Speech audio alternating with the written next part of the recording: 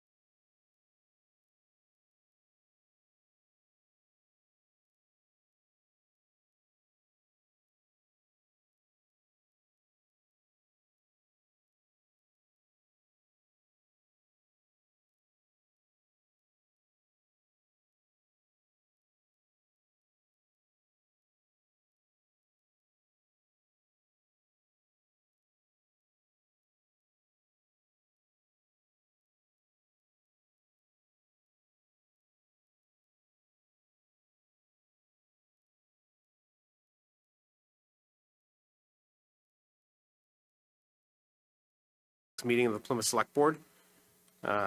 Pursuant to Massachusetts General Law, Chapter 30A, Section 20, any person may make a video or audio recording of an open session of this meeting after first notifying the chair, subject to reasonable requirements of the chair so as not to interfere with the conduct of our meeting. At the beginning of the meeting, the chair will inform other attendees of any such recordings. At this time, I'm only aware of the local scene. Is there anyone else who's creating a video or audio recording? Hearing and seeing none, I'll move on. Pursuant to Chapter 2 of the Acts of 2025, an act relative to extending certain COVID-19 measures adopted during the state of emergency and signed into law on March 28th, 2025, this meeting will be conducted via remote and in-person means. Members of the public who wish to watch the meeting may do so by tuning into the local scene government cable access channels Comcast 9 and Verizon 47. And they may watch the meeting as it airs live, or they could watch it on the local scene's website. Members of the public who wish to participate in this meeting may do so by appearing here in person in the Great Hall at Plymouth Town Hall, 26 Court Street, or remotely by clicking on the Zoom link, which is on our agenda and posted on our website. Please join the board in the pledge to the flag.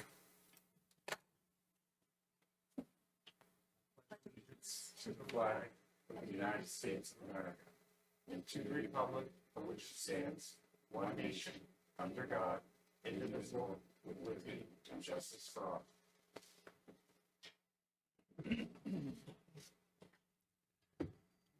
First item on our agenda are licenses. We have a one-day wine and malt license, an amplified music permit, a change of DBA for liquor, and licenses in conjunction with a liquor license. Pleasure of the board. Move as presented. Mr. Quintal makes a motion to move them as a group. Is there a second? I'll second. Ms. Iaquinto seconds. Discussion? Mr. Cohan? Yes. Mr. Quintal? Yes. Mr. Canty? Yes. Ms. Iaquinto? Yes. And myself, yes. Next item are administrative notes. I understand that Ms. Iaquinto wants to pull number 1 out. There are 9 total. And Mr. Cohan? Could I also take out number 6? Okay. Any other items that we want to take separately? Is there a motion on items 2 through 5 and 7 through 9? I make a motion to move them as a group. Ms. Iaquinto makes the motion. Is there a second? Second. Mr. Quintal seconds. Discussion? Ms. Iaquinto? Yes. Mr. Canty? Yes. Mr. Quintal? Yes. Mr. Cohan? Yes. And myself, yes. Ms. Iaquinto on item number 1.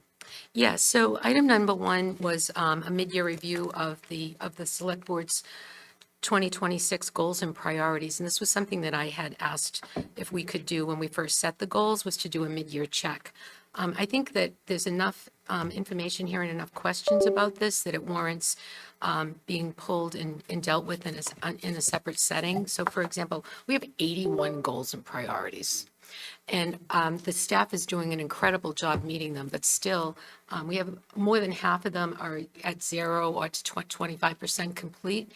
And it's important to note that these goals and priorities are on top of the regular work that staff has to do, as well as on top of all of the week-to-week requests that the select board makes of them for additional projects. So I think it's, as an executive board, I think it would be in everyone's best interest if we took a step back and looked at these and see if we need to reprioritize any of them, maybe think about doing them a little bit differently, or even taking them off the 2026 list for now. So for example, one of them, in light of the budget discussions that we've been having, one of them that I would suggest that we think about reprioritizing is developing the 5-year finance forecasting model. So, asking staff, do you need additional information or resources in order to meet some of the goals that we think are priorities?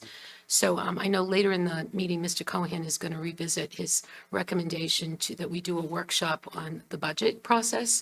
And I think that if we could also include this as an agenda item for that workshop, I think that it would be nice to have the conversation about the goals within the context of the budget. So that would be my suggestion, is that we not deal with this at all tonight and just deal with it in a different setting so that we can be more thoughtful about it. Is there an objection from anyone on the board? All right, so we'll find a separate time to address that as a full agenda item. That would be great. Thank Great. you. All right. Mr. Cohen on number 6. Yes, I just wanted to take this time and recognize this past weekend, the Martin Luther King Weekend Days event.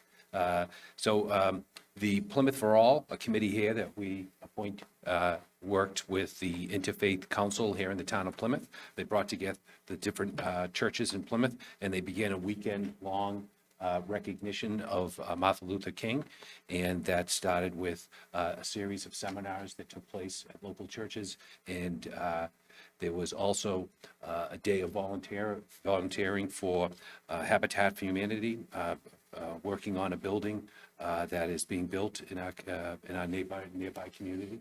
Also, there was an effort to collect food for a food drive for the food banks here in Plymouth. They were able to collect nearly 300 bags of food at Stop and Shop here in Plymouth and at the market down in the Pine Hills.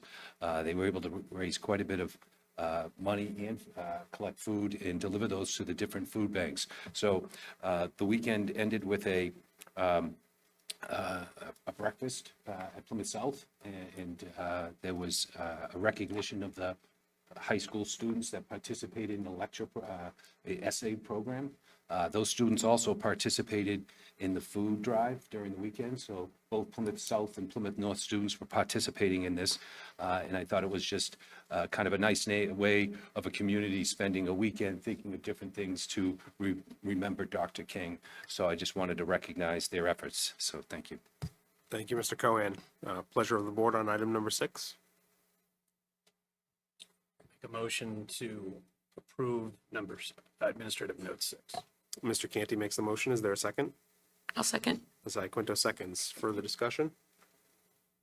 Mr. Cohen? Yes. Mr. Quinto? Yes. Mr. Canty? Yes. Ms. Iaquinto? Yes. And myself, yes. It's unanimous. Next on the agenda is public comment. Is there anyone in the room who would like to give a public comment?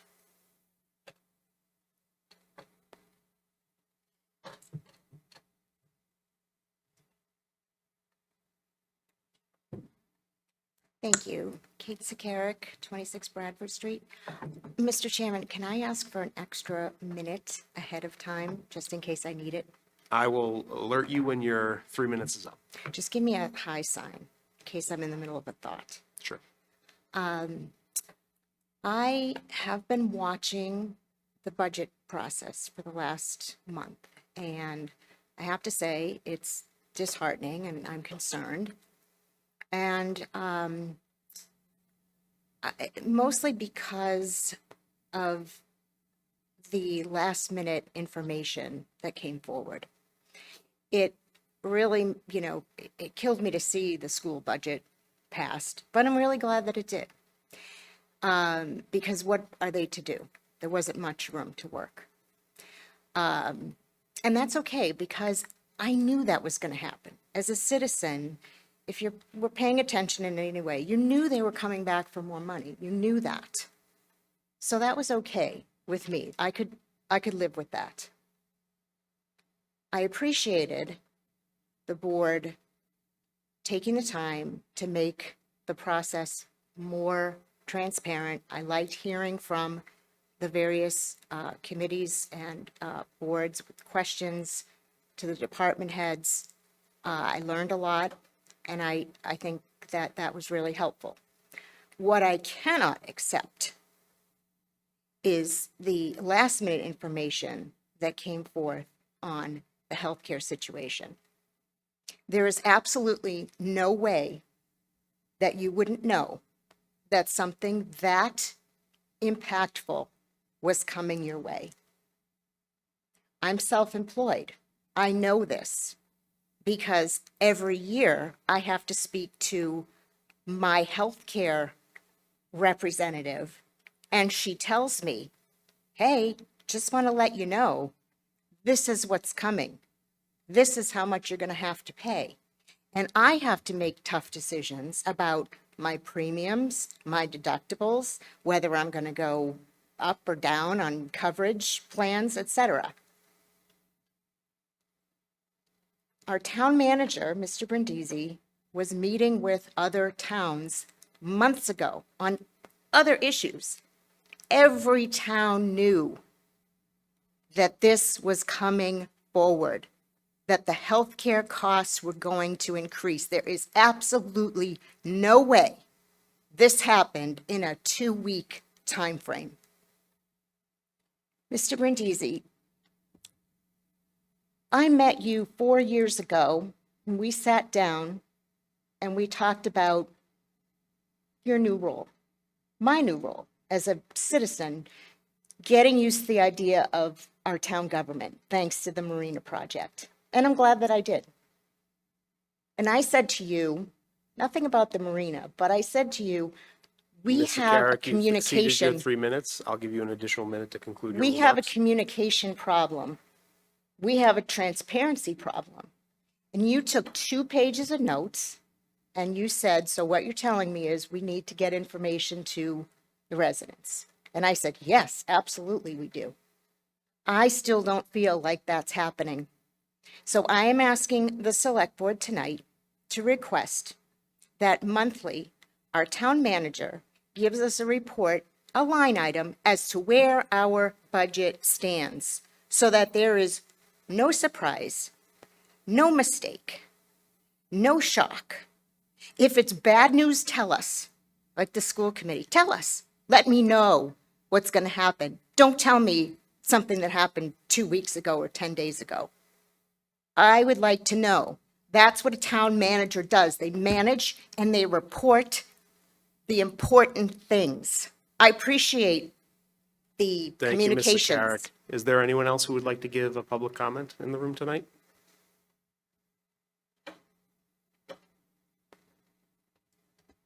Did Ms.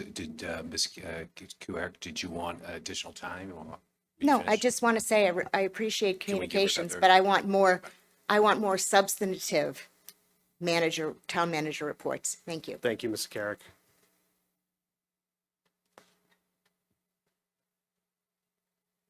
Hello, everyone. Heather Philibrown here again.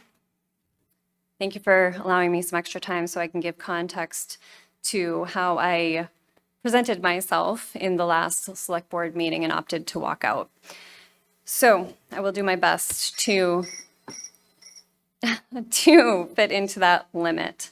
But I'll just say, I will speak really quickly. I hope everybody goes back and watches the video. I'm more than happy to speak to anyone and everyone about anything that I'm speaking of. But this is my rebuttal to Mr. Cole. I keep coming down here because I care. And I am spending money to be here. I am an independent advocate on behalf of my family's legacy. And I was deeply disturbed by what I learned about last year and did a ton of research on my own. So residents can do things on their own to find what I did. I would encourage everyone to look at Google Maps satellite view, to look at Miles Standish and see the damage that has been done on the western side in Carver and Wareham, as opposed to how Plymouth is still looking. And I would call on you to all hold the line. When I refreshed myself on what happened in the select board meeting after I left, all I heard from Plymouth Foundation was passive-aggressive insults to this governing body, to the residents, and to the original stewards. In that Business 101, and I have a degree in sustainable entrepreneurship, so I had ire with Mr. Cole because he keeps referencing the entrepreneur study from my alma mater, who I called, and they specifically said that their entrepreneur study only supports any economic development in developed areas, not clear cutting, which is what I have seen. And it was really disturbing to me, remembering how Plymouth was, to just see endless complexes and then hearing from residents about the affordability, because these new developments start at $2,000, for a 1-bedroom. That's not affordable. Okay, so with that being said, as this is very disjointed, I represent other people that grew up here as well around the country, and they're seeing what's going on. And I think there's an incredible opportunity here at this moment, especially in the 250th anniversary, to do major things that would bring in immense economic development alongside green tourism and other things like that. I think Mr. Mann mentioned that, and Mr. Cohen. I didn't appreciate that Mr. Cole suggested that you guys shut down dissent. I thought that was incredibly damaging. So if we're talking about eroding public trust, that is not where we should go. And what I'm wondering is how much the Plymouth Foundation is actually contributing, considering that taxpayers are paying upwards of $150,000 a year towards this. And we all know that government officials and developers are on that, and so it needs to come back into the public domain. I believe that would do a lot to help out. Heather, you've exceeded your 3 minutes. I'll give you an additional minute to wrap up your comments. Okay, again, I would really appreciate it if people would speak to me after, or if I will just keep coming down here to speak at public comment if necessary. I find the Plymouth Foundation is gaslighting, saying that Plymouth is business friendly. That could not be more of a lie. And I think they're doing that because Business 101 is you present a problem, whether it's true or not, and say, I'm the only one that can fix it. And I find that they are incredibly arrogant in that department. So I want to call on, I want to call for an audit, and I think residents are definitely looking at that on the budget.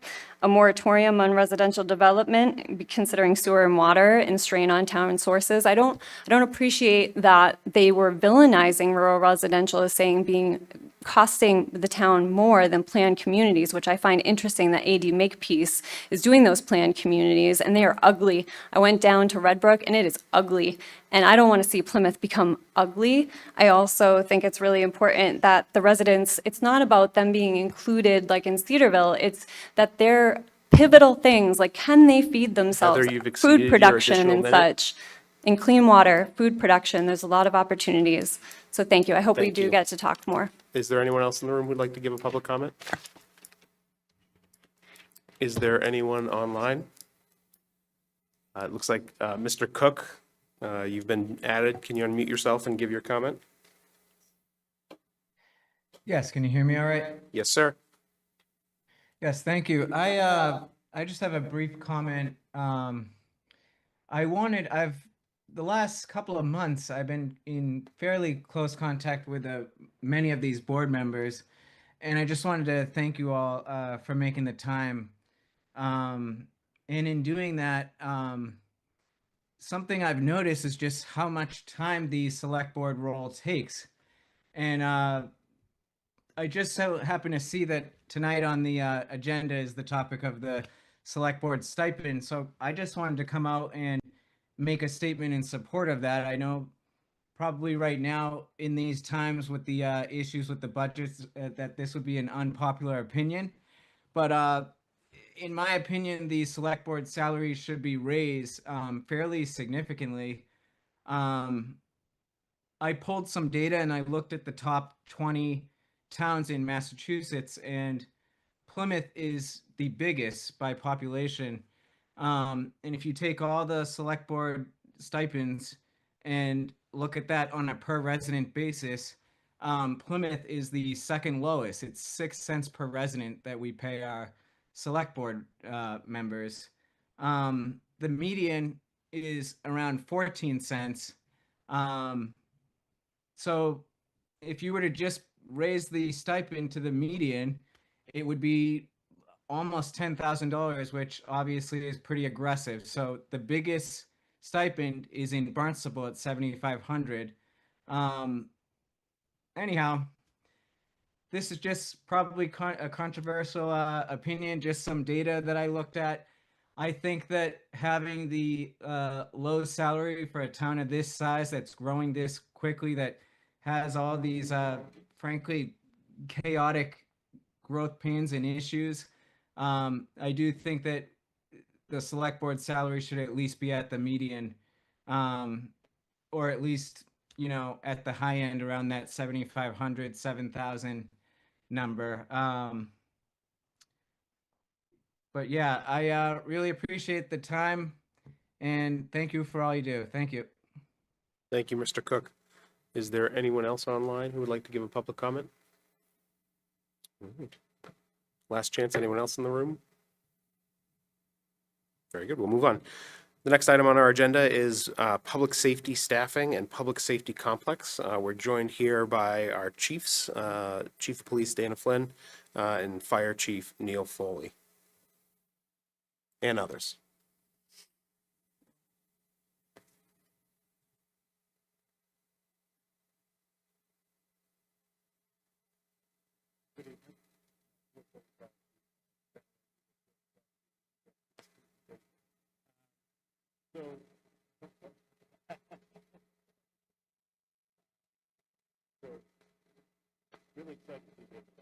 Share some news, some statistics, looking forward, looking where we're at right now. We decided to get together and work on this collaboratively with the help of the police department's crime analyst, Aaron Kearney.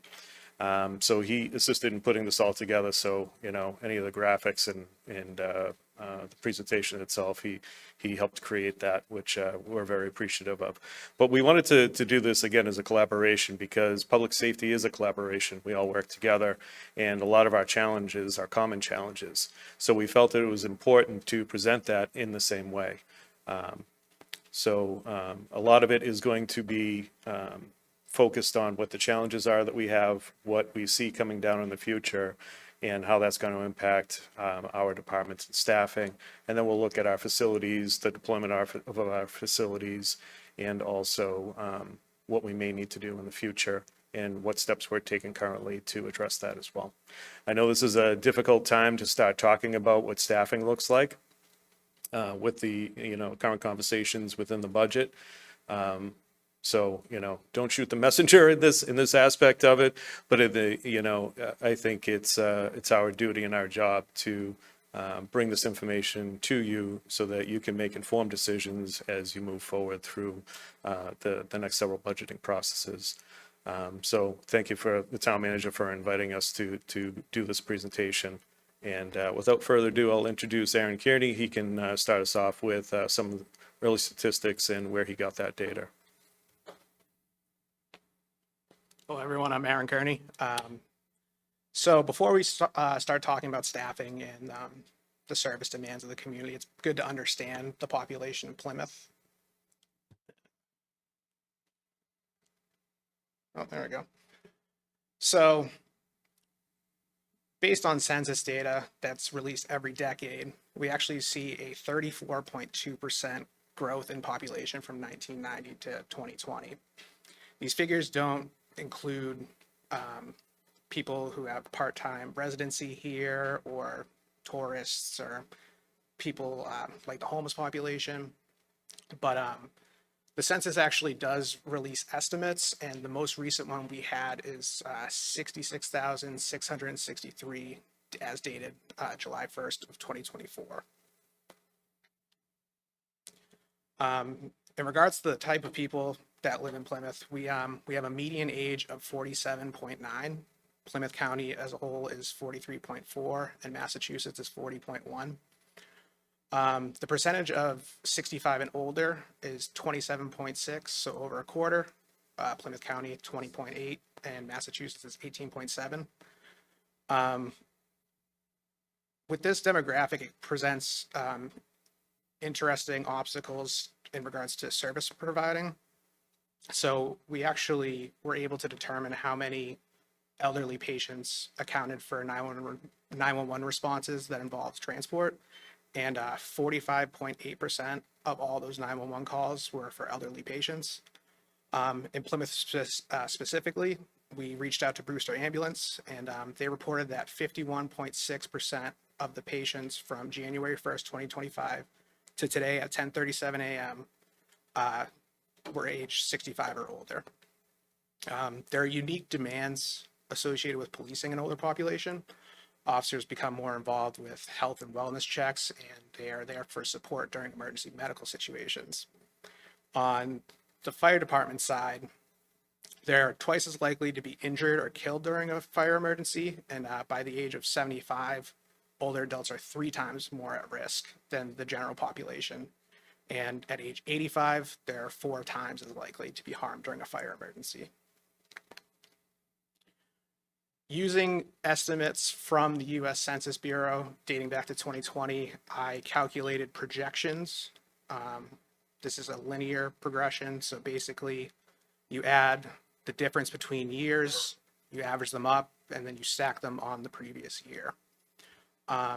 Based on that calculation, the projection has us having 75,125 residents by 2030. To put Plymouth in perspective, scale-wise, this is an overlay of the greater Boston area with Plymouth plopped right on top. It's nearly double the size of the city of Boston in regards to land area. And the Pine Hills development alone is larger than Chelsea, Watertown, Everett, and 3 other towns. We also did an overlay of Plymouth County. If you combine Hull, Whitman, Abington, Rockland, Marion, Plimpton, Hanson, and West Bridgewater on land area alone, Plymouth is still bigger. When you look at total area, add all those towns together, and then we can throw in Hanover too, and it's still bigger than all of those combined. I'm going to pass it over to the chief now to discuss call volume. And, thank you. So for 2025, we logged 38,530, 536 calls for service. Not all those calls for service are actual calls from residents. A good portion of those are officer self-initiated, such as building checks, traffic enforcement, community policing activities and whatnot. You'll see there was a slight decline in 2025 as compared to 2024. To the best of we can detect, the calls for service we go to now are more involved. Our officers are much younger. It takes them a lot longer to work through calls, so they're not able to self-initiate as much as we have in the past.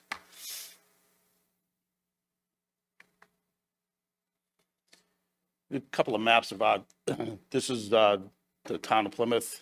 This is calls first for 2023 to 2025. You can see the green areas are the total, all the calls for service within the town. To the right is a heat map where a majority or the most prevalent calls are dealt with. You can see the North Plymouth, Commerce Way area, Walmart. Those are our most in the downtown area. Those are our busy areas.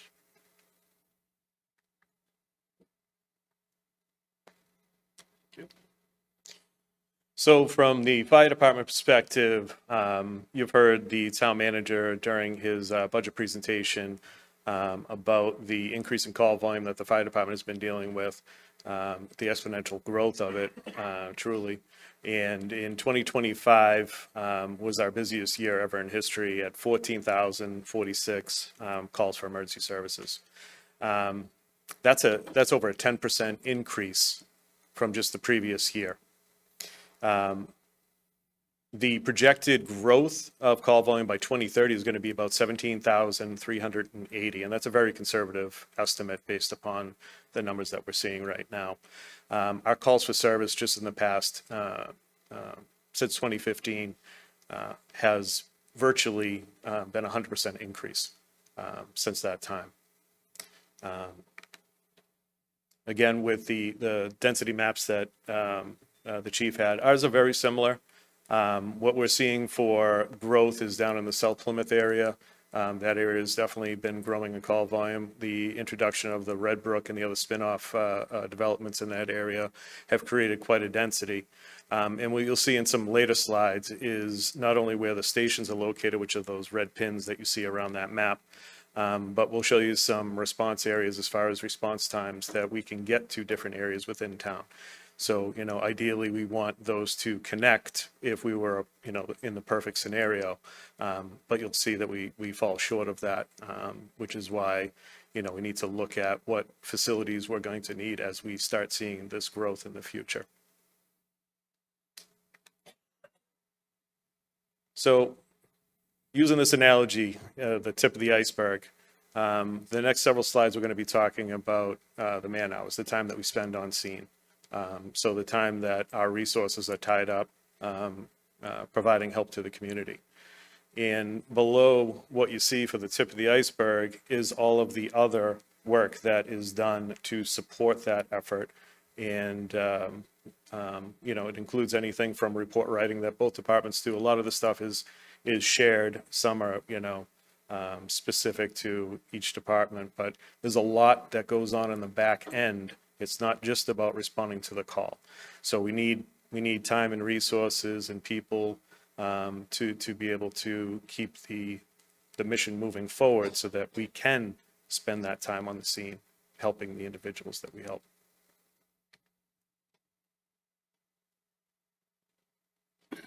So we did an analysis of the past few years of the actual hours officers spend on calls for service. That's from the arrival time that's logged to the time they clear. We really don't have a good way of measuring the lower half of the iceberg. The follow-ups, the report writing, the interviews and all that. We really don't have a good metric for that. But that was just meant to show you that there is more involved than just what you see here. So if you look in 2025, we spent 16,166 man hours, if you would, on calls for service. That equates nearly 674 days last year alone. The time on scene rose by 15.5% since 2023, which is an increase of nearly 90.2 days on calls. By 2023, we expect that probably to increase to 20,457 hours per year on calls for service. You know, the increases, as I mentioned before, there's more involved in calls now. There's a lot more things we are required to do pursuant to General Master Law in post, including de-escalation tactics, co-response and diversion programs.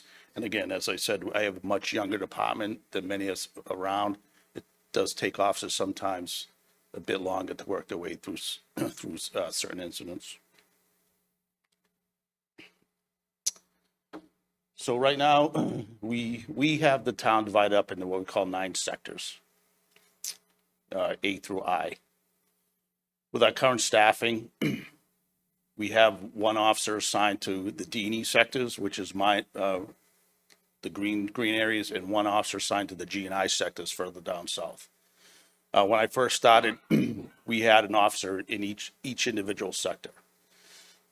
Just for example, just for comparison, the D&E sector is 24.5 square miles, which is more than the entire area of Brockton. We have 1 officer patrolling that area responding to calls. You can also throw Pembroke and Mattapoisett in there as well. The G&I sectors further down south, which we do realize covers all of the Miles Standard State Forest, which, though we don't have the overall responsibility of the forest, we are the primary first responders based upon agreements we have with other state agencies. So just that area alone, G&I sectors that 1 officer covers is nearly 43.5 square miles, which is all of Carver, and larger than Brockton and Norwell combined.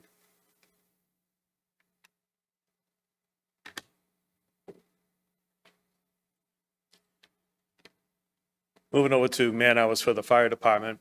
Total man hours in 2025 were 33,818, equating to over 1,400 days of work in 1 year. The man hours rose by about 14.1%. From 23 to 25. So again, when we're having this exponential growth in call volume, we're going to have a relative reaction when we're talking about man hours.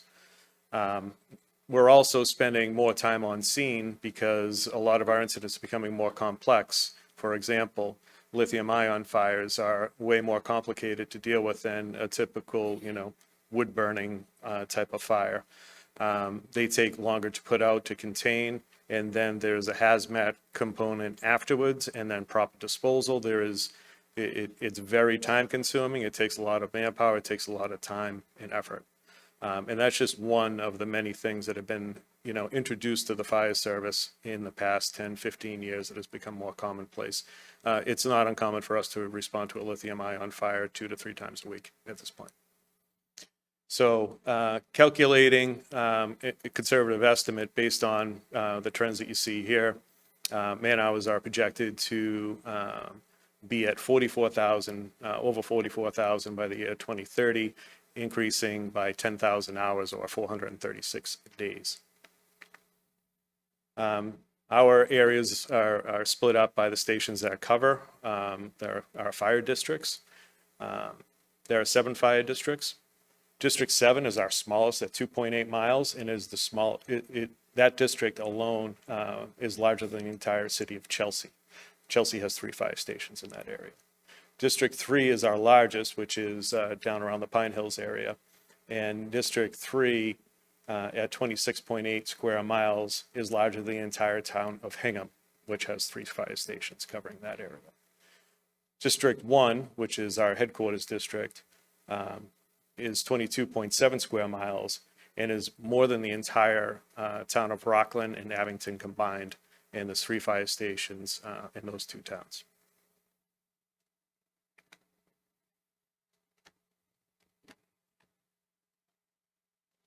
So we look at the response times to calls. Not every call for service requires us to use lights and siren, although sometimes it does help us to get through the traffic in town. Average response time in 2025 was just over 5 minutes. It was increase of nearly 16% since 2023. And, you know, all joking aside, we attribute that number one to the traffic conditions now in the community because of the population growth and whatnot. And in addition, again, some staffing issues I've been dealing with for the past few years. Average time on scene is just under 17 minutes. Again, it's an increase of about 5% since 2023. And again, we feel it has to do with a lot that I've already addressed before. The complexity of calls, new requirements that we must, and mandates that we must adhere to. And and the new officers. For us, you know, again, we have less officers now on the road and it takes, and we have more land today and more locations we have to respond to calls for service.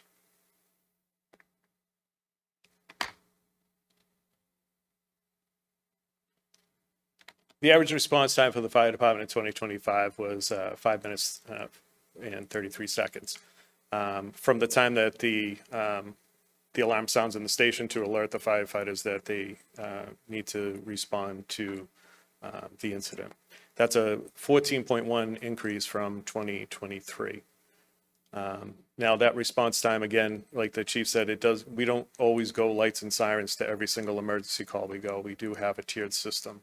But what I want to point out in this particular slide up top is that you can see from 2023 to 2025, it's a pretty steady growth with a more so increase in 25 with that 10% growth in call volume. So you can see there's a relative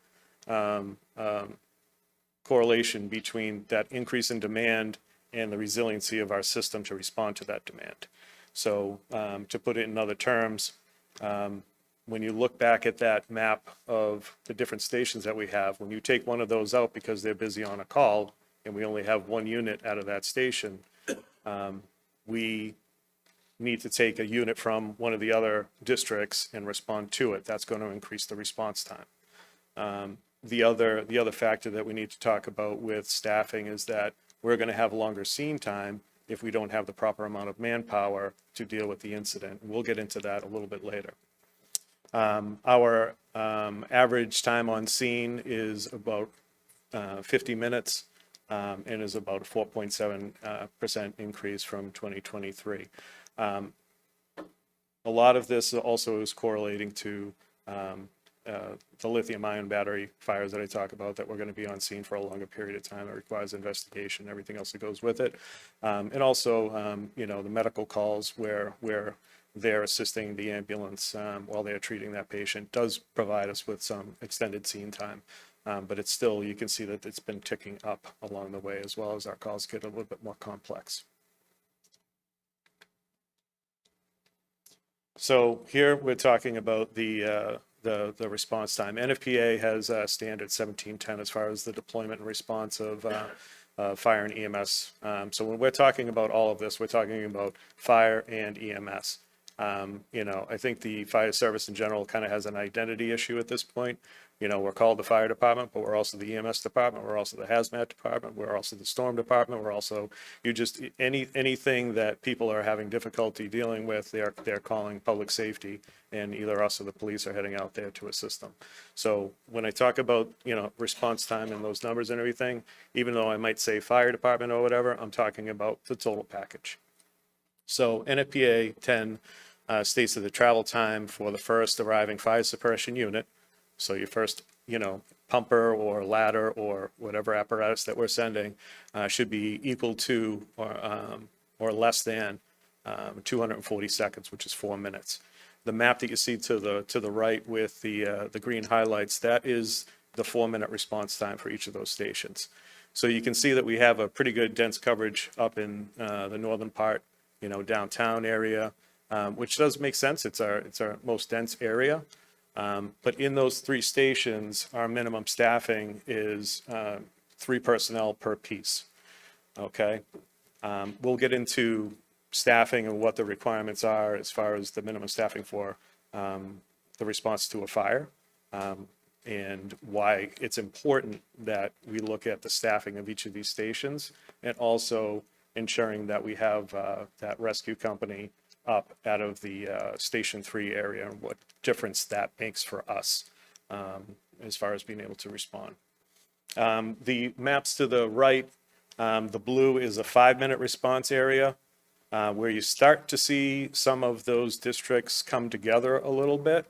And then the bottom is the 8-minute, where we still have some gaps. See, like down on Long Pond Road, it doesn't actually make that connection there.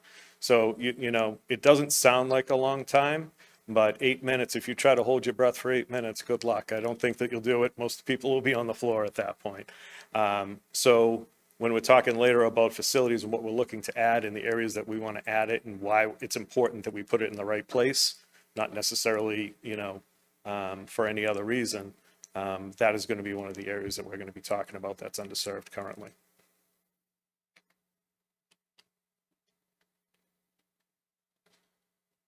So Aaron did some research for me and found out, according to FBI statistics, the average number of sworn officers per 1,000 residents or inhabitants is 2.3, and that's based on 2024 numbers. In 2024, based upon that census, we were at 1.7 officers per 1,000 residents. As of right now, the projection for 2025, we're just going to be at just under 1.6 officers, which puts us at 26% lower than the national average. Even if I was at full staffing, right now I'm down 16 officers. Even if full staffing of 128, the ratio is only 1.9 officers per resident at 1,000 residents, which is still nearly 17.5% less or below the national average.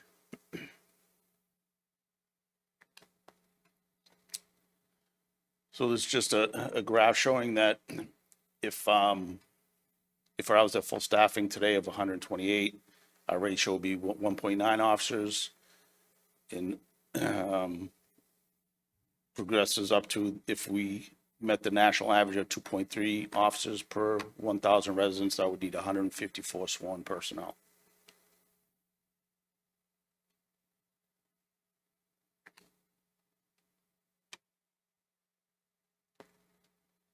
So circling back to the NFPA 1710 national standard, minimum crew size is 4, so that we can maintain a 2 in, 2 out rule, which is if 2 people are going into the fire, there's 2 people outside of the fire.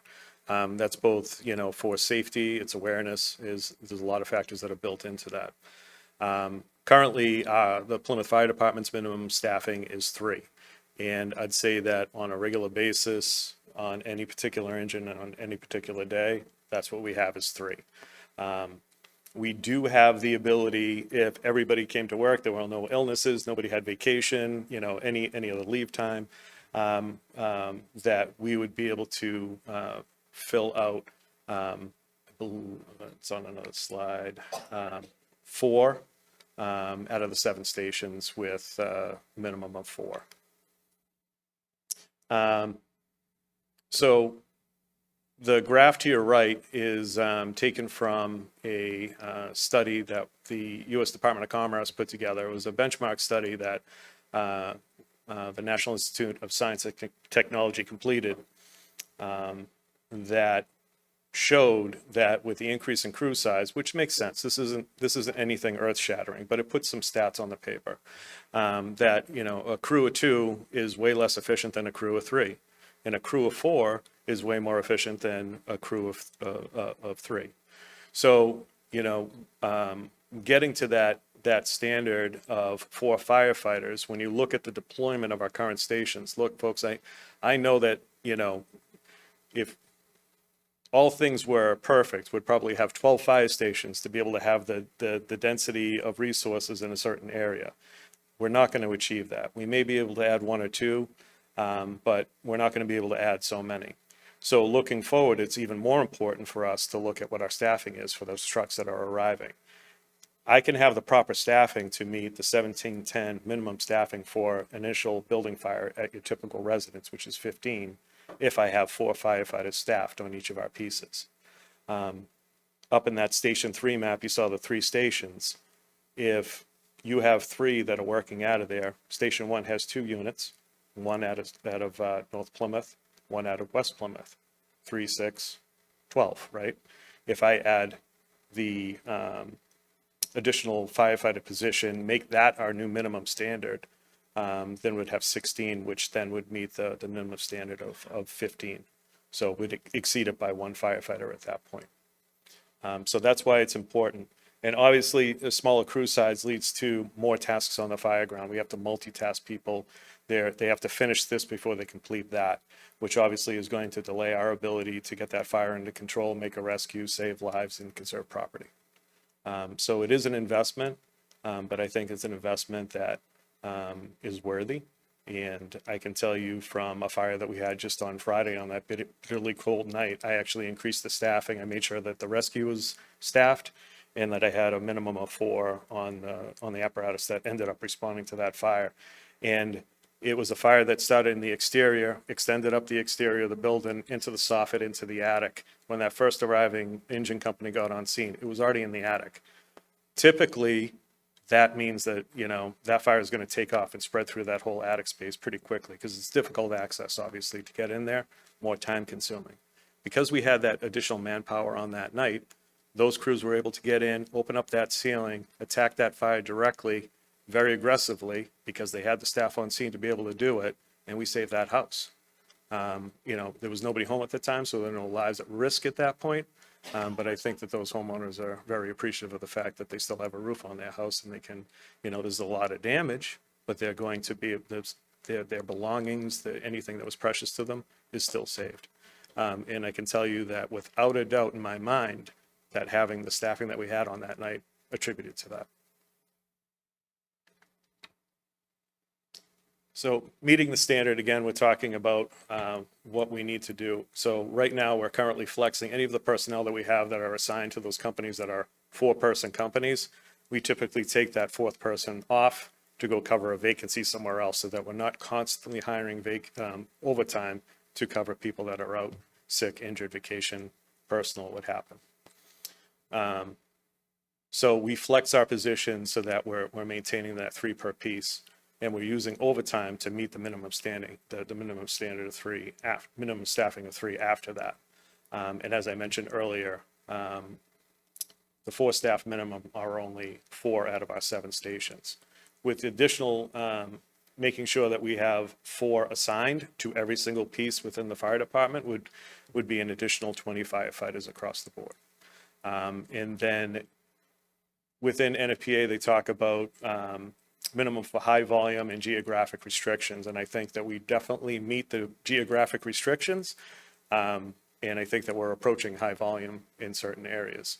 So deployment wise, you know, as the future comes, as we continue to grow, I'd like to see some of our specialty companies, such as our aerials, the ladders, the tower, and the rescue company to be at a minimum of 5 at that point. Knowing that we're going to get busier, there might be some fire apparatus that are not available to respond to calls. We have additional manpower that comes with that truck. that those particular units would respond townwide.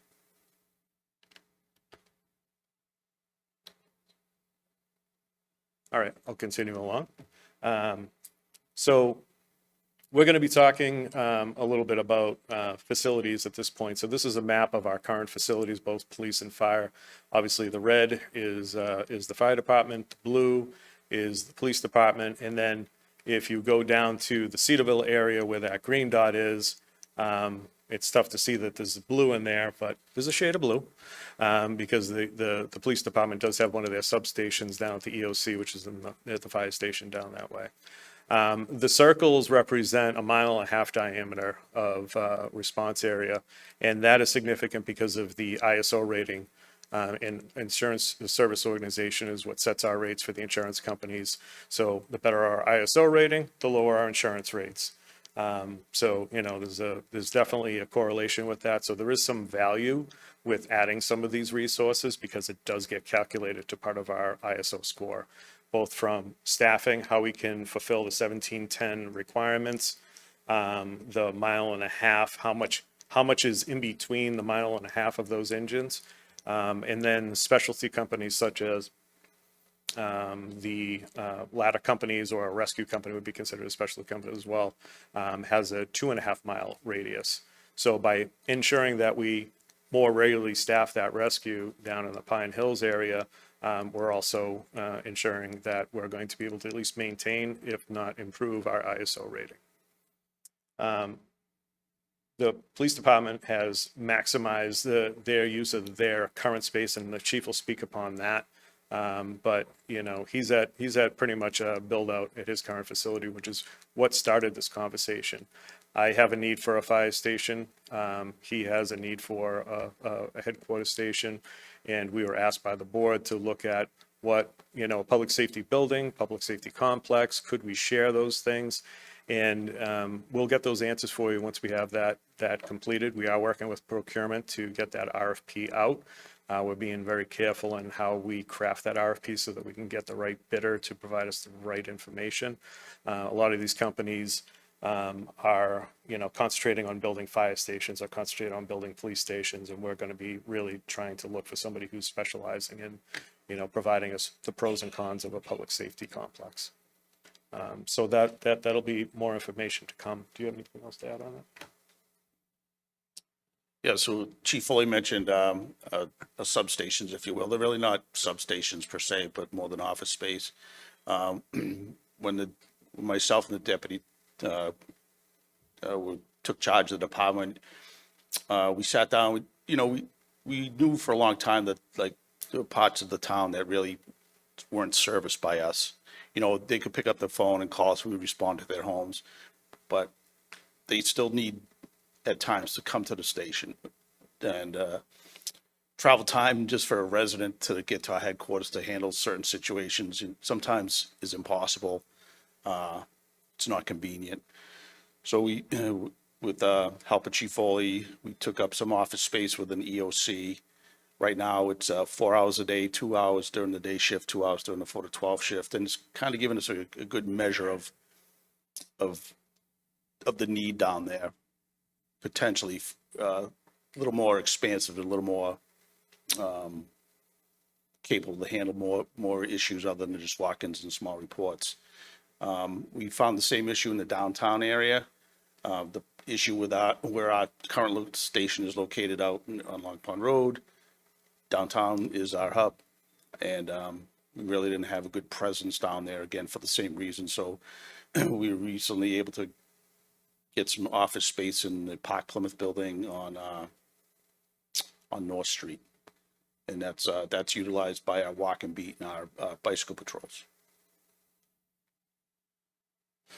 So again, just to review the initial overlay that we showed of the town of Plymouth over the portion of the county. You see the lower left corner in Plimpton. To us, that's Buttermilk Bay. The upper right portion is that'll be North Plymouth, the Kingston Town line. So to go from Buttermilk Bay all the way up to the Kingston Town line is like traveling from Plimpton all the way up through Rockland. And up there in the corner right hand is Saquishgurnett. additional time into Norwell. So just to put it in context with, well, again, comparing the size of our land area over the site, overlaying of those same communities, there are 15 fire stations and 8 police stations. In all told, there are 196 police officers in that same area compared to our allotted 128, one police headquarters and seven fire stations. Sure. So just one other point that I want to talk about when we're looking at this map is, we talk about potential development in different areas and what that would look like. And I want to bring your attention down to the Buttermilk Bay area, which is it's already an area that's very difficult for us to get to. We have a lot of call density a little bit further north of there. The site for the new Station 4 does bring us a little bit more north, which does give us good coverage in the high density call volume that we're seeing. But we are moving a little further away from Buttermilk Bay. I bring that up. We do have mutual aid agreements with the towns down there that will respond to any reported building fires that we do get down there, so that we can ensure that those folks are being served. But the problem that we're going to be contemplating is if that Atlantic Golf Club did get developed and turns into a large development, that's obviously going to create another density statistic on that map that we're going to have to look at cover. I'm fairly confident that if we brought that to a person to study, they're going to say that you're going to need at least a substation somewhere down in that area, with likely, at least an engine and an ambulance. If you're talking about the Holtec property, again, we don't have a lot of good coverage. You can see the gap in coverage that we have in that area. If that becomes any type of development, I would say even, more so with a residential, but even with a commercial development, we may need to look at what that may look like for needed facilities in that area. We already know that we increase the density of call volume down off of Long Pond Road. It's more difficult for us to get through all the traffic, and we have a very limited road system in Plymouth. That's no secret. So, the priority right now is looking at a station down along that Long Pond Road corridor, so that we can close that gap between Station 3 and the Pine Hills and the current headquarters that we currently have. So I bring that up because when we do work through this study, I may have requirements and needs that the police department does not share, and vice versa. But we are interested in looking at this project to see, because there may be some economy of scale with doing a project like that. So there may be some pros and cons that kind of outweigh each other. So we're looking forward to seeing what that study brings back, and we'll look forward to have that discussion with you at that point. And with that, we're available for any questions. Thank you, folks. I'll bring it back to the board. Questions for the chiefs and other fire and police staff. Mr. Canty? Well, thank you. It's very informative. I've been impressed with the work of both of your departments for a number of years, both under your leadership as well as that of your predecessors that I had an opportunity to work with. And I know that you're often tasked with making bricks without straw. The phone keeps ringing and you don't have the personnel to do it, and it's 24/7, and you can lose, particularly with the police, you can lose an officer in 2 weeks, and it can take you 9 to 12 months to replace them. And I know that's a challenge. I know fire is also, I remember the SAFER grant and the onboarding of that process. And I think that you've always done the best that you could with the resources that you had available. And I understand that it's harrowing work sometimes. I was driving to work this morning and saw some of your firefighters digging a path to a house that with shovels, because I presume they were there for like a medical call, needed to get someone out of that house. and they couldn't without shoveling the walk. So I think it's a lot more than just seeing what's going on and responding to a very discrete, simple thing. It's often a much more complicated call. And I know too, with the police, with the co-response program, I think that's made a real huge difference. When I started both getting involved in town government and in my day job, we were about to crest the hill in terms of the opioid epidemic. And I think that steps that Chief Botieri and yourself have taken to address that in a more holistic response has made a meaningful difference in the community and helped get the community and its people through that. And so I appreciate that. In terms of, and we've talked about a joint campus before, when there was discussion about 46 Sandwich Road a few years ago. There was talk about maybe the Water Barn being a site for one or both buildings. Do we have, I know Brockton, for example, is building a joint complex. It's police, fire, and IT, I believe, at their, that's a new project that I think is nearing completion. And I know one of the issues with the prior proposed new fire headquarters was the added expense to make it ADA compliant, because it would require, because although firefighters have a certain physical standards, that if you're working in admin staff, you don't necessarily have to meet those same standards. And therefore, for some of the admin functions, there needed to be an elevator, which added a significant expense. I guess, what are our current thoughts on geographically where we think a new headquarters could go? And do you think there would be a benefit in, I understand that the police station is pretty much bursting at the seams already and you're already understaffed. Would there be a benefit in keeping that station as if we do open a new fire station, either as a fire station or as a second joint complex, where you're both officers you could have people report there to write reports and respond to things. You could have admin staff there. It already has an elevator, things of that nature. Have ideas such as that been looked at all? I'll just speak from, my perspective of where we're at currently in the process. So, I know where we currently are lacking our resources, which is that Long Pond Road area. But that doesn't necessarily mean that is, where the new headquarters is. I'm talking about like perfect world scenario. Yeah. There's no, money's not an issue. Right. What would you do? Yes. And, I think that's, probably going to be part of our approach with the discussion of this firm when they come and talk to us is this is what we think we need. But we would like to have them show us all the options and look at our growth and look at our potential growth and then provide a couple of different scenarios if they make sense. As far as like repurposing, the current headquarters, we'll have to address that at some point.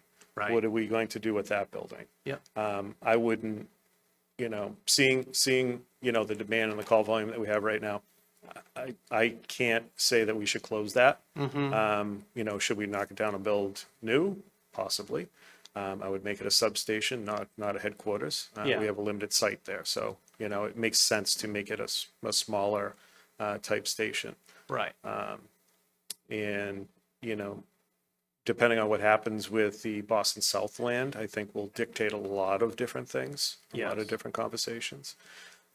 So, that's a perspective I would say from the fire side as far as facilities and use and reuse. I'll let the chief. Yeah, again, this is going to be kind of new to us. We really don't know, I used this last night, we don't know till we know what we don't know. When I came before the town meeting last year to get money for my own feasibility study, the intent of that was part of the town's 10-year capital plan. Right. Not looking to do anything right away, but just to give the town some time to plan. And my initial proposal or request was going to determine whether or not keep the building that I have, perhaps build a satellite somewhere south. Keep the building I have, expand upon the building, stay where I am, or do something totally different and find a whole new location. That was my intent up until the request from the board to see about the fire and police complex or a shared building.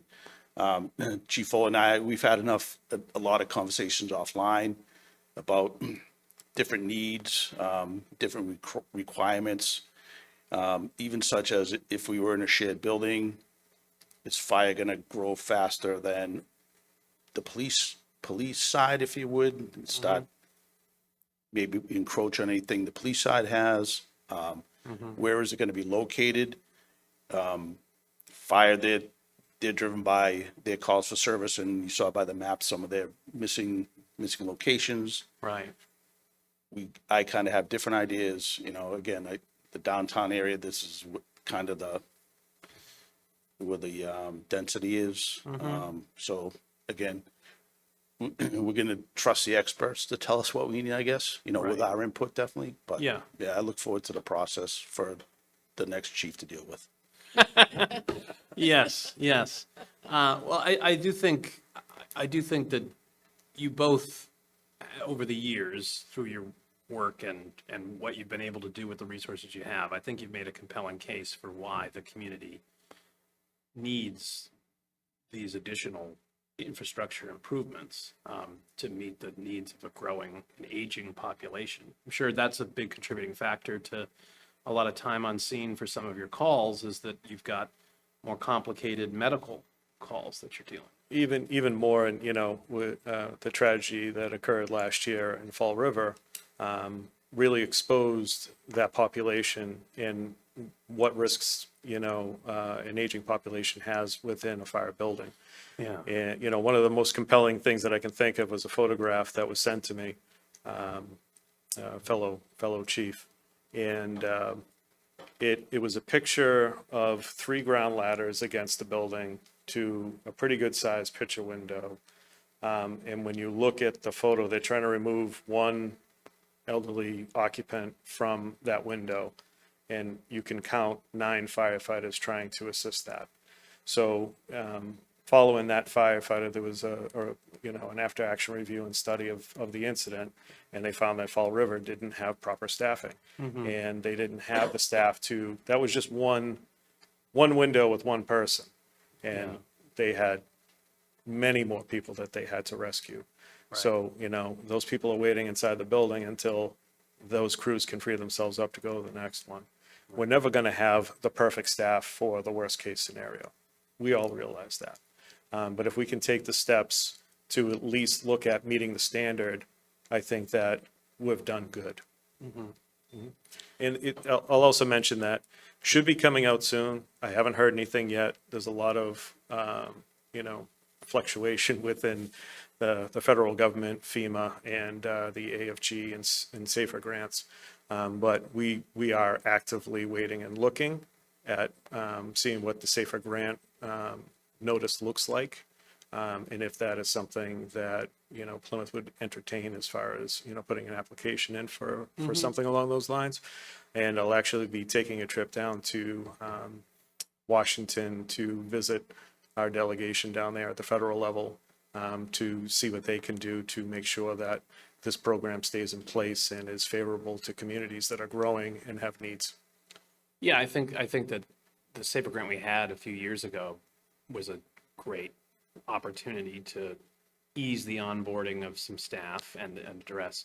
You mentioned it in your presentation, and you also mentioned it as part of our budget review the other week, but there was a lot going on at both of those. Yeah.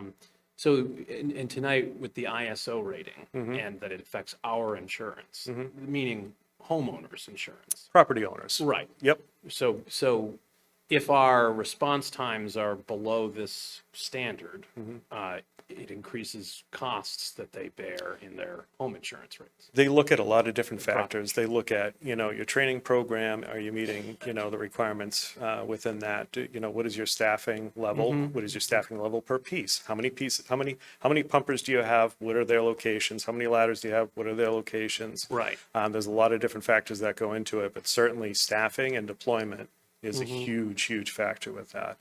Some of the things that are going to be difficult for us to change within our rating is going to be, our available hydrants. More than half the town does not have hydrants. Right. So that creates some difficulty in getting some of those points. Right.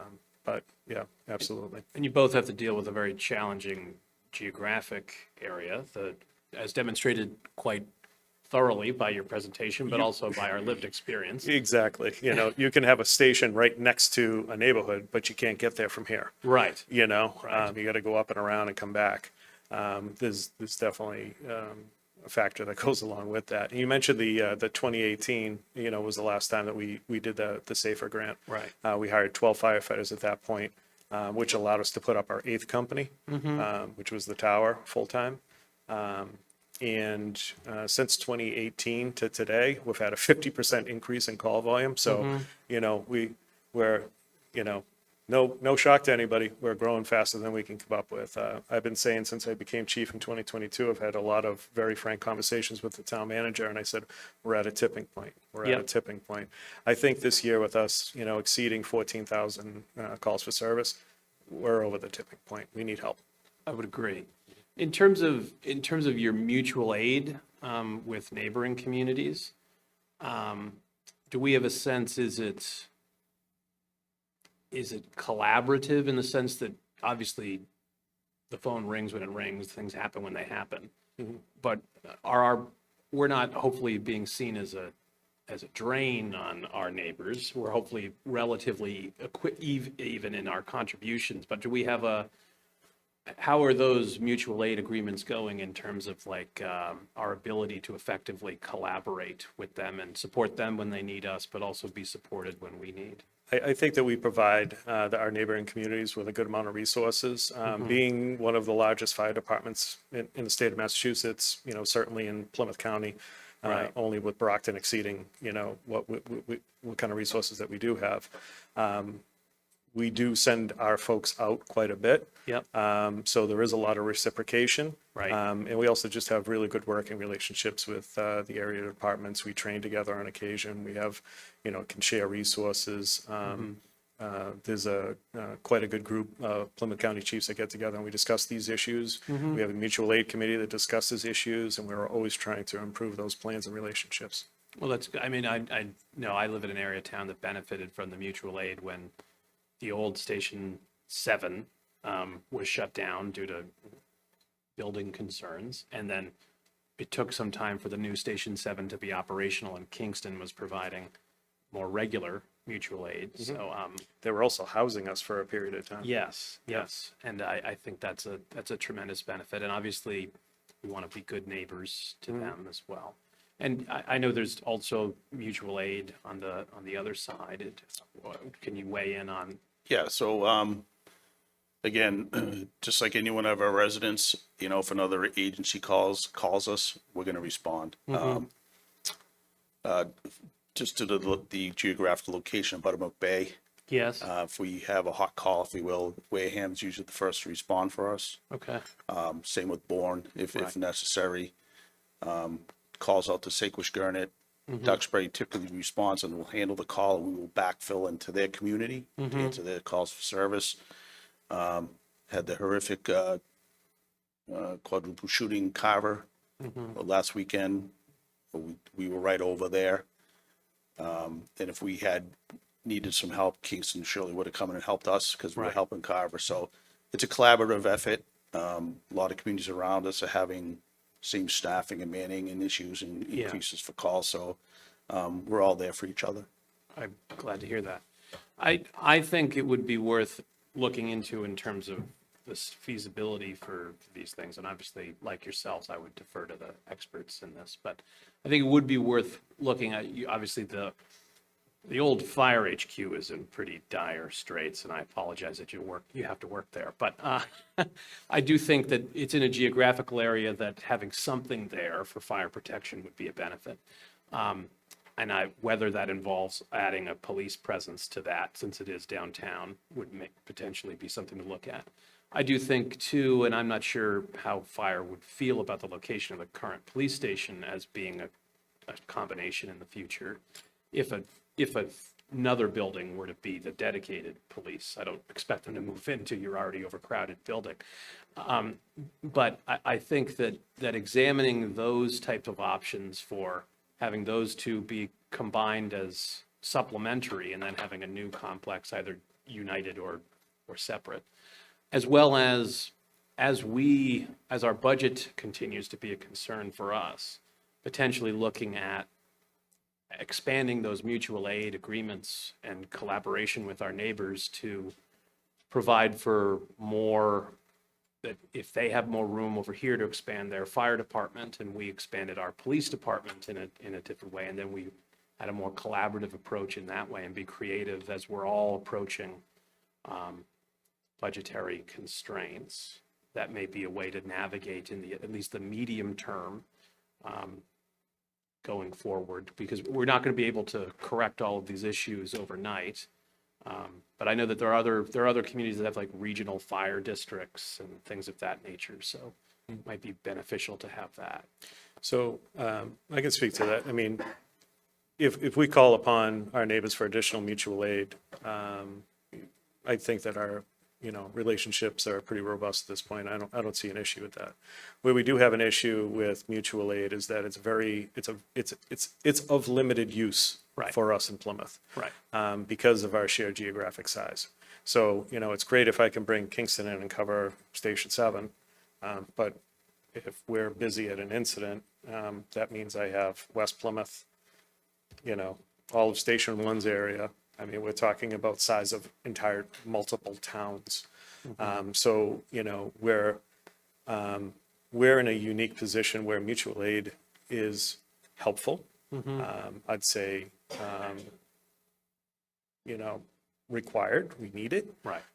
But it does have for Plymouth, a very limited use. Yes. Because, I can't expect Duxbury to come and respond to, a call in Manomet. Right. That the response time would be ridiculous at that point. No, I understand. So, I don't know that we're going to, be able to make that much of an impact. If it's more call volume, because we're busy and that we're bringing them in, sure, they'll come in and help. But we need to make sure that we have our core resources, solidified enough that we can respond appropriately. No, and I think even like with your tiered system of responses, like I agree, like Kingston responding to a fire in Cedarville would be quite a distance. But maybe if it were a lower tier response, that it wouldn't be as big of a deal. We still need a fire response, but it could take the longer period of time, freeing up someone closer within those green and blue areas. Just something to look at. But obviously, I'd be very interested in seeing what the official report says. Thank you. Thank you. Other questions from the board? Ms. Iaquinto? I almost forgot what my question was, but now I remembered. First of all, thank you all so much for this presentation. And Aaron, kudos to you. I really appreciate someone who can take data and turn it into a compelling story. And I think this made such a strong case for the facilities and the resources that we really need. I just had a question about staffing though. So even if we found like little pots of gold planted all over Plymouth, and we were able to bring the staffing for both police and fire up to the national average, how difficult would it be to actually recruit people into those positions? I know police, you have particular issues in that regard, but I wasn't sure about on the fire side if there was recruitment issues there. So it's no secret that we don't quite have the list that, we've had in, past years when I got hired, hundreds and hundreds of residents on the list competing for the job. But we do have, I feel, a robust enough list that if we were looking to increase staffing, even to the maximum levels that I threw up there. I'm confident that we'd be able to fill it. I don't know that we'd do it all at once because I think that it would be better to stagger some of those hirings in. It depends on how that SAFER grant is set up, so we'd have to see what those parameters were, what the period of performance is that we could, hire however many they deemed that we could. But I do think that we'd be able to do that. In recent years, I think through, collaboration with administration and select board and everything else, I think that we're, in a good position where people that are looking to get into the fire service look upon Plymouth as a favorable place to work.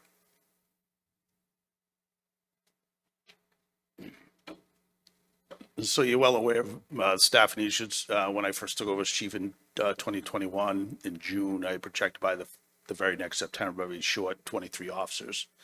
And I've kind of been chasing my tail since then. The board has been very supportive in backing a recruitment retention program that we're getting ready to implement. Just to give you an example, right now, I have, like as I told you, I have 16 vacancies. I have 5 in the academy right now, which I don't count because they're not completed yet. I called for a civil service list to try to get some recruits for the Randolph Academy. I was looking for 6 for the same reason Chief Foley spoke of. We don't want to overburden our in-house training program, so we want to do a staggered. So I had these 6 start through the initial process. 1 ended up dropping out. I down to 5. They went for the physical abilities test. 3 failed twice. So my hope went from 6 down to 2. We'll be going to the February Academy in Randolph. I just received a list of 60 persons. Well, actually, I wanted to hire another 6 for an academy in Plymouth in June. So I called for a list of 30 names, hoping for 6. Only 2 people signed the list. I called for another 30 names. I had 7 more sign the list, so for a total 9 possible applicants, even before we start backgrounds and whatnot for June. 1 backed out today. So even if I have all these people for, say, the June Academy to start, it would be a year from June before they're on their own. Same with the academies now. That it's essentially a year from the academy start till they're on their own. And typically it's probably 3 or 4 months prior to that, the hiring process to get them to that point. So it's not going to be fixed overnight.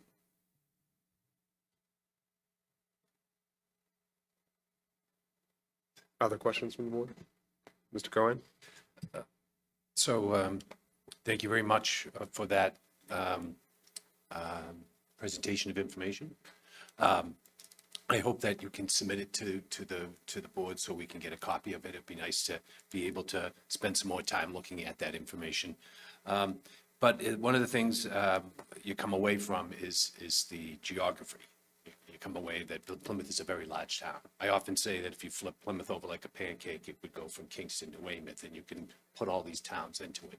So it is an area-wise that requires us to think about the cost of services in terms of how we're growing and how we're bringing those services, especially when it comes to the safety of the residents. So I know you're looking at different options in terms of how you can best address this across the town. Looking at substations, I think this is a great idea that you're moving and looking at and opening up places in Cedarville for the police in downtown to have those spaces to do the things that you need to do. I think it's the first step in exploring this idea of having other stations around Plymouth. So I hope that as you start to work on this, that is taken under consideration, that Plymouth is a very big town and we should have stations at different locations. And it just makes you think about not only Plymouth in the residents and how we pay for these services, but I know that out on Saquish and in Clark's Island, that area there, the call times are coming in from other fire departments and other police departments, but we're doing the same in other parts. So it's important to note that, especially when it comes to fire, we're coordinating with a number of fire facilities. At Miles Standish Forest, they have a firefighting capability, or they're the state. What The is DCR has limited resources, usually depending on what else they're doing in the county, because they are assigned to the county, Yep. but their home base is Miles Standish. Right.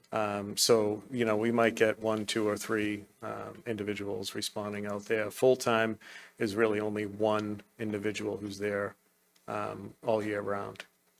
It's been something that I've been advocating for through our state delegation to increase the staffing out there.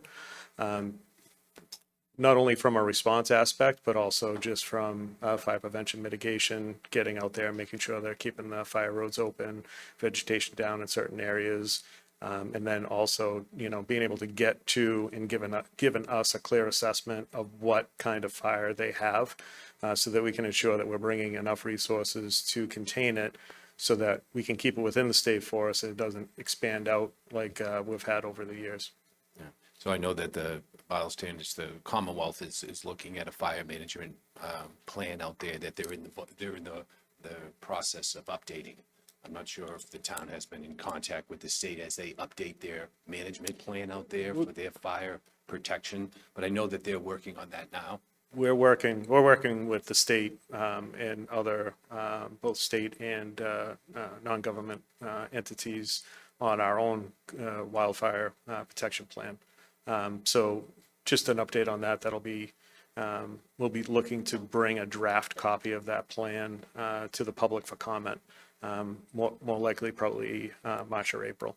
So we're currently looking at doing that, but we do collaborate with them on that. Yeah, I know that they're involved. So you are in contact with Miles Standish Forest and the people that are working out there on the Yeah, but they fire have, management plan. they're great and they bring a lot of knowledge, and then they can bring resources in from other parts of the state as well. Right. But obviously it takes time for them to mobilize. Right. But they are a great resource to work with. Yeah, it's just, we have a history of forest fires. Yep. And that's something that we have to pay attention to with these, these efforts. But again, it falls back to me when I look at the stress the town is facing under its budget and the demands of finding the resources for fire and police, and not, we haven't really got into the Department of Public Works and all the different the school department. We look at these and we're very concerned. And a couple weeks ago, we had a discussion about the forms of economic development that we should be pursuing. And I think that we should be focused on this master plan, the results of this, and looking at zoning, because Plymouth is geographically a very large area, and we're still, a large portion of this is an undeveloped part of Plymouth. And I do think that part of this equation is preservation of that open space. That is part of this equation also, because if we were to just let the growth continue at the level of intensity that it's continuing, it would be difficult for the residents to afford to live in it. So it's just something that we have to keep in mind as we explore these costs that are coming down the road. Other questions? Chiefs, thank you for being here. I do have a couple questions myself. So you had the map up there with I think it was a 1.5 mile radius when you were talking about the ISO ratings. Is that right? 1.5 miles? Correct. When that rating is developed, can you just be clear, is it based on population density, land coverage, or a combination of both? They look at the area that we cover and what's populated and what we have for coverage, both in fire flow or hydrant system, how many pumpers, how many ladders, how many specialty units we have, what our training plan looks like. So it does look at all of those factors. Community. Thank you.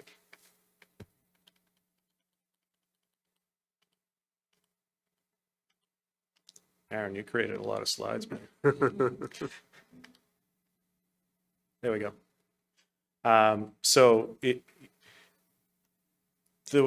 Those circles do represent that 1.5 mile ISO rating recommendation. So whenever we do any studies, like the study that we did in 2023, they quote both 1710 for that 240-second response time and ISO 1.5 miles for a pumper, 2.5 miles for a ladder or a specialty unit.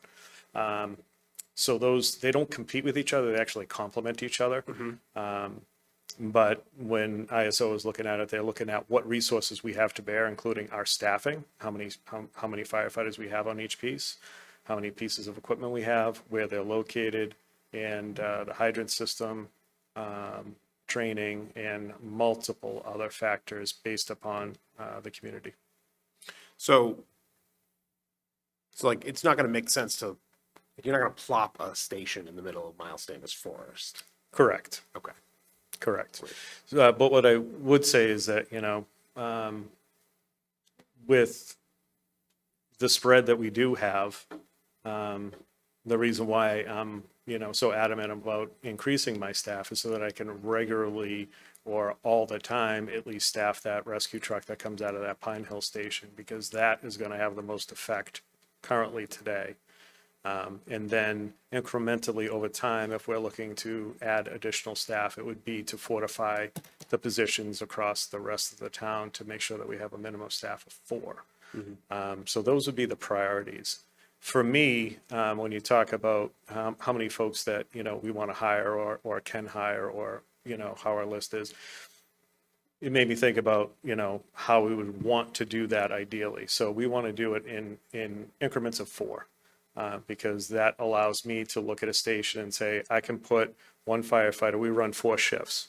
So I can put one firefighter on each of those 4 shifts at that particular station or that particular piece. So, adding 1s and 2s is not as impactful as adding 4. I'm not going to say no to 1s and 2s. I'll take what I can get when I can get it. But, ideally, increments of 4 is going to have the best impact on that department. Okay, thank you. I'm going to ask this question, and I completely understand if the two of you don't want to answer this, because you may not want to give some bad actors ideas. But I'd like to meet with you offline about this. What are the biggest liabilities that we're facing in the town in terms of safety? As I said, you might not want to answer this at this point, but I think we need to start. We, the 5 of us, need to start wrapping our heads around how we can best support you. And I would like you to answer this next question. Well, it's really 3 questions. In order to address some of those major liabilities for the town, what's some low-hanging fruit? What can we do today? What can we do in the next year? What can we do in the next 5 years to make sure that we're creating the safest community we can for our residents? Yeah, the first question, I think that should be offline. Yeah. But I think we're off to a good start here. Until it's information, letting the residents know, we always talk about how big Plymouth is, it's big, 400 miles. But until you start looking at it on a map, overlays of the rest of the county, other portion state, that's when it really starts to hit home. Again, we're a unique community. We're both urban, rural. But I think this is a place to start. We're not looking to start anything right now, or we understand the budget issues we're having, but just start letting the residents put in the back of the mind that this is what we're up against, this is what we deal with, and this is what we're doing our job with what we have. We'll do the best we can. Thank you. I would agree with that for most of it. I think that we, more sooner than later, on the fire department side, need to look at increasing the staffing. And I would say 8 is the number that, would probably give us the ability to respond to the incidents that we're having now, meet the call volume that we're having now, and it would also give us a little bit of wiggle room as we grow in the future that we know we're going to have. I think that getting to that 20 and 28 is a good goal, and I would love to be able to at least come up with, some type of plan on how we're going to achieve that. Both looking at, what kind of grant opportunities are out there, how we want to stagger this in, within the understanding that, there's only so much there's only so much on the till to be able to pull from to be able to meet these goals. But I really do feel that, you know, having that additional staff right there is going to allow me to meet the demand. What I'm finding right now is that, you know, our folks are going out, they're working hard, and they're answering the call, they're getting out there, but we're seeing a lot of injuries. We're seeing a lot of, you know, time being taken off. They're going to get burnt out. I can't keep, you know, going to them and having them work extra shifts all the time to make sure that we're maintaining a minimum of 3 with, you know, just 8 companies. We need that 9th company, and we need the positions to be able to fill that to meet it on a more regular basis. It's not, I wouldn't call it a low-hanging fruit, but I would say that would be my most, you know, important immediate goal. Thank you. Mr. Canty? So it occurs to me that as the town is in temporary safe harbor for our affordable housing inventory, and we're looking to use that time to be strategic in trying to get out ahead of our 2030 census numbers as well. If we are successful in those efforts, when other developers want to come here and build housing projects, we do need affordable housing in the community, but we'd be in a position to make those developments more amenable and commensurate with the neighborhoods that they're going in. But another thing that if we're in safe harbor and we can say no to them, another thing we can do is ask them for things that we couldn't ask them otherwise, like the Claremont, now Avalon project involved a water pump to address some firm capacity issues that affects both delivery of water for regular use as well as for fire protection purposes. But I think it would be, I don't think asking a developer to pay for staff is a good, because that's one-time money, but obviously fire trucks are quite expensive and only getting more so. And there are capital needs at the police department as well, that if some of those were taken off the taxpayers more generally and were being provided by these individuals that are trying to move into the community with their projects that hopefully we'll be able to manage in a more strategic way, it'd be good to have maybe a list of things that the department could need in the medium and short term that we could ask for, specific things that would improve safety and protection, not just for these new people moving into the new residents, but also for the people that already live here. I think that would be a benefit. And also, this is more outside the box. I'm not sure if there's anything like this, but I know that a lot of for the fire department in particular, a lot of the issues are that houses are built with stuff that when it's on fire, it's just absolutely horrific for you to be encountering in a vaporized form. And like other communities that have problems with guns in their community have, you know, like turn in a gun and or amnesty programs, or I was in another community in Massachusetts that I won't name that had a groceries for guns initiative trying to get guns off the street.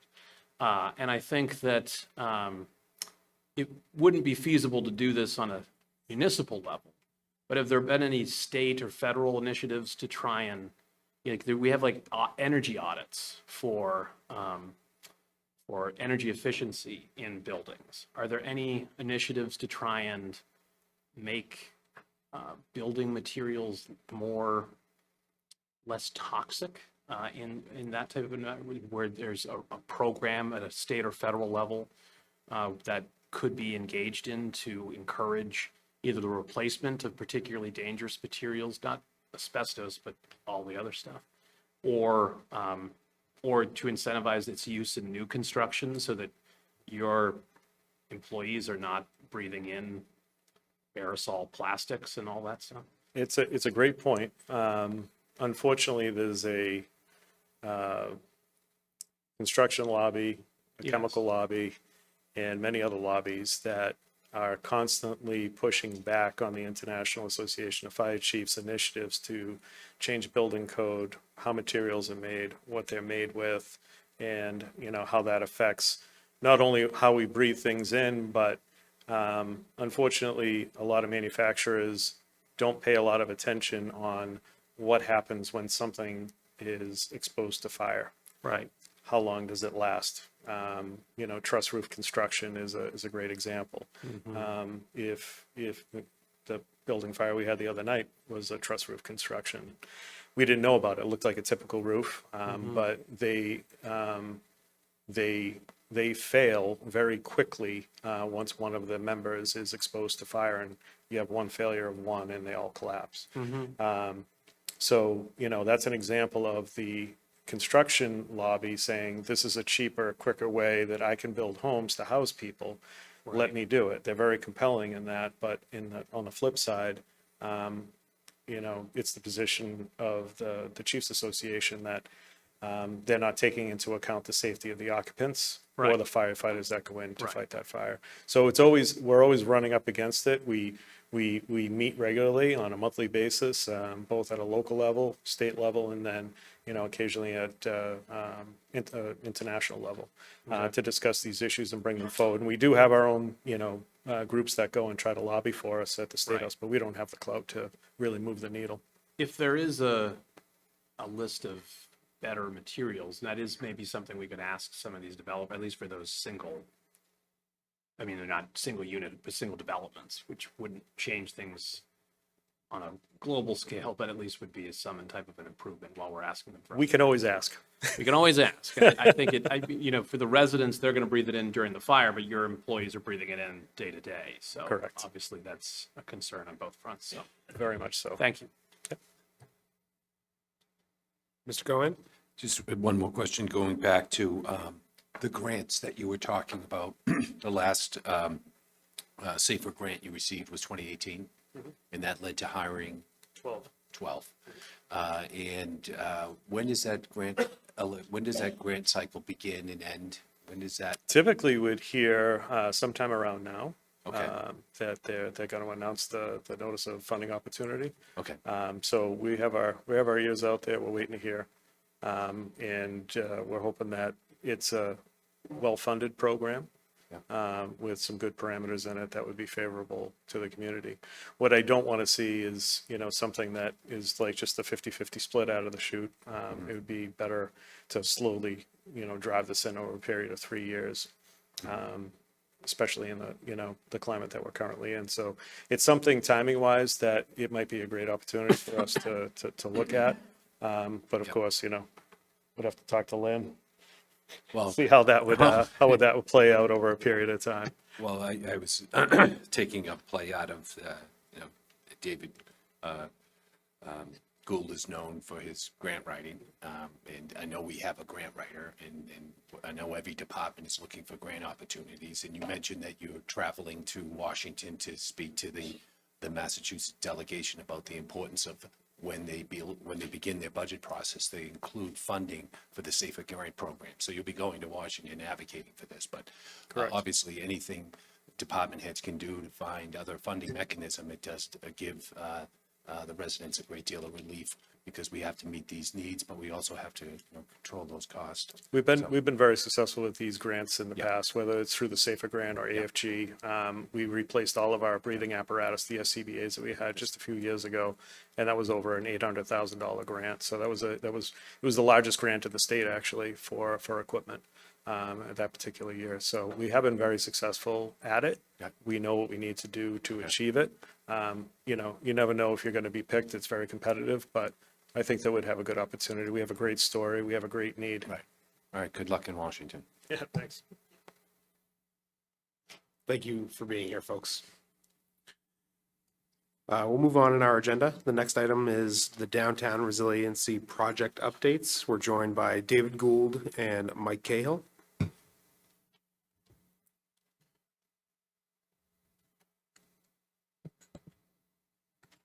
Good evening, and thank you for having me tonight. Michael Cahill, Climate Resiliency and Sustainability Planner for the town. Just wait a second for these slides to come up.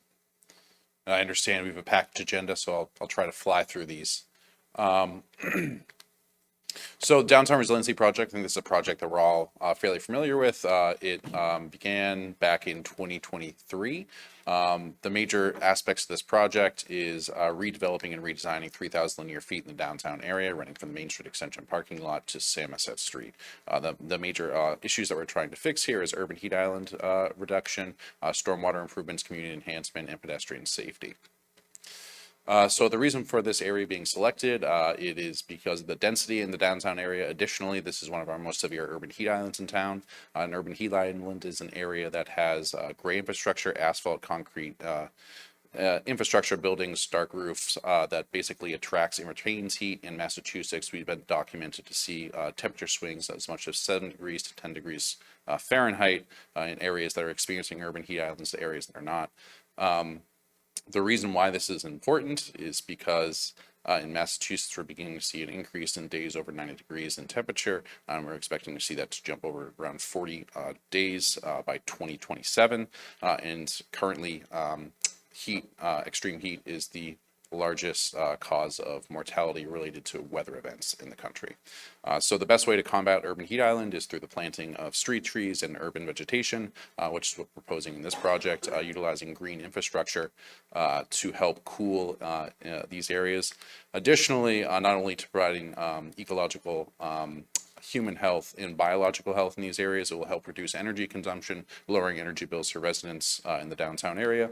Additionally, there will be street trees that will be able to provide stormwater and runoff management, filtration improvements leading to the harbor.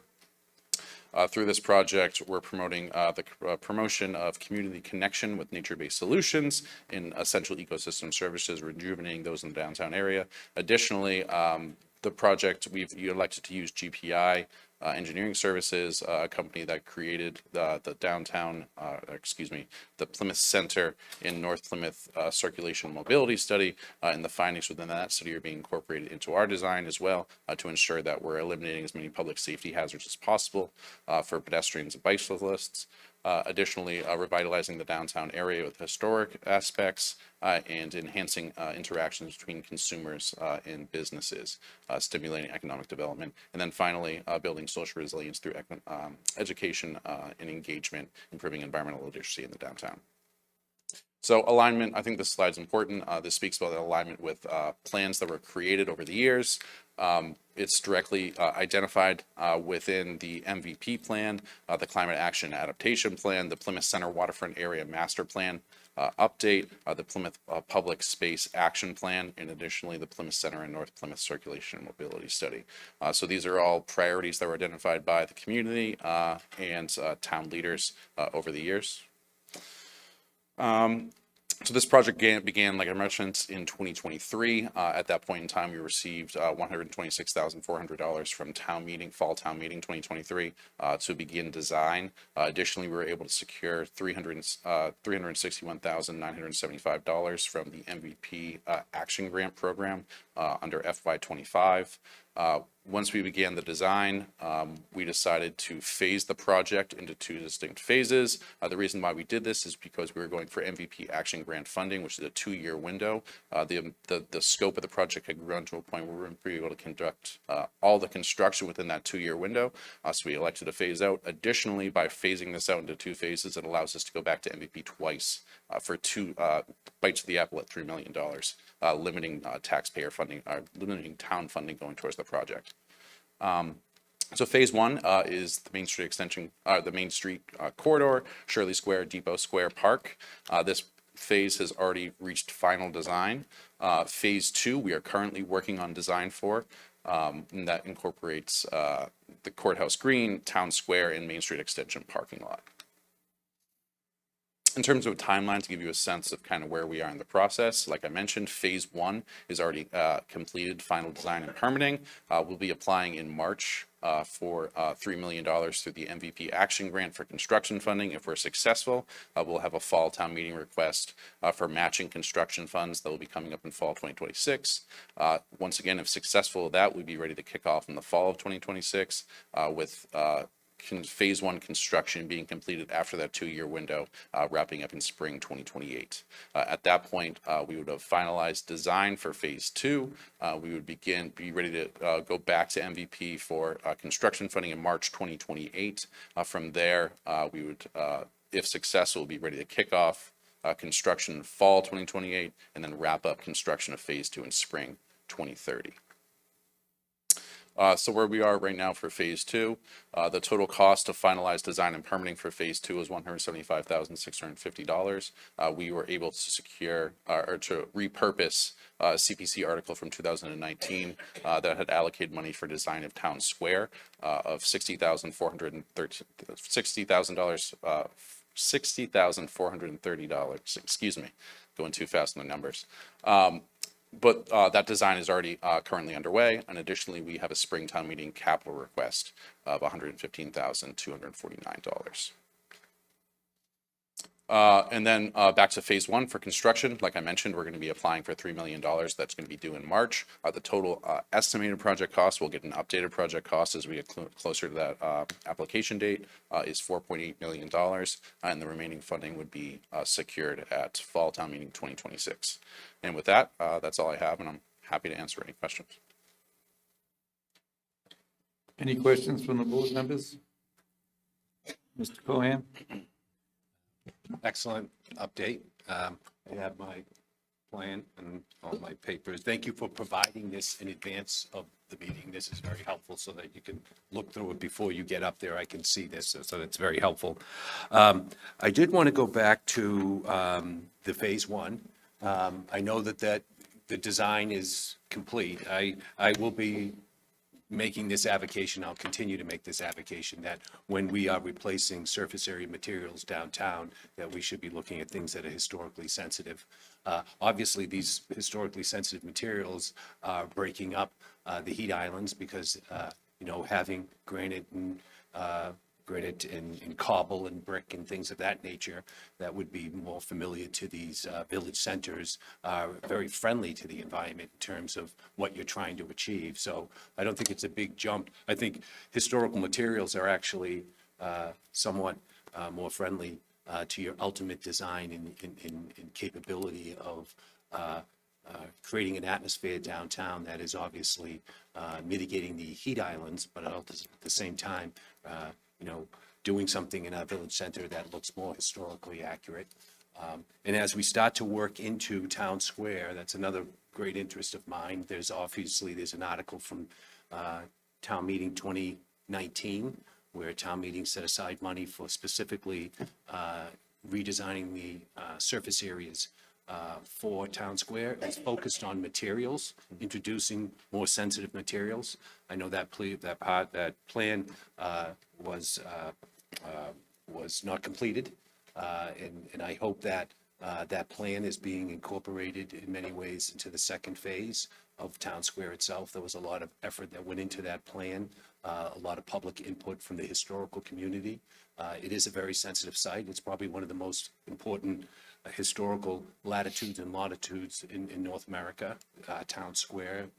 So I really want to take advantage of this opportunity to make sure that as we move into Town Square to redesign that surface area, that we're using those historically sensitive materials. I know the Court Street, I guess from Leiden Street to Park Street, that design is complete. But as we move into Town Square, I'd like to see that sensitivity put to the plan. So, but overall, what you're doing is very commendable. This is something that we have to do. The biggest part of this plan that's impressive is bringing more trees back to downtown. So if you do look at historical photos of our downtown 100 years ago, our downtown was flanked with trees. And growing up in Plymouth, we had much more trees in our village centers. So I commend you on your effort and look forward to working with you. Thank you. Mr. Canty? So thank you, Mike. I appreciate the update. So you touched upon it as a significant motivating factor, but can you just talk about in more depth the benefits of reducing the heat island effect and the cost of having heat islands? I know, for example, back in a day in July that was relatively hot. I was leaving the courthouse, which also in Plymouth, which is in a big parking lot area, and it's not the most nature-friendly area in the community. But when I came down to Town Hall, to the center of downtown, it was noticeably warmer here than it was over at on Obrey Street. So could you just expand more on the heat island effect and the benefits of reducing heat islands? Sure. Yeah. So I think the best example of this is Lancaster, California, where they conducted a similar project. It was a much larger scale. They've looked at 9 blocks within their downtown area. But basically, the end results of that is they were able to add street trees, add beautification, add improved pedestrian safety and connectivity to their businesses and local shops. And from that, they were able to see an economic boom. So really, any way that we can make it more comfortable and more accessible for residents getting to downtown, the more likely that we will see them engaging with businesses in a favorable way, providing economic development benefits to the community. And higher temperature is a health concern, Certainly. right? And it's also, you touched on it, there's energy concerns with it. It gets warmer and you've got to power your AC higher and all those types of effects as well. So there's a human cost as well as an economic cost to having a heat island in what is in many ways our economic center, correct? Correct. And an example of that's close to home is the city of Worcester. They lost a significant portion of street trees based to a blight. Residents that lived in those areas, their energy bills went up about 20% in the summertime based on the increase of EC that they had to run to offset the additional costs associated with urban heat island. Right. So in a time where many people are sensitive to their energy costs, Correct. heating and cooling, the ability to use natural features to offset some of those costs, plus the other benefits that it would provide, would be a significant benefit to residents. Certainly. And I think it's important to note as well, within our climate action adaptation plan, we have goals for carbon emissions. By implementing more vegetation in street trees, we'll be adding to carbon sequestration benefit in the downtown. And additionally, if we can limit electricity use, heating use, anything that's going to be putting emissions back into the atmosphere, we're coming down in significant ways. Right. Okay. And it'll also be there for natural calming of the elements of stormwater runoff and things as storms intensify, and we're seeing all those other effects as well, right? Certainly. Yep. Filtration in various ecosystem services associated with urban street trees. Okay. Now, if this is successful, what do you see as next steps? I know originally the downtown resiliency was a little broader. Are we planning on expanding it again if financial situations allow, or are we comfortable with this scope? Beyond the 2 phases? Yeah. There are certainly more places, especially into North Plymouth, that we would like to expand into the future, especially, planting of street trees when, funding becomes available, small pots become available. We would love to prioritize some places where we could put street trees for public benefit. Right.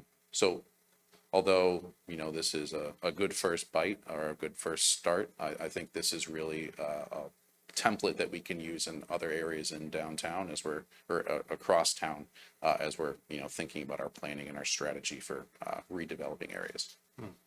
I think it could be beneficial as we're expanding those footprints to talk to the local steering committees and get their input on that and talking about the benefits, both health and economic, as well as the beautification aspects of those. I know that there are some villages that are really looking for more of a village center feel to them than they currently have left to their own devices.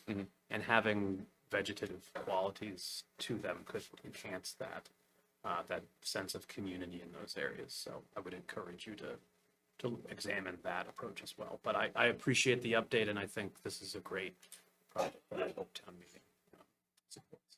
Thank you. Thank you. Mr. Quintel? Welcome, Mike. Good presentation. I support it 100%. But other areas, other than these 2 phases here, like North Plymouth or Manamet, Cedarville, If there was companies or businesses that want to donate money for a tree, is there something you might consider? And, do you have places pretty much picked out or where you think they might or should go? Yeah, so that's a great question. That's something that we'd probably want to work with the Parks Department on to ensure that we're kind of collaborating I on know that. Nick likes it. More people, more arborists, Nick, huh? That'll be 2 years from now. Okay. We have talked to the state about a possibility of grant funding going towards a planning grant that would help us develop a prioritization matrix. So if, like I said, if a small amount of funding comes available, we have a spot identified already where a tree would go. So that's something that we're looking at with the state, and we're just trying to find the right pot of funding that we could use to fund a study like that. So definitely something we're interested in. So, if you do get something laid out, let me know because I'd like to implement some of that funding for you. Sure, yeah, I that'd be think great. it'd be a worthwhile cause. And regardless of where you say they go first, that's your call. The second thing is, we have something like this. Do you do a presentation at all? And I'm not looking to have you out every night, but I'm asking for a reason, and the reason is like before the planning board. So like we say, yeah, let's do this. We go to town meeting, and off these, want to say developers or whoever, people that are doing construction, go before the planning board, zoning board of appeals, historic commission, depending where you are. Are they asking or are they sending the same message, what we're trying to do? To give you an example, Benny's was in a couple times with some recommendations, what they want to do on that lot. So I said to them, we're doing a resiliency project, you should fit it in with what the town's trying to do, more trees, but, I'm not that guy, and that's where you would come in, or your department. So that's really my second question is everybody throughout the town boards in the process in on this final goal, I guess we could say. Yeah, so we haven't gotten to that point yet, but like I Exactly, said, but yeah. this being a template, it could certainly be used across town, and we'd be happy to collaborate with other departments and other town entities to ensure that, we have the resources in place, like I said, for a blueprint for developers when they come in. Yeah, because I think that's like a missing link, if you will. Sure. And it needs to be on those boards. They're the actual permitting boards. If you're taking anything or built anything in the town, you see, well, do you have the sewer hookup? Do you need the water? What do we have? And what do you pay into? But they're gonna come to town and they want to do business here. They should get in on the plan with a big smile, Sure. because I know I would, so. Yeah, and we're working with, some of the stuff that we're looking to do around flood insurance and what we're doing around energy efficiency. We're already kind of putting things in place for homeowners and renters. So working with developers seems like a natural progression if we can get it on the ground floor and get to them before some of these developments are built. So yeah, that's a great Okay, suggestion. so, if we can reach out to them, or you can reach out to them, or whoever. Certainly. And so we're all on the same page as these projects come up, we probably get a few trees, and even if they're not going in front of their development, maybe they're going somewhere else. Like, I want to help you, I want to give you a donation, but, you're going to decide where the trees go. So I think a lot of people would do that, if you just asked, and I think it really looks good. Years ago, we had a lot of trees. The town was a lot smaller, but there was a lot of trees on the sidewalks, North Plymouth, downtown. Now we're going down to Manament, Cedarville. So, but thank you. Thank you. Mr. Cohen? Just to add on to what Dick indicated about the idea of maybe sponsors of trees. I know that the town of Plymouth has a memorials committee, and they're they're kind of reconstituting after a period of time where they are now looking at different opportunities where people could participate in memorializing tree plantings and things of that nature. So that's something to think about.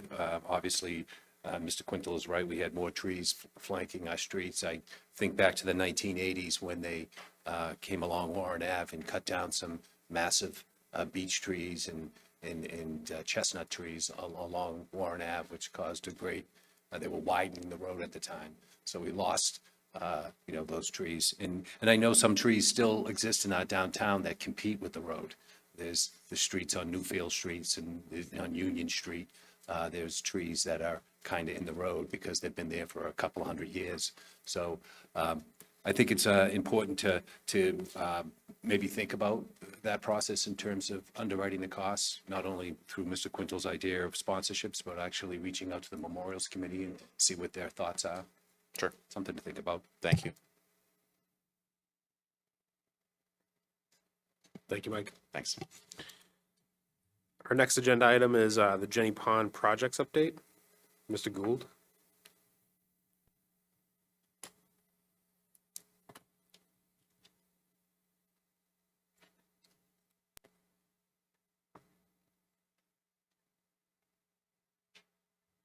Good evening. David Gould, Director of Energy and Environment. I was asked tonight to come by to the board and provide an update on the project going on down at Jenny Gristmill area. And so I'm going to go through briefly the scope of the project and what we've accomplished to date, what we still have to do, and show you some photos of the progress to date. So the project consists of three main phases. It was repairs to Jenny Pond Dam itself. There is also what we call the Nature Lake Fishway.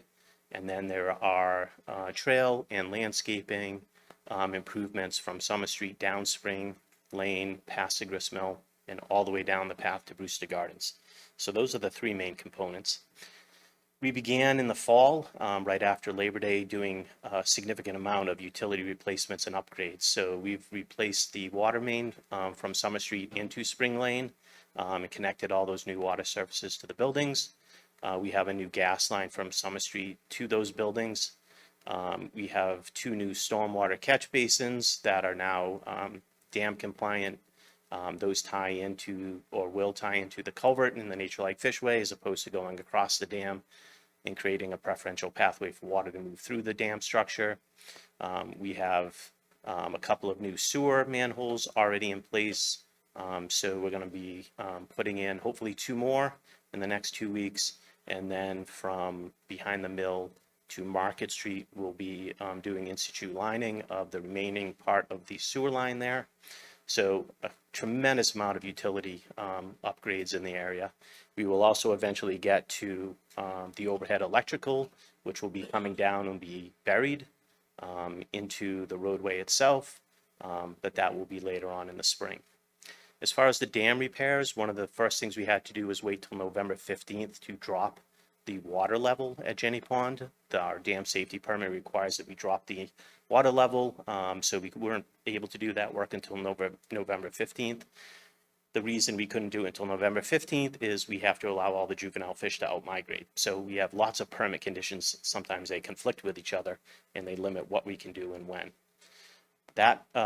The dam repairs require us to do a couple of, on the upstream side, on the pond side, what's called a cutoff wall.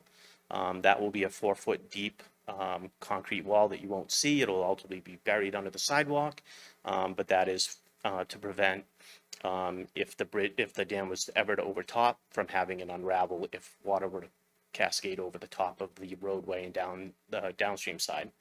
We'll also have a downstream cutoff wall. We also do a soldier pile wall to support the roadway in an area that had started to slough off, where the sidewalk, if you remember when you're walking down to the mill, started to slough off. That will be reconstructed. In the area of the gristmill, where their garden area is a place where we'll be putting what's called a seepage blanket. It's an earthen dam, so water will move through that, and we want to contain that so we don't have erosion issues. And then a significant amount of spillway improvements. And the spillway is essentially where the water moves from Jenny Pond through the concrete structure and down into Town Brook. So those are the dam repairs. The Nature Lake Fishway, and I'll show you some photos of what this looks like. The driver for this was an ecological one. It was an improved upstream and downstream passage for fish, but it also allows us to achieve a significant dam safety issue, which was being able to pass a 100-year flood event. So the dam in its current configuration can't pass a 100-year storm event. The Nature Lake Fishway allows us to move water around the dam in the case of a large-scale rainfall or snowmelt event. It's an installation of precast sections of culvert, cutoff wall, and the forming of the cast-in-place exit structure is all underway, and I'll show you some photos of that. We also replaced the downstream wear, so if you ever walked down behind the grist mill, there was a concrete wear. That has been completely replaced, and one of the benefits of that is it's much easier for staff to go in and control water levels. We literally would carry about 12 concrete slabs to lift into place to control the water level. Now all we have to do is go out and pull a board out. So much safer, much easier for the staff to be able to manage the water flow. And then there's a series of in-stream improvements. Again, in-stream improvements have to happen between November 15th and March 1st because the fish are gone. We can do the work in the winter. Obviously the most difficult time of year to do things, but we're used to that on Town Brook. And so we've done a fair amount of dredging in the brook downstream of the grist mill. We've removed a lot of accumulated sediment from projects that happened upstream, but also from stormwater impacts. We've removed a lot of the nuisance aquatic vegetation that was there. We've increased the depth of the river. We've also placed a series of random boulder clusters and large woody habitat. So some of these utility work, this is just an example. You can see the new gas line and what we call the candy cane. This is over on the right, the new stormwater catch basins. Those are right in Spring Lane itself. It's a new photograph of the new water main. Obviously, it's a very tight area in which we're working. The businesses remain open. It's a very narrow roadway. We have a dam on one side, businesses on the other. So the staff, the crew from Sumco has been doing an amazing job. The public has been very cooperative to date, which has been helpful because we have a very tight area in which to work. So I know this is a very, very busy slide. So let me just kind of explain this. You can see the mill here, and this is Jenny Pond. Jenny Pond is very low because we drew it down per our dam safety requirement. This is a new culvert structure that's going in. This will convey water from Jenny Pond through the structure underneath Spring Lane and eventually down what will be the new pathway and tie into Town Brook. This is kind of looking at it from a different angle. So this is Jenny Pond. You can see them forming up the rebar of the floor of this structure. We call this the exit structure. The fish will exit into Jenny Pond this way. So this is the exit structure. It's a combination of both precast and cast in place. This is a very unique structure in that it allows us to do quite a few things, including placing all of our existing camera and monitoring equipment in it. So it's a very custom-made cast in place structure. You can see we've started to armor the upstream side of the dam. One of the requirements of dam safety was to armor the upstream side of the pond. We could have done it with blue-gray riprap. We chose not to do that. We wanted to use a more muted natural stone. So you can see the rounded stone native to this area that we placed. And then we'll also be doing quite a bit of work in and through the headway and head wall structure, including fencing and including a new structure that will be able to lift boards in and out. So in the case of emergency, we'll be able to pull a board out and let water through. We've had situations in the past where we physically couldn't remove a board because there's so much water pressure, and we had to literally get a backhoe to break the board to allow water to pass through. So we'll be doing all of those improvements. And of course, throughout the area, you can see all the utility work going on in the roadway behind it. This was the downstream side of the Jenny grist mill. This is the fish ladder. This was the old weir. We have demolished that and constructed a new one in its place. And you can see we have slots where we can put boards in and out. That's a matter of putting waders on and putting boards in and out. Like I said before, we were carrying concrete slabs to place on the top of that to adjust that water level for the gristmill wheel. So much safer, much easier, in a much better condition of a new weir under that downstream side for us. That's the first flow. We've been able to make sure that it works according to what we want. We hit all the elevations, so the surface water levels were exactly what we wanted. This is also immediately behind the grist mill.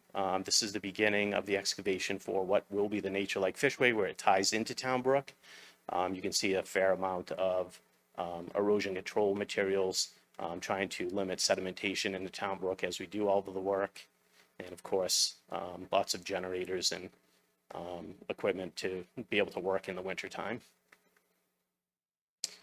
This is the excavator doing the dredging of the brook. Essentially what they did was they split the stream in half, had flow going through one half and worked on the other side where there was no water moving through it.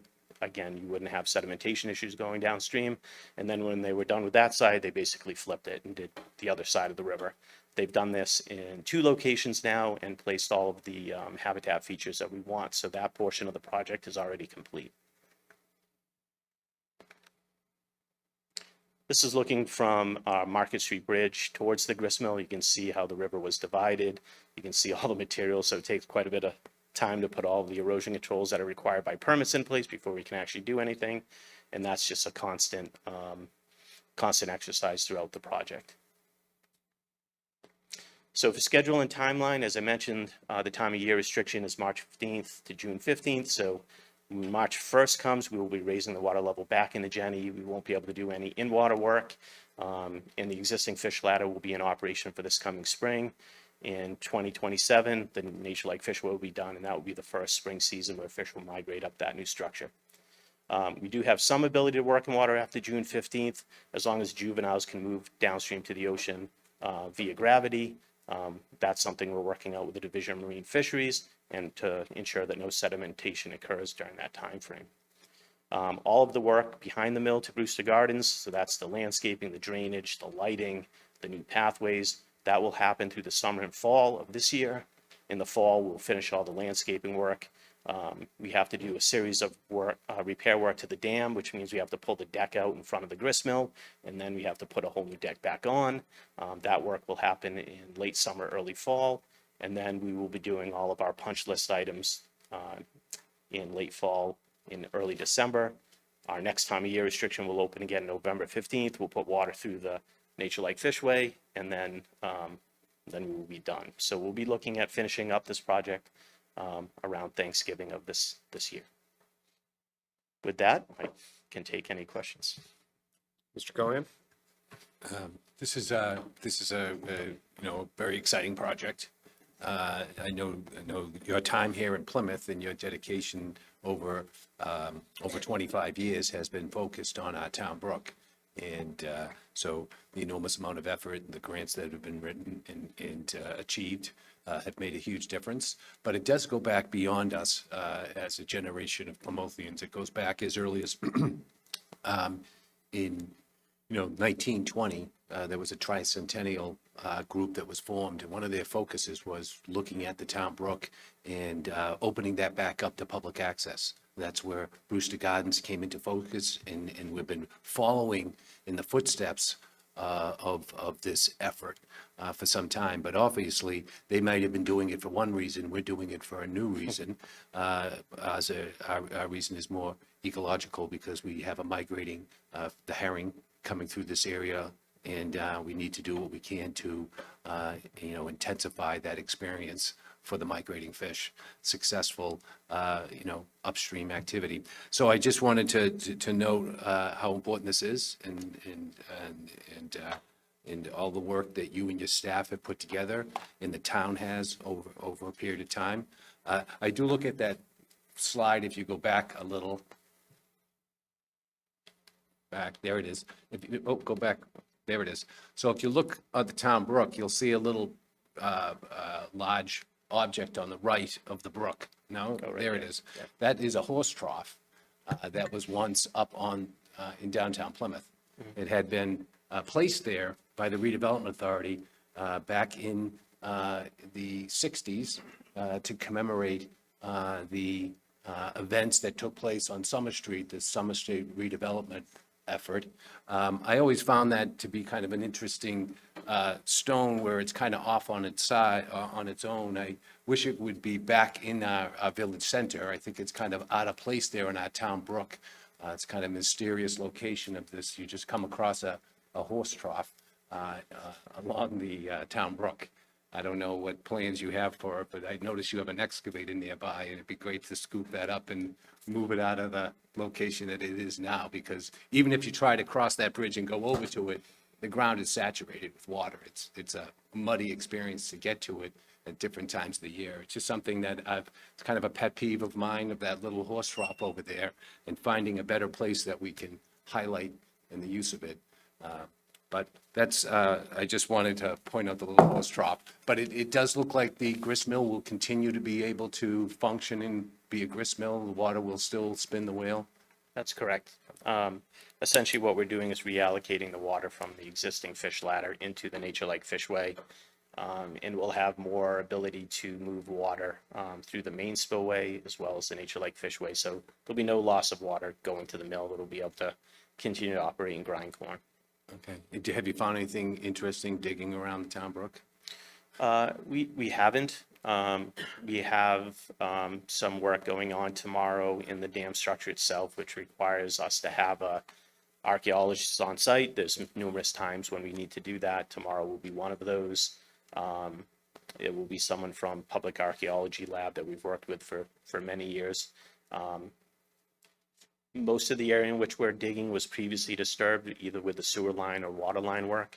So a lot of the archaeological integrity has already been disturbed. Yeah. But there's still some areas in which we do have to have the archaeologists on site just to document if we do find anything. Very good. Thank you very much. You're welcome. Mr. Canty? Wish you luck on rehoming the trough. But in terms of, I think that I will echo Mr. Cahen's comments about the importance of the project. I think that the town brook is obviously very important, not just to our own, but also the Wampanoag heritage of the community. And I think that having seen the plans of what they're going to look like in their completion in prior presentations, I think it's going to be a tremendous asset for locals as well as a very interesting attraction for tourists as well. So I am very much looking forward to that. Has there been any issues with, I know that at certain earlier points with some of the happenings at the federal level, that there were some concerns about funding sources and having contracts but not cash yet, and how's that going?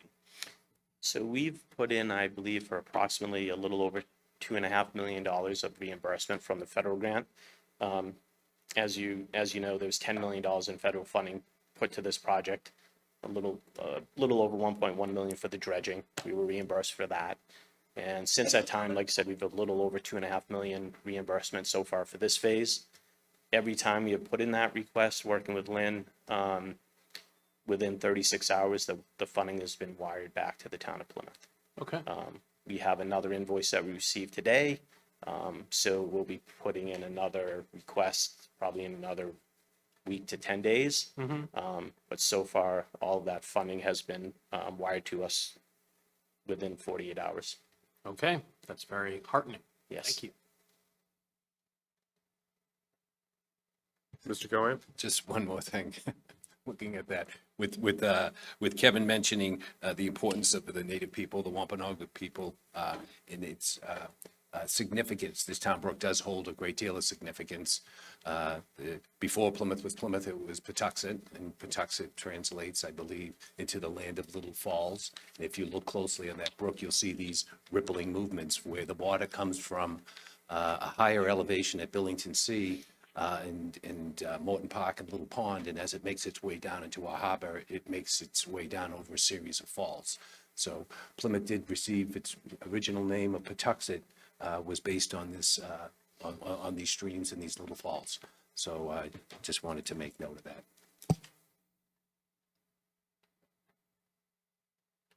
Thank you, Mr. Gould. Don't go too far. We have lots more from you later on. Got it. Thank you. Our next agenda item, well, the next several are article reviews for town meeting. The first of which is Article 18, Capital Improvements. We're joined by Lynn Barrett, the town's finance director. Ms. Barrett?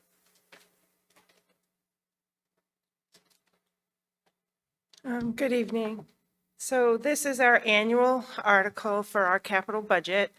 It is something that gets started with our 10-year capital plan. So every department is working on their capital needs on an annual basis. And when we sit with them to go over their budgets in the fall, we also review their capital requests at that time for the particular fiscal year.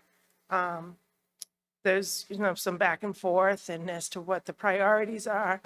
And that is with the town manager, myself, the assistant town manager, to go over that. And then at that point, we submit to the Capital Improvement Committee for them to review and rank those projects in priority. And that was done on January 8th of this past month, where they reviewed all of those projects. It's a day-long process where the departments meet with the committee, go over their backup materials and describe their projects and the need for them and the priority. At the same time, all of the detailed information I provided to you in the link on the memo that I gave you is on our website, and it's been on our website since early December. So all that backup information for all of these projects is there. In this memo, what I did was summarize those projects and then gave you the detailed list provided. So we provided to you a list by the ranking from the Capital Improvement Committee, and then we also provided a list like by department. So just in case, however you wanted to look at it or review it. In total, there's $21,432,088 worth of projects. The funding sources for those projects is free cash of $9.6 million, general fund revenues of 2.2, borrowing of 6.3, and then retained earnings from the various enterprise funds, sewer of 1.4, water 662,000, airport 140.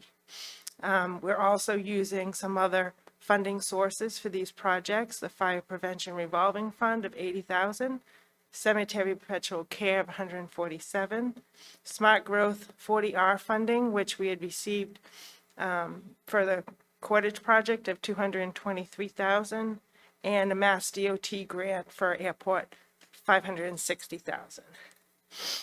Some of these projects also have some grants that are being applied for. For example, the Town Wharf Repair Project, the Harbor Master's Office received a grant from the Seaport Council at the state. And then also we're going to be submitting for reimbursement on the solar, not on the solar, but on the electric vehicles, $7,500 each for each of the vehicles that are being requested. And so with that, the departments are here to answer any questions that you might have about any specific projects, but we're requesting that you put this article on the warrant for future, for the town meeting's consideration. Thank you. Thank you, Ms. Barrett. Questions from the board? Ms. Iaquinta? Yeah, thank you so much, Lynn. I don't have any specific questions on the projects. I was actually part of the CIC committee, so I heard all of the presentations and had all of my questions on the individual projects answered at that time. But so, and it's quite a robust process. My question is more general. So there's been a lot of discussion in the community, obviously, about the budget and what's in the budget and what's out of the budget. And I think there's some confusion about how these projects relate to the budget. Could you just spend a minute and just explain that just for our home audience who might have some questions about how that Sure. works? So on an annual basis, we do our annual operating budget, which is our annual recurring expenses, salaries, fringe benefits, debt service, and other expenses. That's part of the annual operating budget, which is a separate process from this. This is our capital budget process. And we do, meet with the departments on an annual basis. They update their annual, their 10-year capital plans. We review, their goals and objectives and all of those things. So, and the funding sources for those capital items, we look to really like one-time revenues, meaning free cash, grants, other funding sources that we may have. We do look at borrowing, but we try to limit that borrowing and have a direct funding source for that principal and interest. So for example, in this recommendation, we are recommending some borrowing, but that does fit into our financial policy of our 6 to 8% of our annual operating budget. And the most of it is coming from borrowing for our road improvement program of 3.7 million. And we have our pavement management stabilization fund, which is motor vehicle excise money that gets put into there to pay for that program. So there's other borrowing in here that we're recommending, but for example, another one, the Town Wharf project of a $1.5 million project, the department is getting over $1 million in a grant to reimburse the town for that project. So we try to limit as much borrowing as possible in this to fit within that guideline of our financial policy. Great, so the operating budget is really what keeps the wheels turning in town, so it's really, the Day-to-day the operations. day-to-day just- operations, yep. and the capital improvements budget is for the It's capital certainly- investments that we need in order Yeah, to. it's do that. certainly, One it's time. certainly part of our budget process, but the sort of the funding sources for that part of the budget is just looked at a little bit differently. Okay. So when we do our operating budget, we budget every year to plan to have some free cash at the end of the year to be able to use on these one-time items. And these items are like infrastructure, roads, drainage, building improvements, equipment, for the departments to be able to do their day-to-day operations. But it's not something that happens, an expenditure that happens every year. That's great. Thank you so much. I just wanted to make sure that we clarified that Yep. for the residents who might be watching. Thank you. Lynn, if I could follow up on that, you talked about the roadway improvement program. When I looked through here, it looked like that was the only item on the list that was also drawing money from the tax levy. Is that correct? That's correct, And yeah. it's about little under 2.4 million. Yep. Can you talk a little bit more about, and maybe actually it's Derek who maybe wants to talk about what that improvement program actually means for residents? So, the DPW director is here too, but We could ask him that's too. that's an annual program where they invest in our roads and trying to bring them up to those standards that we need to bring them up to. As far as the funding sources, we try to rely on as much of that motor vehicle excise that we get to be able to pay for that. So the general fund revenues basically is coming from motor vehicle excise, and then the borrowing, we're using pavement management to pay for that. But if there's other, No, I think that was perfect. Okay. Thank you. Mr. Canty? Lynn, don't go too far. I imagine you might need to dwell up there for a bit, but it's been said before, but I think it bears repeating, why would one not want to use one-time revenue to fund the operating budget? Could you explain that and why that is not a great policy? it's not a great policy because our operating budget, those are items that recur every year. And most likely, those items increase every year. So either salaries have cost of living increases or, other contractual increases. We have contracts with vendors, that those costs increase. Our utilities, our fuel, our everything that we do that's in that operating budget, those are recurring items and things that increase every year. So using one-time revenues on those items is not a good idea because you're basically just having a one-time influx of revenue to help pay for it. But then that following year, that same expenditure is going to be there and it's going to be that much more because of increases. And fair to say that our amount of free cash varies year to year? It does to a certain extent in the last few years it has, because as you know, this town is growing so quickly. Right. And you budget every year to try to obviously maintain your operating budget, but then also we try to budget every year to have about a 3 to 5% amount in our fund balance, as that cushion that will carry us forward. And that basically represents about 15 million, which then would get certified into free cash. The last few years, it's been a little bit more than that because of, everything that's sort of going on and different, we budget certain revenues, but then revenues came in a little bit higher than we had expected. Or we have certain operating budget items, and the police chief talked about it tonight, 15 vacancies. That ends up closing out to free cash at the end of the year. So we try to utilize that money, we don't necessarily plan on having vacancies. We want to fill those positions, but Right. that's sort of where those extra, monies are coming from that bring the free cash up to that $20 million level instead of a $15 million level. Right, and so we're using one-time monies and targeting it towards one-time expenses. Yeah, because every year what we do, so for the following year, we look at those revenues and how they came in the previous year.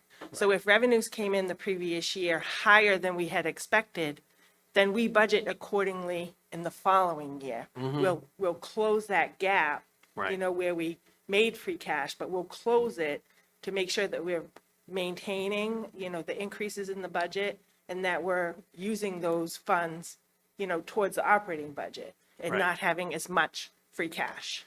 And there are items in any given year that while they're being requested this year and funded this year, they very well may have been needed, requested, and not funded by for a department in prior years, correct? Oh, sure, yeah. So there are, because I've heard some people will say we should defer X thing we could do without it for a year, but sometimes we have not had that thing for Right. 2-3 years and Yeah, needed it and- but couldn't afford it. And we've already sat with the departments and gone over those 10-year plans, because some of the departments might have been looking for either more pieces of equipment Right. or to do more drainage or to do, the school department is a perfect example. They had a laundry list of about 19 items that they Right. wanted to do this year, but we sat with them and went over their priorities and they were able to, whittle that down. So I mean, we don't want to necessarily defer the items that are their priority this year because they've already sort of said, okay, we'll wait for next year for those other items, Right, and it's all of that is considered in the overall process. The needs right now, the needs in the future, the ability to meet a need now versus meet it in the Yep. future. Okay, and also the varying departments are, I don't want to use the word competing, but there's only one pool of money and Yeah. there's got to be a balancing of the priorities of X department over Y department, the urgency and. Yeah, and that's one of the hardest things to do, Right. and everyone has been, we work together on that, all the department heads and, the town manager. It's a good group of people that understand that there are other needs, of other departments, but we try to make sure that everyone's getting their fair share. Yes, I would agree that we are blessed with a large pool of very hardworking, dedicated town department division heads, and there's a very collaborative and working process between individuals. Yeah. Thank you. Mr. Cohen? Yes. So one day the CIC meets and everything is discussed in one day. I've struggled with that over the years. I just feel like one day is too little. That I know that in the years past, I had an opportunity to talk to some people that had been with the town for many years and talked about this CIC process that would take more than one day. And it would happen over a period of time. I don't know if staff has ever considered maybe pacing themselves on this subject matter and maybe doing it more, considering just, rather than doing it one day, thinking about doing it over a period of time at a convenient time, where residents could participate, because it starts at 8 o'clock in the morning on a workday and goes through the afternoon. So it seems like a marathon event, and, just something to think about in the future when a CIC meets in the future. I don't know if that's something you ever thought of. I have thought about it, and I think a lot of people struggle with it. I mean, you sat through advisory and finance last night, and I think they struggled with it, to try to understand, all of these projects. And I think what we try to communicate to them, I mean, we're following our bylaw that we have right now. So, I mean, it may be a change in the bylaw in the future to, make it a different process.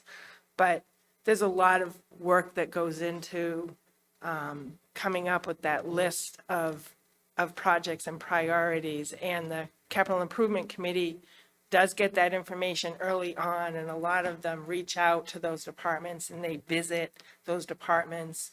I'm sure some of the departments can tell you, that they've come to visit, to look at those things.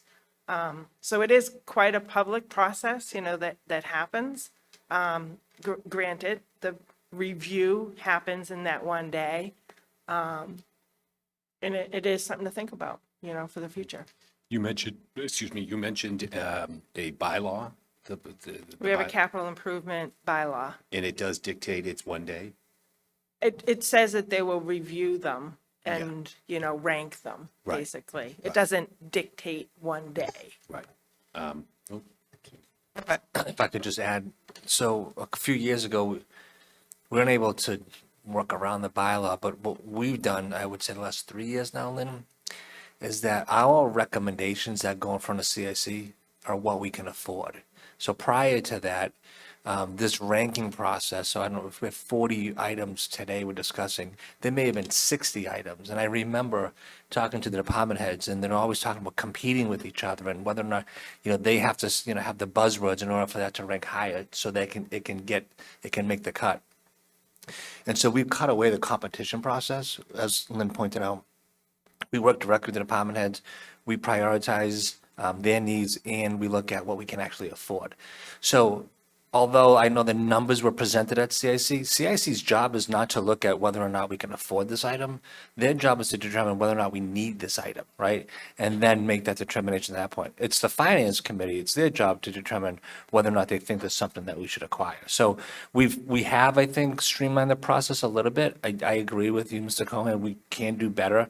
I encourage capital improvement committee members to actually go out, kick the tires, look underneath these trucks, and help us make those determinations. So at least when it goes to town meeting, it's been fully vetted, and town meeting members feel confident that it's been viewed by outside individuals who don't have a bias towards these requests. That's a nice overview of the updating of the process. That's obviously very helpful, moving in the right direction. It might be something that we consider that it's the absorption of this information by CIC is done in a manner which can be tackled safely. Obviously, a whole day experience looking at 30 or 40 different proposed projects might be something that we think about breaking it down to a couple of days in the evening where a larger audience of people could participate or watch those hearings. There's the one thing that I was interested in scoring down here was the training green irrigation and lighting. And I know Nick has been working really hard on that. And I think everyone knows that I'm really into the lighting and the quality of lighting, and are we using lighting that's historically accurate for the location. Obviously, we have a design that was done by the landscape architect, and I want to make sure that we respect the training green in the lighting. I've been providing some of the examples of lighting that I'm seeing all over the South Shore utilized in other towns that are dead on accurately depicting that lighting feature. So I did see the one that you showed me that the consultant working on this proposed, but I think that we could go a little further in the design, to making sure that we line up the photographs that we have for the location and the options, because the options are out there and they're pretty accurate. So I hope that we, as you move forward on that project, that there's a great deal of consideration on the design, because we know what those lights look like and we know that they still make them. Thank you. Yes, Nick Fiala, Parks and Forestry Superintendent. If it's okay, I would like to talk a little bit about that project. Thank you. So that project did rank low on the CIC list. It ranked number 40, but 4 is a lucky number, and you gave me 10 of them, so I'm going to look at it like that. But I'd like to address some of the concerns that were brought up on the floor at fall town meeting, some of the reasons that I believe this amendment was made to reduce the $220,000. One of the first concerns was that the CPC funding source, it was argued whether or not this source was appropriate for the funding source, so this is now coming back as a capital request. The next concern, will the standard lighting that was originally selected for this park affect the Frederick Law Olmsted feel of the park? Would there even be pedestrian lighting in this park in the 1800s? The answer is yes. As Mr. Cohen announced, he did provide pictures of the 1800s around the training green with pedestrian lighting. So what we did is we worked with the engineering firm to look at the lights from the photographs provided, and we were able to come up with multiple options, some of which, Bill, you've seen. So we would look to incorporate these lights that would have that historic Olmsted feel to them. And I think it would actually complement the park really well. One thing we do have to consider is the town bylaw, the light trespass glare bylaw. So we just need to make sure that there's a few things in that bylaw, but that does restrict us on some of the options. So we are looking at that, but we're constantly diving deeper into finding the closest resemblance that was used in that park. One of the reasons that the park would benefit from having lighting is safety. Lots of pedestrians travel through this park early evening, early morning. For example, during the winter, it gets dark as early as 4 o'clock. Children are still out walking through the park and going home from school at this time. If we have lighting, it would show if there was, just going to use again from today an example, it would show if there's any ice on the pathways. It would help prevent an injury. It would also just light the way in general for any pedestrian traveling the park. It would help prevent anyone using a wheeling device such as a wheelchair or a walker or a stroller from going off track and getting injured. Again, it would help light the way. It would help prevent vandalism. It would help prevent graffiti to the memorials or tampering with the memorials in general.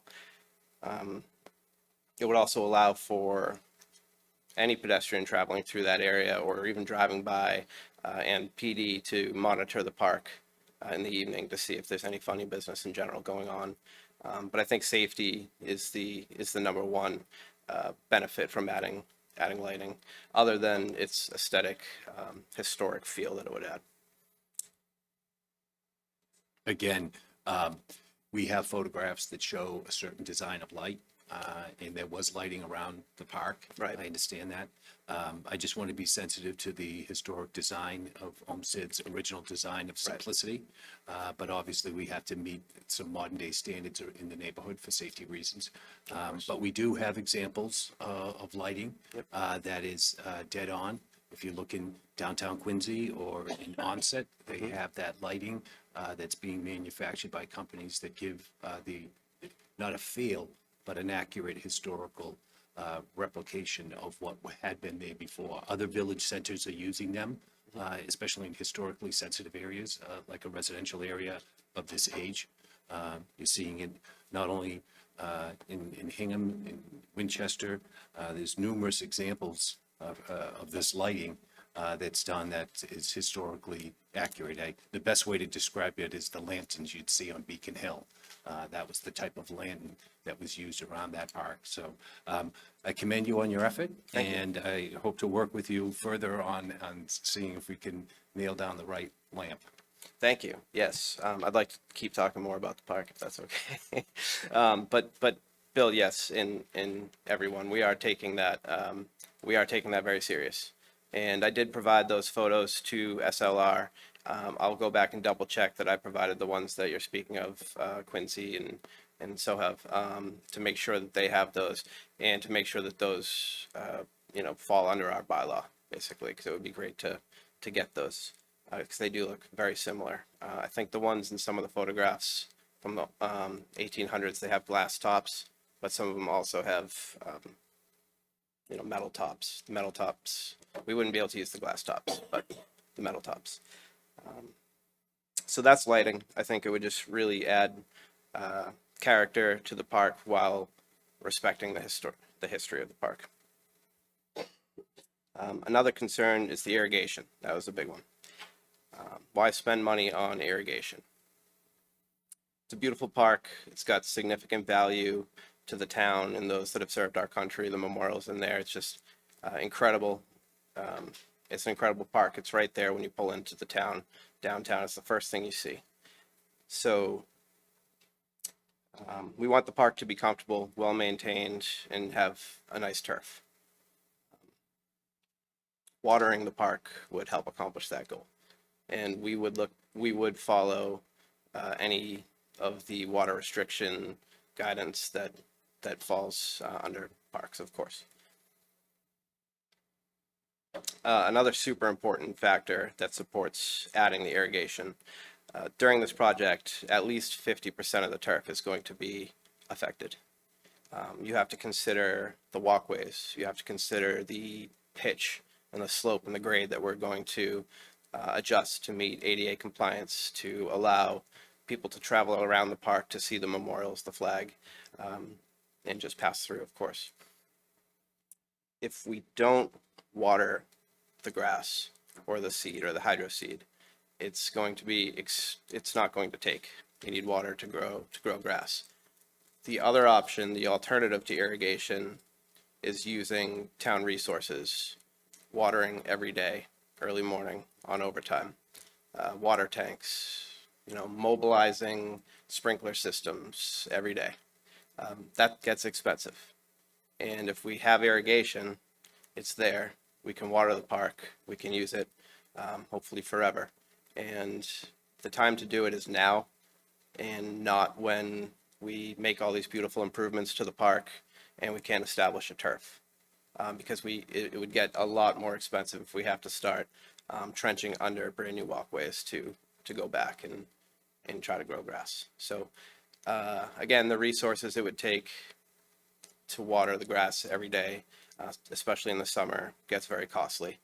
So we have to consider that when we look at irrigation. And yeah, that's basically concludes what I have to say about the irrigation and the pedestrian lighting. I'd be happy to answer any additional questions. Thank you. Mr. Canty? So I know Nick, thank you for the presentation and for answering the questions you've fielded so far. I personally, I remember the discussion about the irrigation system at town meeting, and I thought it was a little odd myself. I mean, it is called the town green, not the town brown. And it's also, I mean, it is a park that's meant to commemorate fallen soldiers. And I would think if we wanted any grass in the town to remain green, we would want it to be that. These are people that gave in the words of Abraham Lincoln, the last full measure of devotion to their country. And this is how we're remembering them. It's in the middle of a neighborhood as well. And I don't think it's a lot to ask that a monuments to these individuals remain in a state of aesthetically pleasing to members of the public that are walking through it, that are visiting it. We have ceremonies there for Memorial Day. And I think it would be meaningful to have those patches of grass there be the last in the event of a severe drought. I do agree we should restrict it like we do others. We should play by the same rules we apply to residents. But I think that grass should be green when we're able to keep it green. And I support the irrigation system. I understand the sustainability concerns. I understand that grass is a most harvested crop in the United States, technically, is grass. People have useless lawns. But I think this is different, and I think this is deserving. So I hope town meeting will support irrigating this particular parcel. Thank you. Mr. Cohen? Also, it's known as our training green. It has history beyond the soldiers and sailors monument that's there today, recognizing the memorial of the Civil War veterans. But also it has a long history. But it's always been a honored place in our village. I grew up in the neighborhood, and if you walked on the training green by the monument and you were playing, Mr. Surico, who ran the Parks Department, would pull up and say, take that down Stevens Field. This is an honored place. So I'm glad that the town is paying attention to this very important location. I'm really into the lands. I guess you get my drift. I know Thank that. Thank you. Ms. Iaquinto? Yeah, I agree with my colleagues that I think now is the time to do it as well. I don't want to be hearing 10 years from now that we have to go back and dig it up because people are finding that it's not as aesthetically pleasing as it should be. So I'm also completely in support of that. And I know that there was some concern during the CIC meeting, which is why you were at 40. Of course. I would have put you at least at 30 if I had the only vote, but I had others weighing me down. But no, I do think this is your second year. I think that this is your year. I can feel it in my bones. So I do hope that town meeting will support it as well. Appreciate it. Appreciate that support. Thank you. Thank you. Any other questions on Article 18? Is there a motion from the board to add Article 18 to the spring town meeting warrant and recommend approval by town meeting? So moved. Mr. Canty makes the motion. Is there a second? I'll second. Ms. Iaquinto seconds. Further discussion? Ms. Iaquinto? Yes. Yes. Mr. Canty? Yes. Mr. Quintel? Yes. Mr. Cohen? Yes. And myself, yes. Thank you.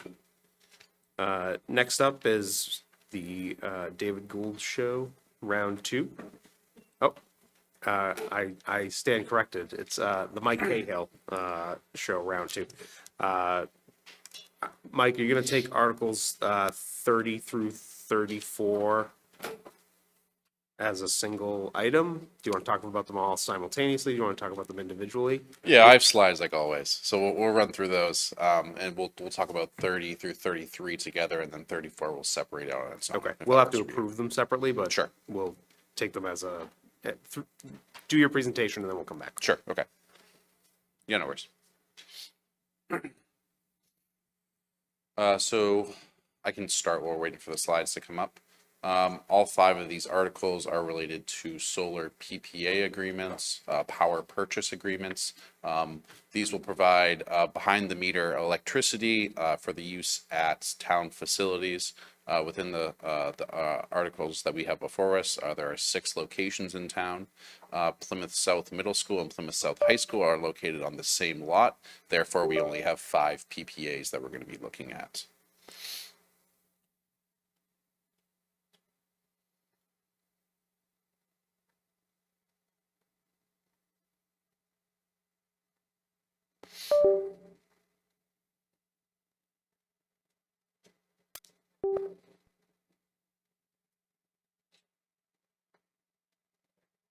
Technical difficulties. Here we go. Perfect. So the way that these work, these behind the meter deals, is we're going to work with the developer, sign a contract. At that point, they will own, maintain, and operate these solar arrays at town-owned facilities. All the power generated will not go into the grid, rather it will go directly into that building for on-site usage. The way that it will benefit the town is we will essentially see a reduced cost per energy bill per net metering credits that are going to be appearing on our bill. So within this project, we have arrays at Plymouth Public Library, which will be a carport solar array, DPW headquarters, once again a carport solar array, DPW administration building, 22 Mary B. Lane, there'll be a rooftop solar array, Plymouth South High School, a carport, Plymouth South Middle School, a carport. Like I mentioned before, Plymouth South High School and Plymouth South Middle School are actually located on the same parcel, so we were able to bundle them under one power purchase agreement. And then finally, Plymouth North High School. What we have here is we have a breakdown of the location of these arrays. This is the library, the main entrance here, 2 carports located on the backside of the parking lot.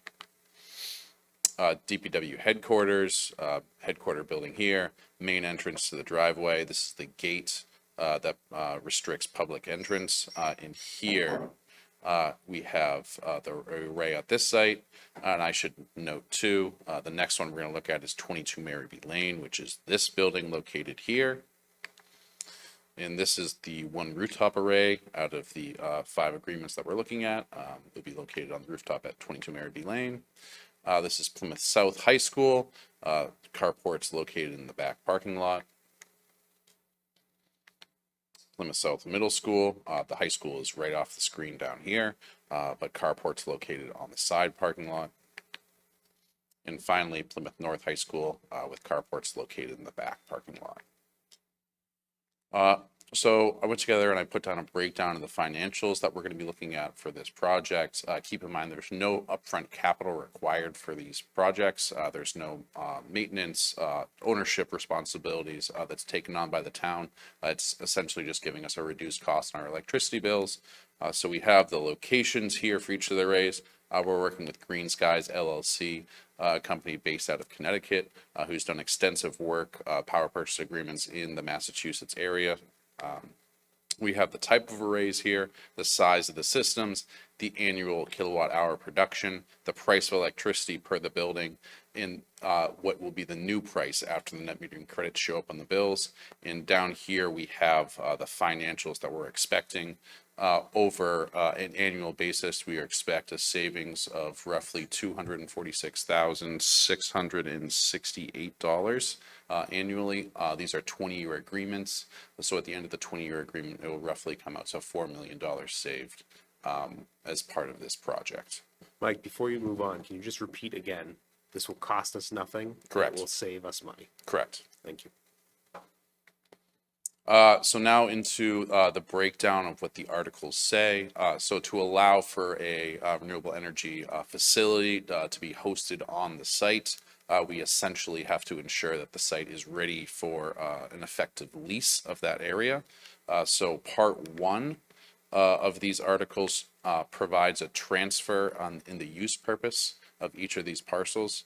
So they're being transferred from general use to general use with the ability to lease for renewable energy purposes. This one that we have here is the Plymouth North High School and the Plymouth North Middle School one. And down at the bottom, this is a second piece that gives the select board the ability to execute these leases for renewable energy facilities on town property. So the way that this would work in terms of structure is if you should choose to put it on the warrant, then town meeting will vote to give you the authority to execute the warrants. At that point, we would come back to you for a vote, and you would vote to execute the PPAs, and we would begin the agreements with the developers. So this is the same for 30 through 33. And then finally, 34 provides the select board the ability to negotiate and execute payment in lieu of taxment or pilot agreements for renewable energy developments within town bounds. There is currently a pilot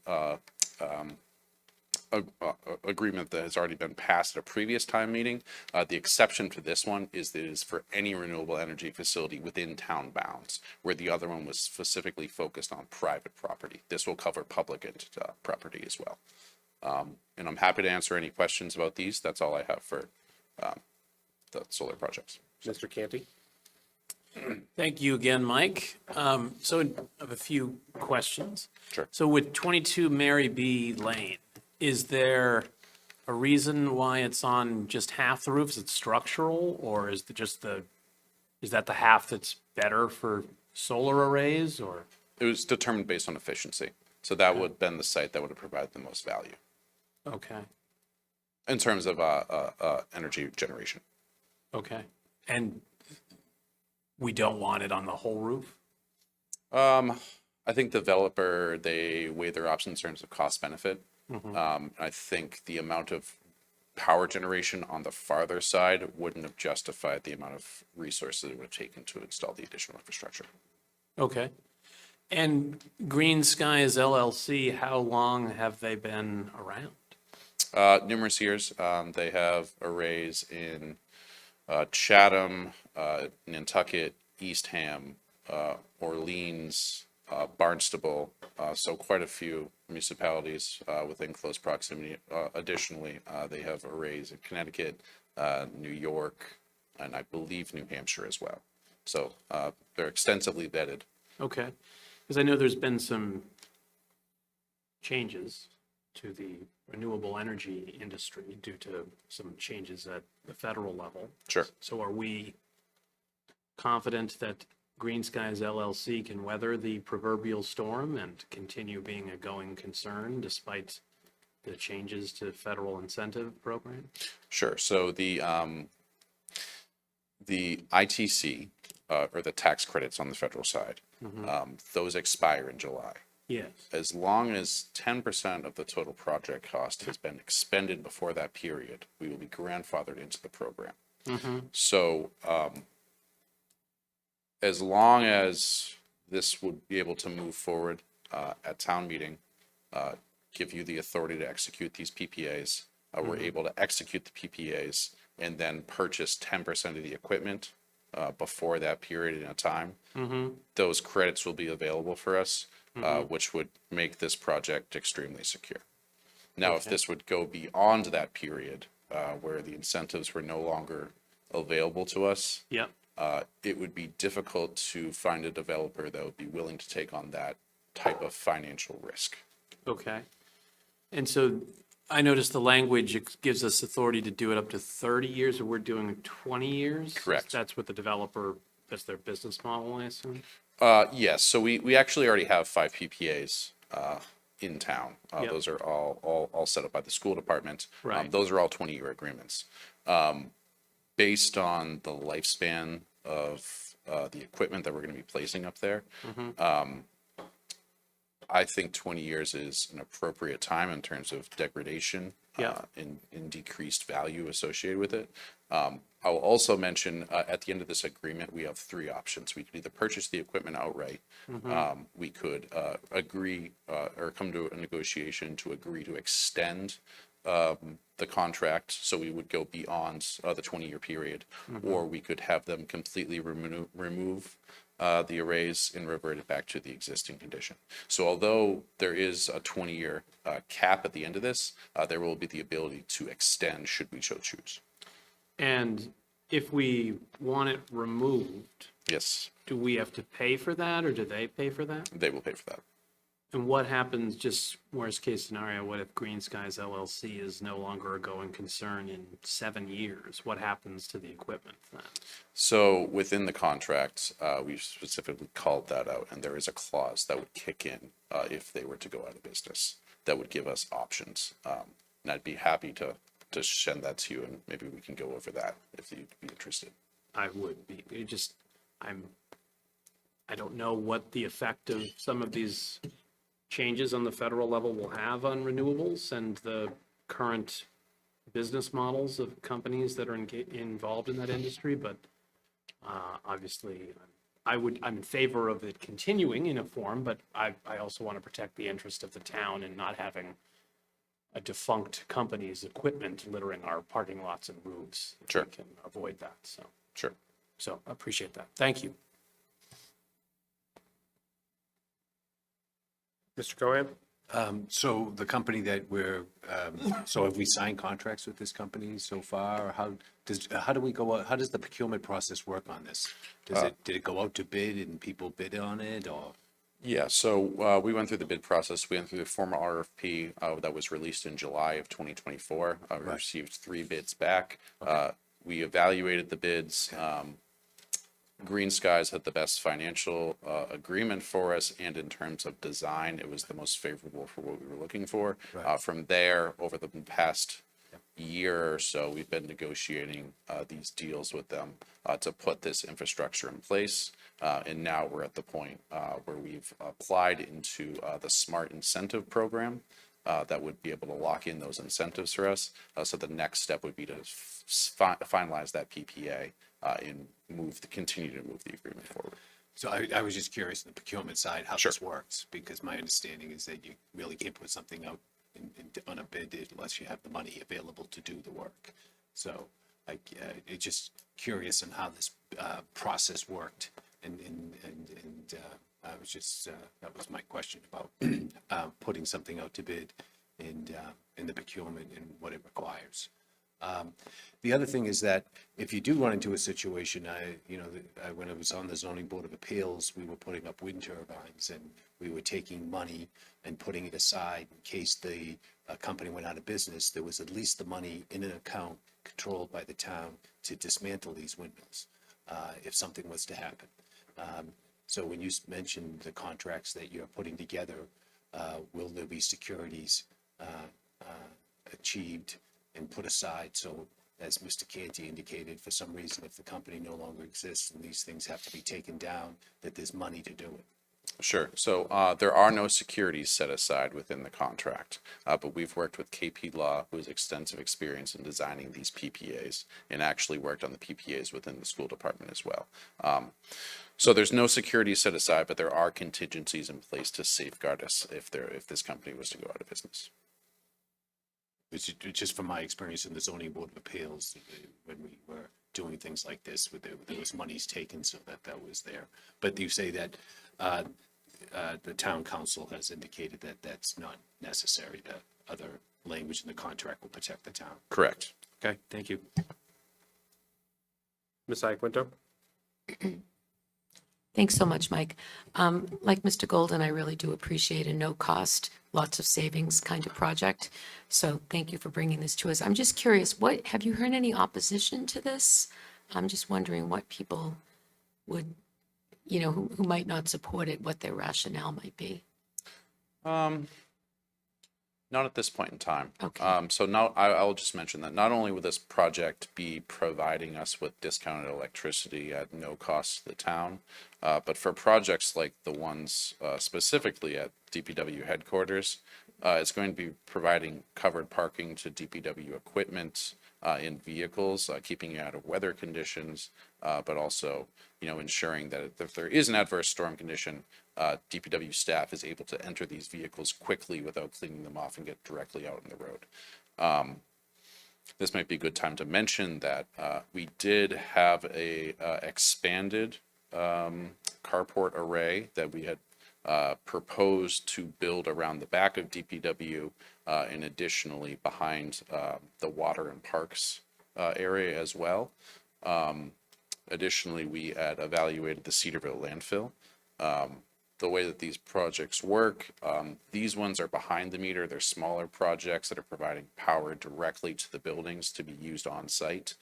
The larger ones are what we call in front of the meter, where they require direct interconnection with the grid. With those interconnection projects, they take a little bit more of a study from Eversource. When we heard back from Eversource, that interconnection study was going to take a proposed 4 years to complete.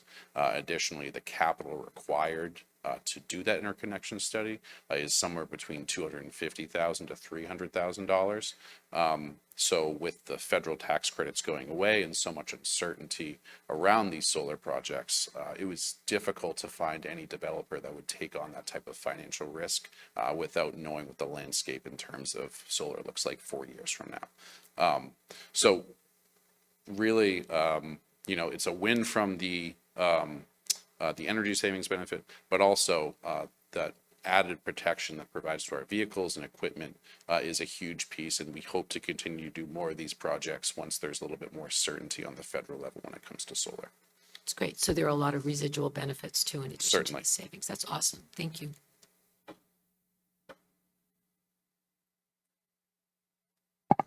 All right. Thank you, Mike. Thank you. I actually do think we could take these as a group. I'll leave it to the pleasure of the board. Mr. Canty? So I would make a motion that we approve, we recommend town meeting approve and include in the warrant for town meeting, Articles 30, 31, 32, 33, and 34. Is there a second? I'll second. Ms. Iaquinto seconds. Further discussion? Ms. Iaquinto? Yes. Mr. Canty? Yes. Mr. Quintel? Yes. Mr. Cohen? Yes. And myself, yes. It's unanimous. Thank you. The last item on our agenda is Article 4, salaries for elected officials. I asked last week to have this put on the agenda. You folks have in your packet a memo from the town manager that states that pursuant to Massachusetts General Law, Section 40, Chapter 41, Section 108, town meeting has to approve any salaries for elected officials each year. I'd like for us to reconsider this for the purposes of zeroing out the stipends for select board members as well as the chairman of the select board. So I'm happy to hear feedback from you folks. I could make a motion and we could discuss it then. Pleasure of the board. Well, then I'll make a motion to reconsider Article 4, salaries of elected officials for the purposes of zeroing out the $4,500 stipend for the chairman of the select board and $4,000 for each of the select board members. Is there a second? I'll second. Ms. Iaquinto seconds. Discussion on the matter. Mr. Canty? So I can't support this. I find it an odd request, to be honest. I think that, first of all, this was brought up at public comment by a member of the public who's usually joined us but didn't tonight. And I know that other board members have requested a number of items be added, like a budget workshop to review the budget and overview process. And that hasn't got on an agenda. And this one got on the agenda within a week, which is odd. I find it to be a performative measure. I think that the amount, if all of the stipends were reduced, including that of the moderator, which is $2,000, it would save the average taxpayer 72 cents annually. And I think that the overall approach to the budget that has been taken concerns me. I find that several measures have been pursued by others that I find to be arbitrary and performative in nature, and that they undermine the work of town staff and department heads. I understand, as I've said before, that not everyone depends on every service that the town provides, but someone in town depends on every service that the town provides. And I think the way that this board, some members of the board have approached the budget this year has undermined the value that the town provides to its residents. I understand that people are struggling to make ends meet, but there are many residents in this town that are only surviving because of services that this town provides. And I think that needs to be an important part of the conversation as well. And I think that thoughtful and deliberative discussion about what the town can afford and what it cannot is an important component of any analysis of how to govern this community. We saw a presentation from police and fire tonight about their current needs in relation to providing emergency services. They were also involved in some of the review of prior cuts. And I think that the money that they need to provide life-saving services, property-saving services, is important and should not be undervalued. And I think that we are doing a disservice by approaching matters in the way that we have been approaching them in the near term.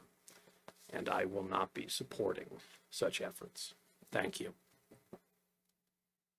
Mr. Cohen? Actually, Deb had her hand up. I'd like to hear more from Deb. Ms. Iaquinto? Thank you, Bill. So I actually think, I do support this, but I think we can do both. I think we can make the symbolic gesture to show that we, as the executive team, the leaders of this community, have some skin in the game. When I was first elected, I didn't want to take the stipend, but I was told that I had to. So I try to use that money for contributions. I bought supplies for my kids for school and things like that. And I will continue to do that on my own. But I am happy to make the symbolic gesture, but I also recognize that, we need to do more than that. We do need to have some more thoughtful conversation. So a little bit later in the meeting before we end, I know that Mr. Cohen will bring up the workshop again, and we'll have a conversation about how we want to approach that. I think that's going to be very important for us to figure out how we tackle the budget for the long term. But for tonight, I am comfortable, foregoing the stipend, so I will support this. Mr. Cohen? Yes, like Deb, I began serving in May. This was brought to my attention, a stipend. I did refuse it. I declined the stipend, but that was just a personal thing that I felt. I had been a volunteer in the capacity of the town for many years, serving on committees and boards. So I just, for me personally, it didn't feel right. I felt like that I'm volunteering in this capacity. I declined the stipend for that reason, because it just felt as if in my experience with the town as a volunteer on committees and boards, I never took any payment. And it didn't feel right for me to start taking a payment after 27 years of volunteering for the town in different capacities. But I do believe that that the $4,000, is it, a year, is a small amount of money that's dedicated to this board, the executive board, the highest ranking board in town in terms of its responsibilities, to make lots of different meetings, come out of work at different times, and make a number of sacrifices. I feel that I wouldn't take away from my fellow board members the option to take the amount. If they feel individually, if they want to decline the amount, that's one thing. That's what I've done. But I wouldn't vote to remove that as an option for board members. So my feeling is that I would not support a motion to take away the stipend. I think I think each select board member has to make that decision. I don't want to make that decision for my fellow board members. When it comes to this small amount of funds that are utilized usually to help members, transportation, getting from meeting to meeting, or cutting out of work early. And so there's things that individuals are sacrificing. I'm not asking my fellow board members to sacrifice what I've done in over 27 years working on committees and boards. I enjoy it. I enjoy giving back. And that's just the way I feel about the stipend. And I think it's each board member has to make a decision personally, rather than me making a decision for all of you. Mr. Quinzel? Yeah, I know the history of this. It used to be 1,000 and 1,500, and then they changed it. They used to offer insurance. They took it away, and the idea of doing that was to pay more, whatever you want to call it, a stipend. So that's how it got to be what it is now. And I'm not going to base this on myself because I can hear the other side right now. But to look at it is 3 years from now, there's different people sitting here. Somebody might really need that, and I've served with some people that really do. I don't like using myself for example, but a lot of time during the day when I'm gone, I have to pay somebody to do what I do. And I know what you're going to say. Well, that's your decision because, yeah, I do love the town. But it's a fact. And I give it back to the town 10 times over. But I like agree with Bill said, or Deb said, if you get elected, if you're one of the lucky chosen, leave it up to yourself. If you want to give it to charity or whatever, that's your call. But I am not going to vote in favor of it because I don't want to, when I am gone from this chair, somebody that's sitting here might need it. And I can honestly say it's very well deserved. And I'm a very generous person, but I'm thinking of other people, not myself. So I can't support, like I say, leave it to the individual. And that's the way I'm going to vote. Thank you. Ms. Iaquinto? Yeah, I really appreciated hearing Bill and Dickie, your thoughts on that. I hadn't thought about that, like leaving it up to the individual, but I would very much support that because I also wasn't thinking like next May, there might be different people on the board who might need it. And why would we make that decision? What's affordable for one person is not for another. So, yeah, I like where you're going with that idea. Further discussion? I'll just say that I asked for this because I think that, we've been talking a lot about the budget and where shortfalls are happening. And, we went through an extensive process where we ultimately cut only $28,000 out of the budget. And through that process, I thought there was more that we could do. So I would like for us to do our part. That is why I asked for this to be reconsidered.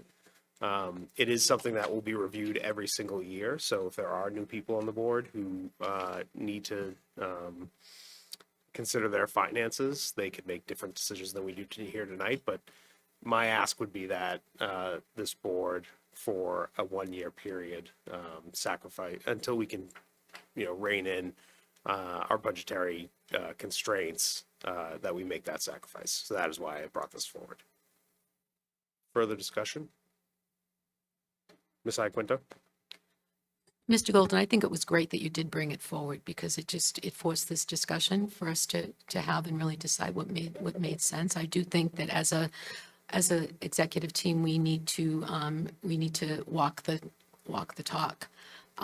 Maybe this isn't exactly the right way to do it. I think if we can each make an individual decision about whether we take the stipend or not, I think that would be great. Not sure how we would operationalize that, but I think, maybe it's worthy of another discussion.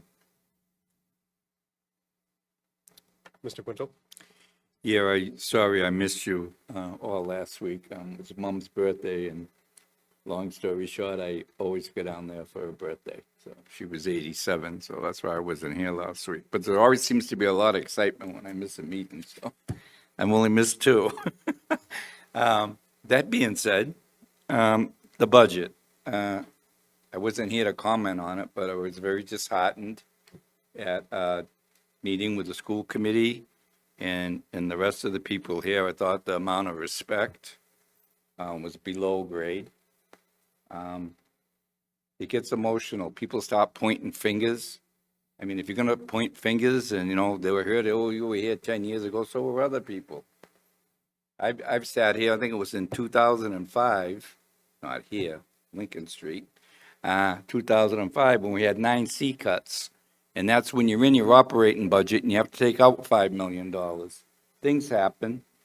If anybody was paying attention anywhere, and I've said it to Derek many times, Marshfield, Situate, Kingston, Hanson, you name them all. They all went for overrides. And, we're going to, I know nobody likes that word, but we're going to have some big decisions. I know we're all on public safety, but the bottom line, folks, is this.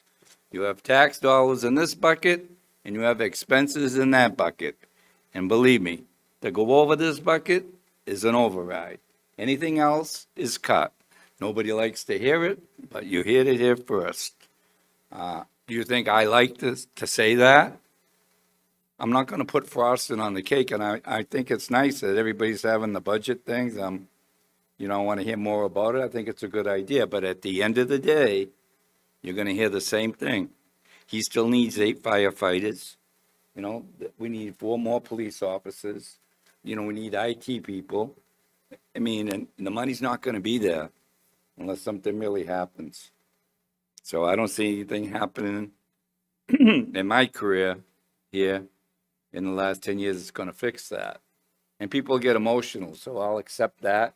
And that's the reason why I stayed quiet in that meeting, because that would bring nothing fruitful out of this discussion, because the numbers speak for themselves. It's not that I'm against the school, it's not that I'm against the fire station, but the reality is really simple. You have dollars here, expenses here, and that's it.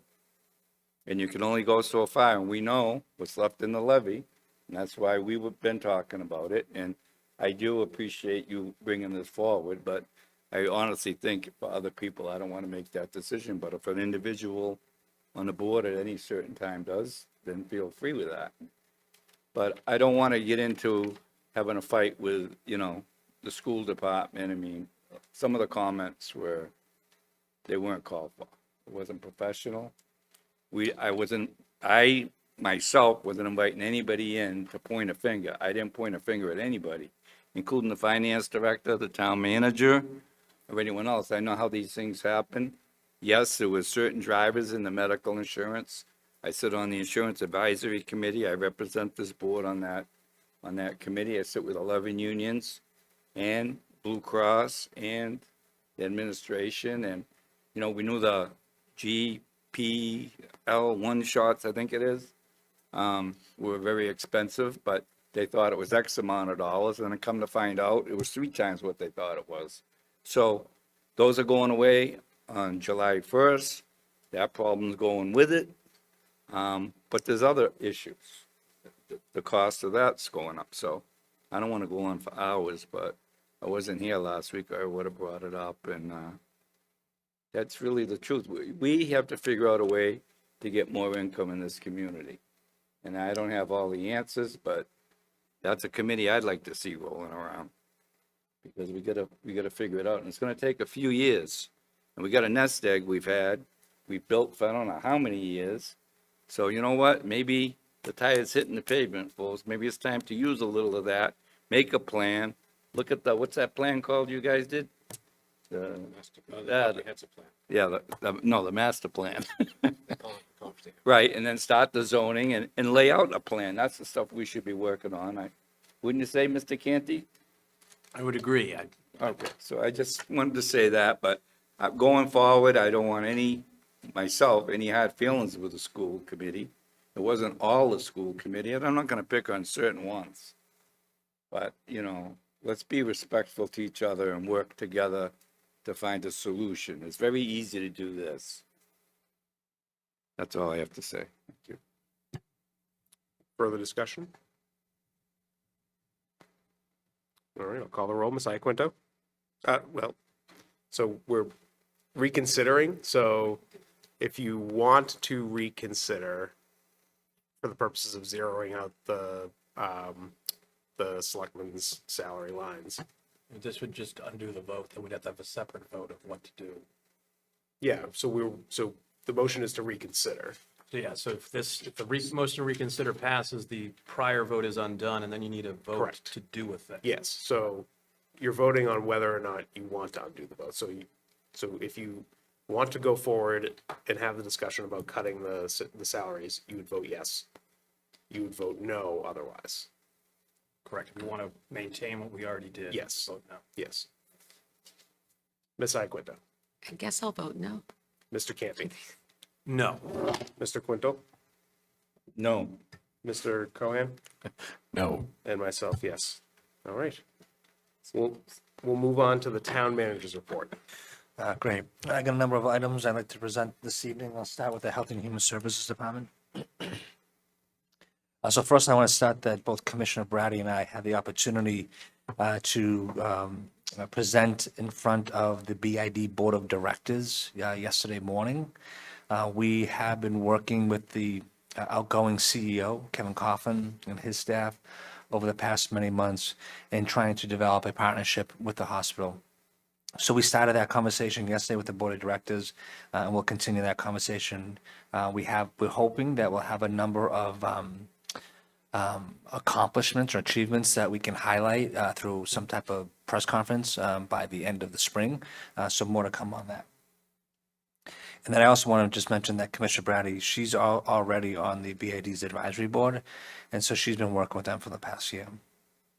Some items, I'm going to talk at the end of my comments today about the storm, but I'd like to let folks be aware that during the storm, unfortunately, there were 9 puppies that were left at the animal shelter, and so we were able to retrieve them. So those puppies were transported to the Pembroke Rescue Center, Animal Rescue Center.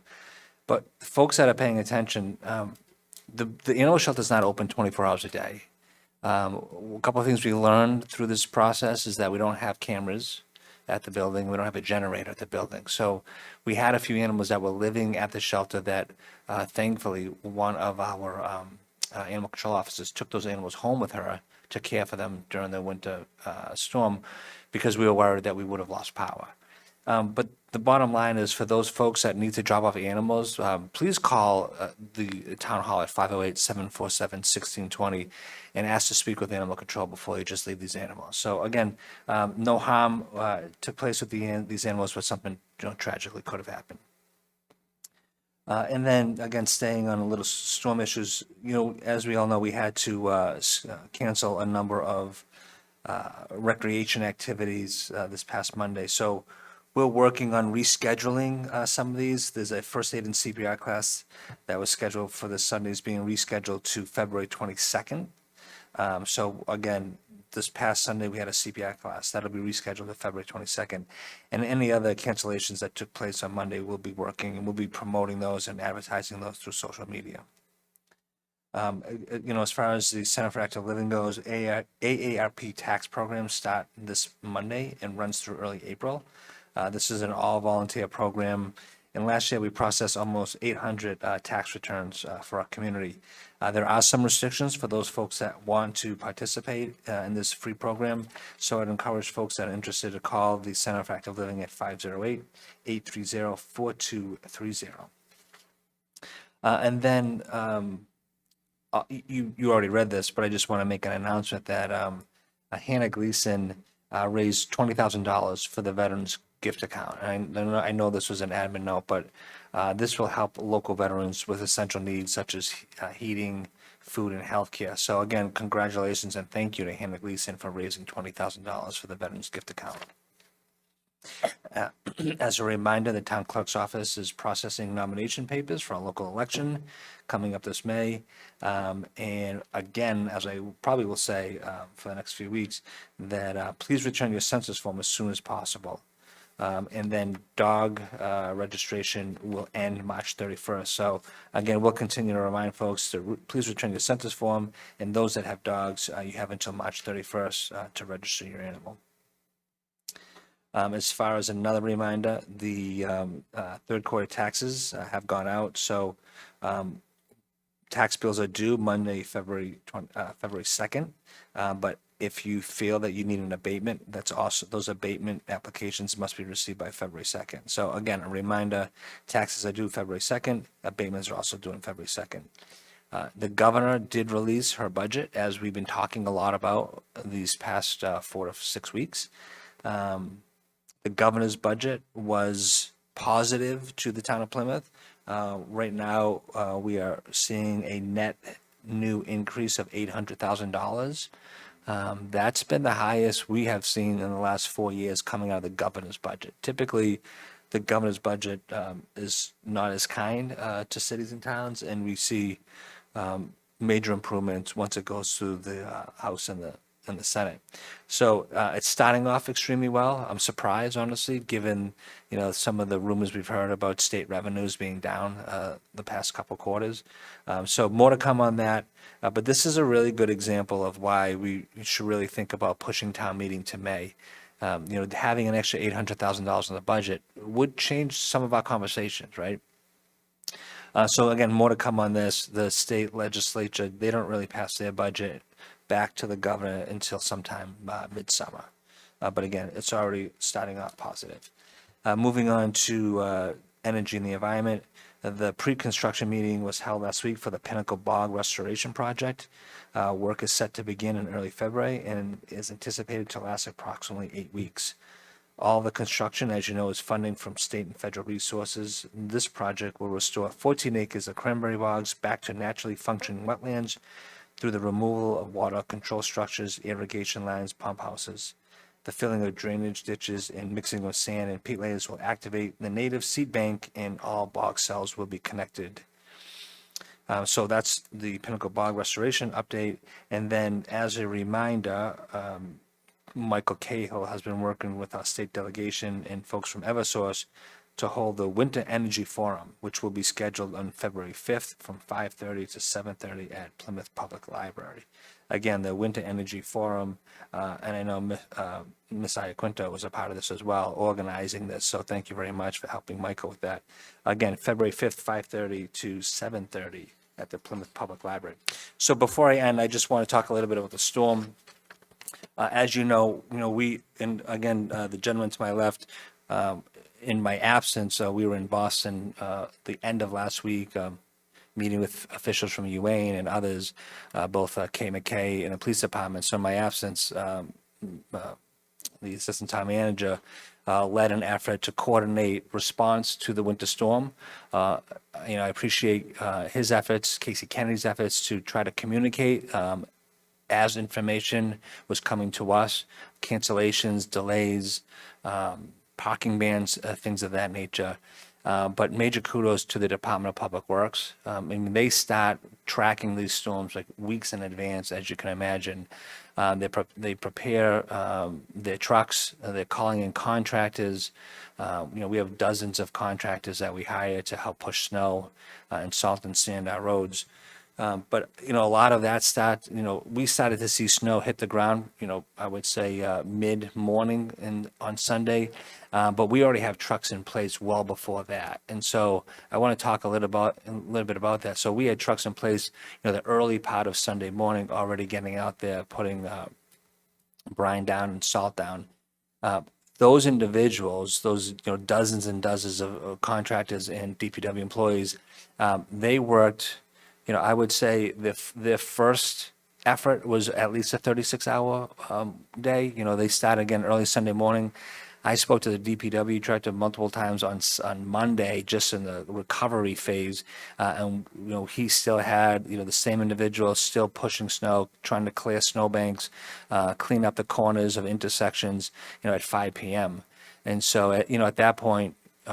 We had to let people go because they had been, they were running on 36 hours of work. We let a lot of them go Monday night so they can get some rest. We had them back early Tuesday morning, as you can imagine, back at it, pushing snow, opening up roads. This, as you all know, is a historic. This was in the top 10 in Massachusetts for storms. So this wasn't just a 5-inch, 6-inch snowstorm that we're accustomed to. So, even talking to the DPW director, which, I wish he was still here because he'd do a much better job at this statement than I am. But, him and I talked on Monday afternoon, and we talked about Court Street and the fact that although we know we have a bylaw that's in place and it requires businesses and homeowners to clear the sidewalks in front of their stores, we knew that was impossible. That was an impossible task. So to his credit, he called in skid steers and dump trucks and others to start physically removing the snow from the street because there was nowhere else to put the snow. So that was a 4-day operation. We just finished clearing snow from our street and sidewalks on Court Street today. So that started on Monday. So I just want to I want to thank the DPW and the DPW director's staff and the contractors that we bring in to help us clear the streets and sidewalks. When we talk about public safety, we spent 90 minutes talking about fire and police and the work that they do day in, day out. And sometimes the DPW gets overlooked. And so they are part of our public safety team, as you can imagine. So we have another store coming up this coming weekend. We have an internal meeting at 8 a.m. tomorrow morning, so if anybody wants to join us and listen in on the things that we do and what we plan and prepare for, we're happy to have you. So again, I just wanted folks to be aware of of everything that goes into it, and nothing is ever perfect, especially when you have over 20 inches of snow drop on you within 24 hours. Any questions? That's all I have.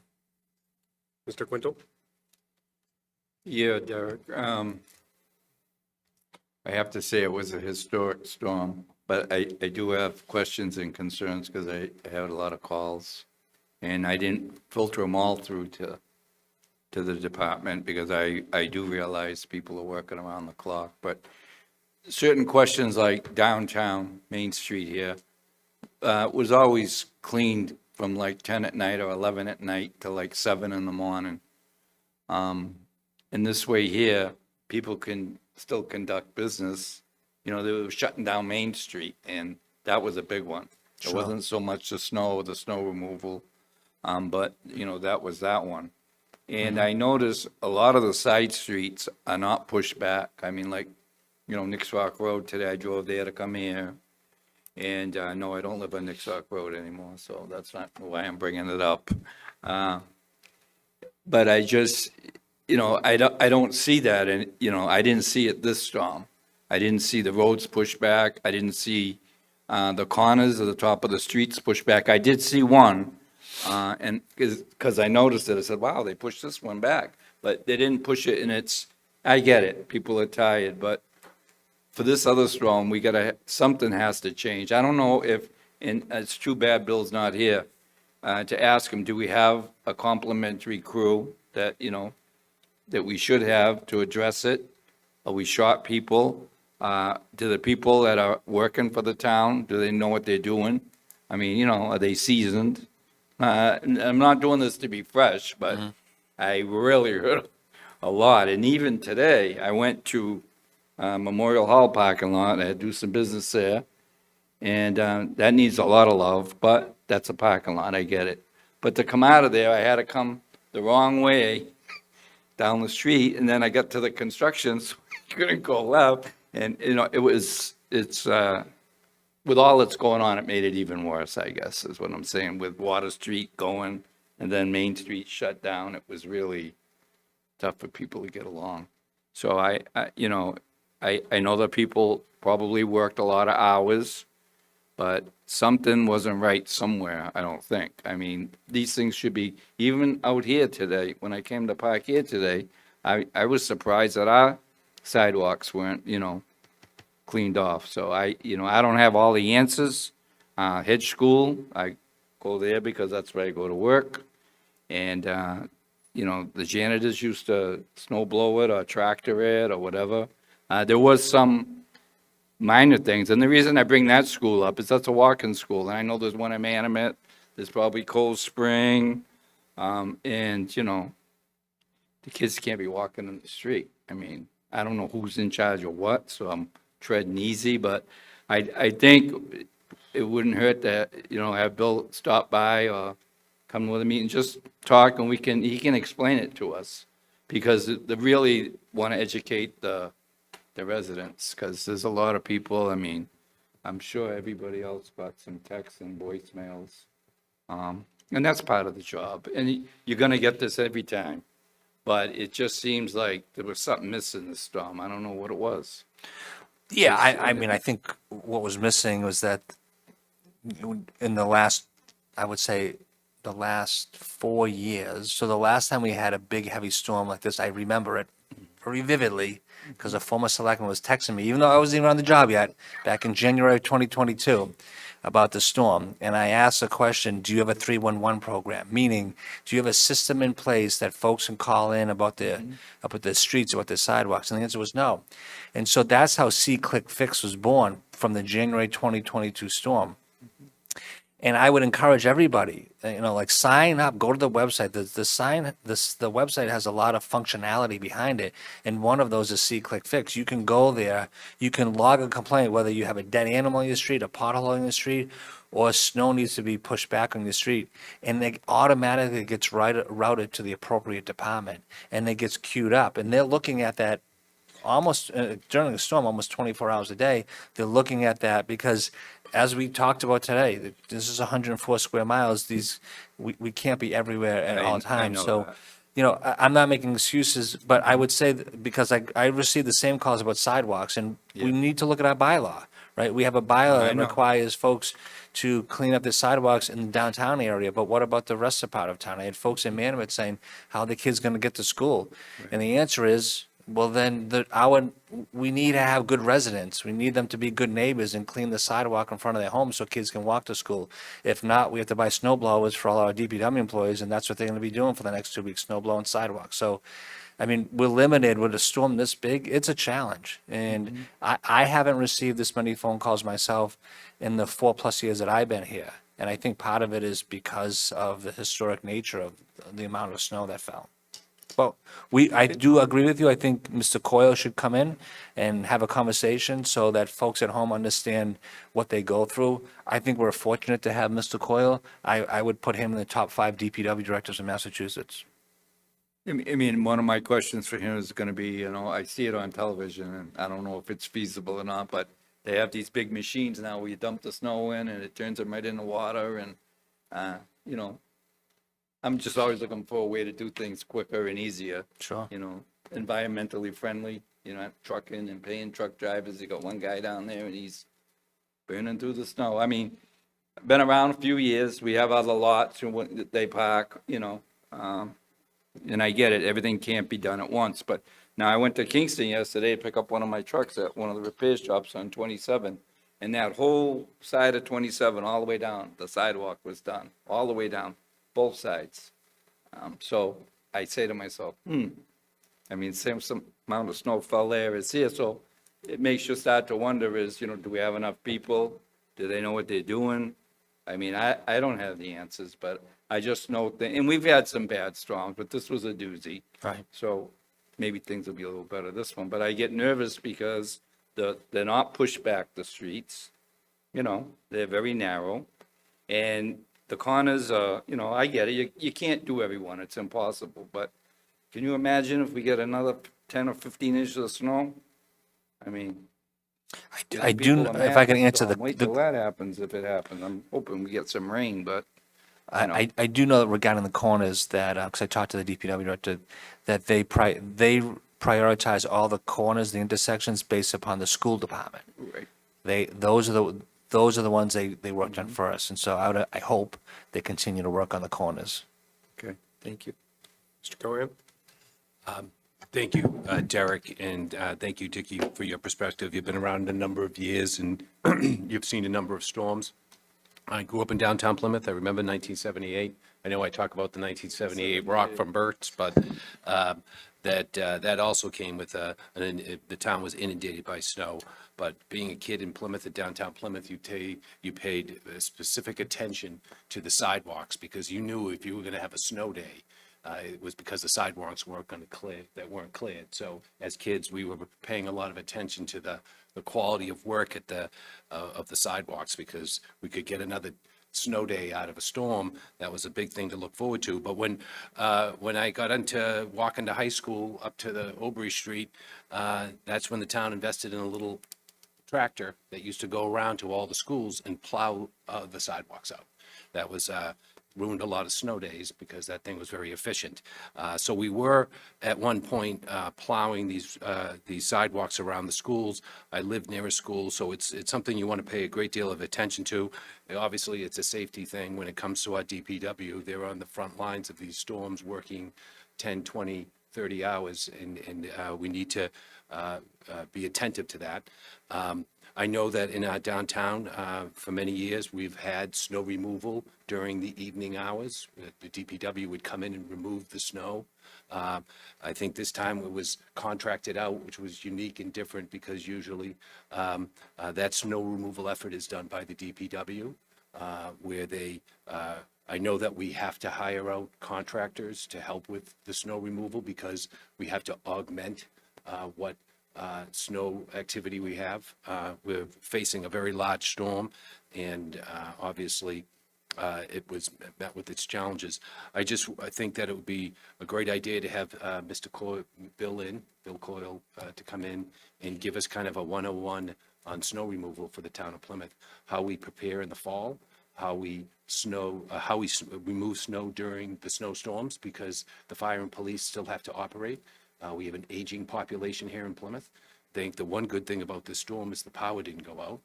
That's the thing that I worry about now on this weekend. We have a storm now coming up the East Coast that's not like the one that came from the west. So if you get a northeaster up here, your power is something that we have to pay attention to with an aging population. I think that I'd be interested in joining the meeting that you plan to have. Is it by Zoom tomorrow morning? It's in person at 9 a.m. 9 a.m. So I'd be interested to participate, to hear, just to listen in on how the town plans to tackle this storm coming up. But it is important that the residents understand how we prepare, how we remove snow during the storm, and then how we follow up the days after, because obviously the snow piles up.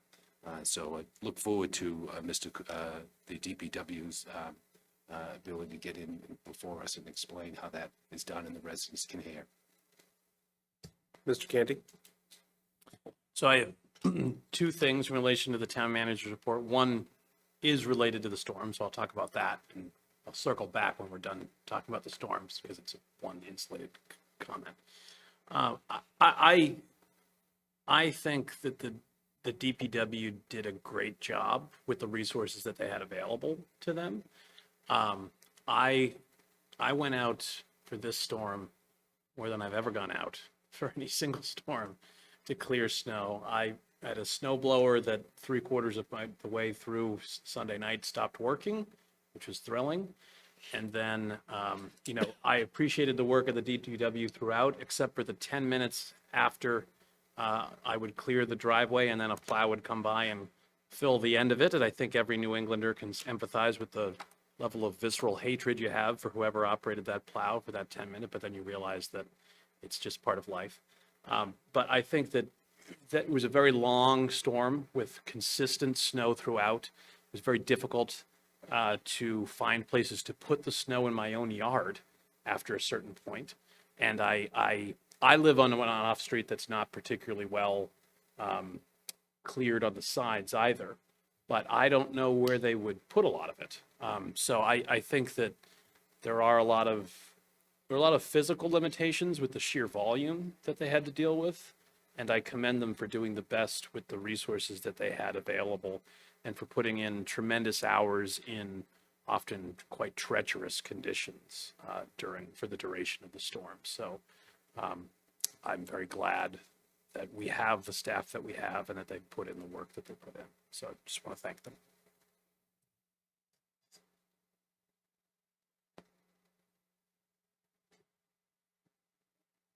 Thank you, Derek. Oh, sorry. I'll go to Miss. Why don't you just finish and move on to your? Okay. And then we'll go to Miss Iaquinto. All right. So the governor's budget. So I didn't want to get lost in the storm. So the last few years, I just think it's important to highlight that again, because of the last few years when the governor's budget has come out, it's been bad for us, sometimes quite bad for us. Then the process as it goes through the state, the House and the Senate, and then it is eventually signed into law. And we've been fortunate that after it's made it through both houses of the legislature and made it back to the governor in prior years, it's been much more favorable to us. Not as favorable as we would like, but better than, certainly better than the governor originally intended. So I know we have a lot of consternation and concern about the budgetary situation that we're in. I do think it's important to highlight that this is a good sign for Plymouth, and that it's starting at a higher level coming out of the governor's office is a positive development. So do you recall what it came out of the governor's office in any of those prior years, and where we ended up when it finished the process, just as a potential indicator? So 2 years ago, so I'm ballparking this, but 2 years ago, I want to say the net increase, it was it was about $100,000. And then we came out of that budget with about $1 million as it came out of the state legislature. Last year, do you have last year's numbers? Yeah, but you have the governor's budget? State aid was 38,114,900. Is that what you're looking for? Yeah, but last year came out, the governor's budget was around $400,000, and as you know, when it came out of the legislature, it was 2.5 million. So last year was a banner year when they came out of the state legislature.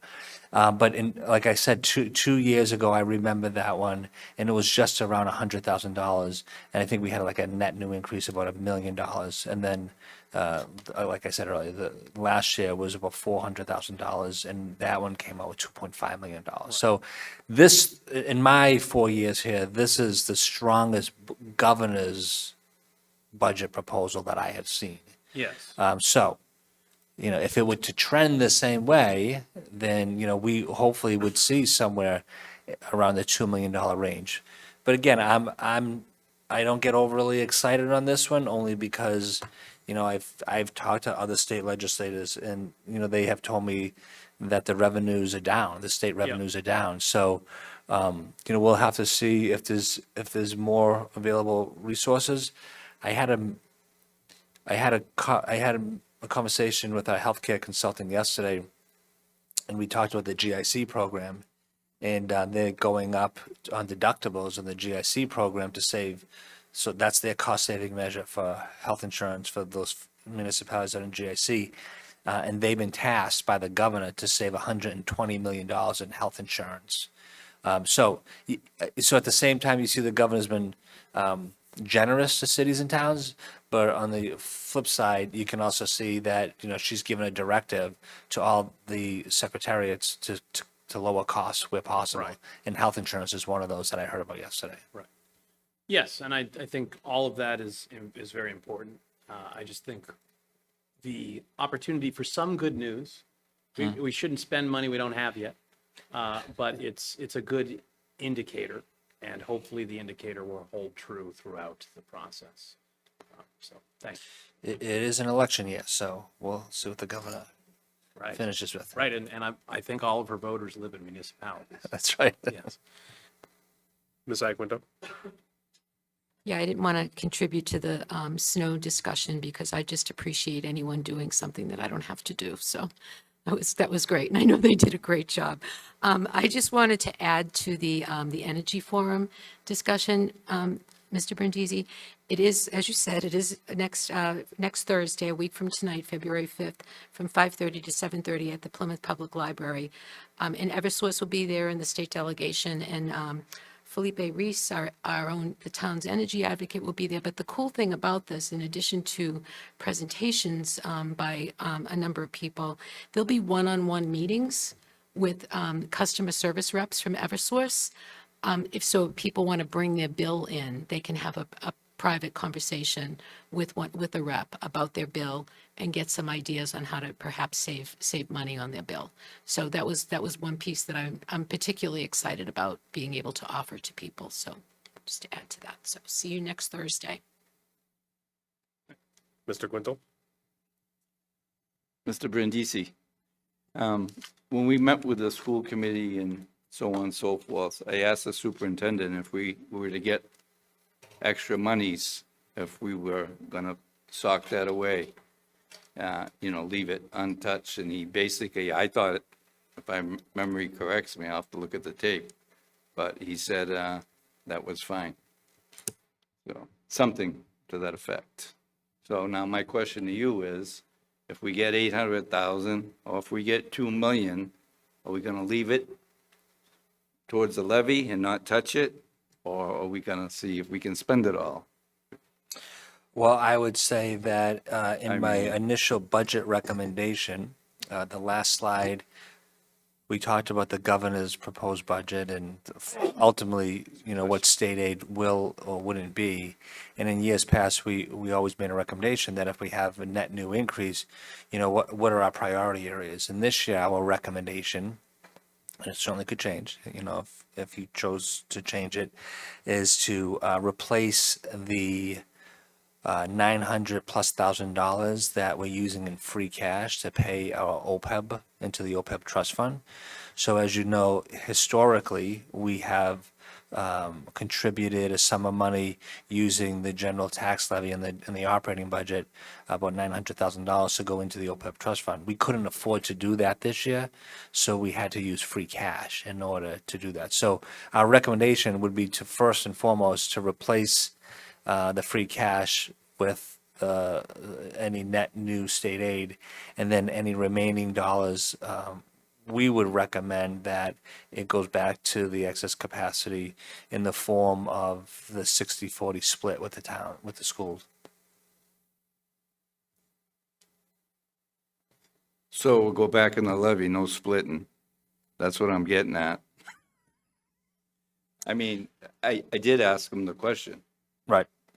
Yeah, and I mean, I can't speak for the school superintendent, but I can tell you on the town side that, you know, unless something were to change from, as far as the operating budget from our original proposal to fall town meeting, you know, we would not be proposing to use that money for anything other than going to the excess capacity. Okay, because I mean, I basically asked him that question and that was the answer.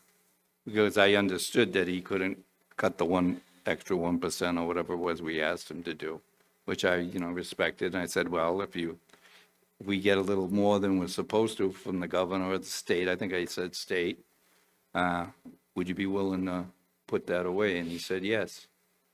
So I'm just hoping that, you know, well, what I don't want to see happen, we know it's gonna, how the budgets are.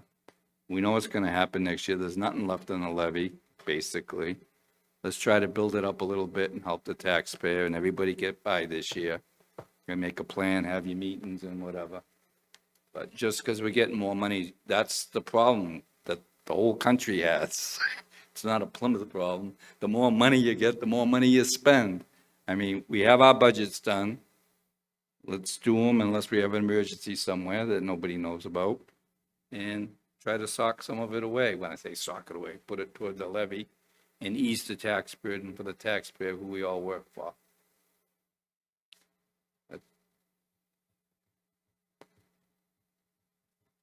Anything else for the town manager? All right. We will move on then to select board discussion. Any new business? Mr. Cohen? I haven't had a chance to mention this since the spring. Earlier this year, we heard a presentation as water commissioners, and I'd like to request that we put on the agenda a discussion about reconstituting the Water Conservation Committee. I think we need to revisit that. I know that we had this conversation earlier in the year when we were dealing with questions around our responsibility as water commissioners. I think that might be something that we put on a future addenda discussion of reconstituting the Water Conservation Committee. The other thing I wanted to see if we could put on the agenda in the near future is an update on our efforts with the Great Herring Pond Wampanoag tribe. I know that the chairman and the vice chairman have gone to great lengths to engage this community in having some success. I think that we'd want to bring that back to the board and have an update by the chairman and vice chair about where we are in that process. I know that the town manager has been able to have a conversation with the community. I think that it would be nice that we put it on the agenda and we get an update of where we are with those concerns when it comes to establishing a stronger line of communication with this newly recognized Native American Wampanoag tribe here in Plymouth, the Great Herring Pond Wampanoag tribe. So I'd like to put that on the agenda, if that's possible. It is possible, and I will address that under old business here tonight with a slight update and request from the board. Other new business? Letters? Mr. Cohen? We do have one letter. We do have one letter from the Open Space Committee that was presented to the board about the cemetery in West Plymouth, and the Trails, which is a subcommittee of the Open Space Committee, the Trail Working Group. They sent us a letter asking us about the ability to have identified an area to trail through this newly established cemetery in West Plymouth. So I didn't know how this will be responded to, or if my fellow board members had a chance to read it.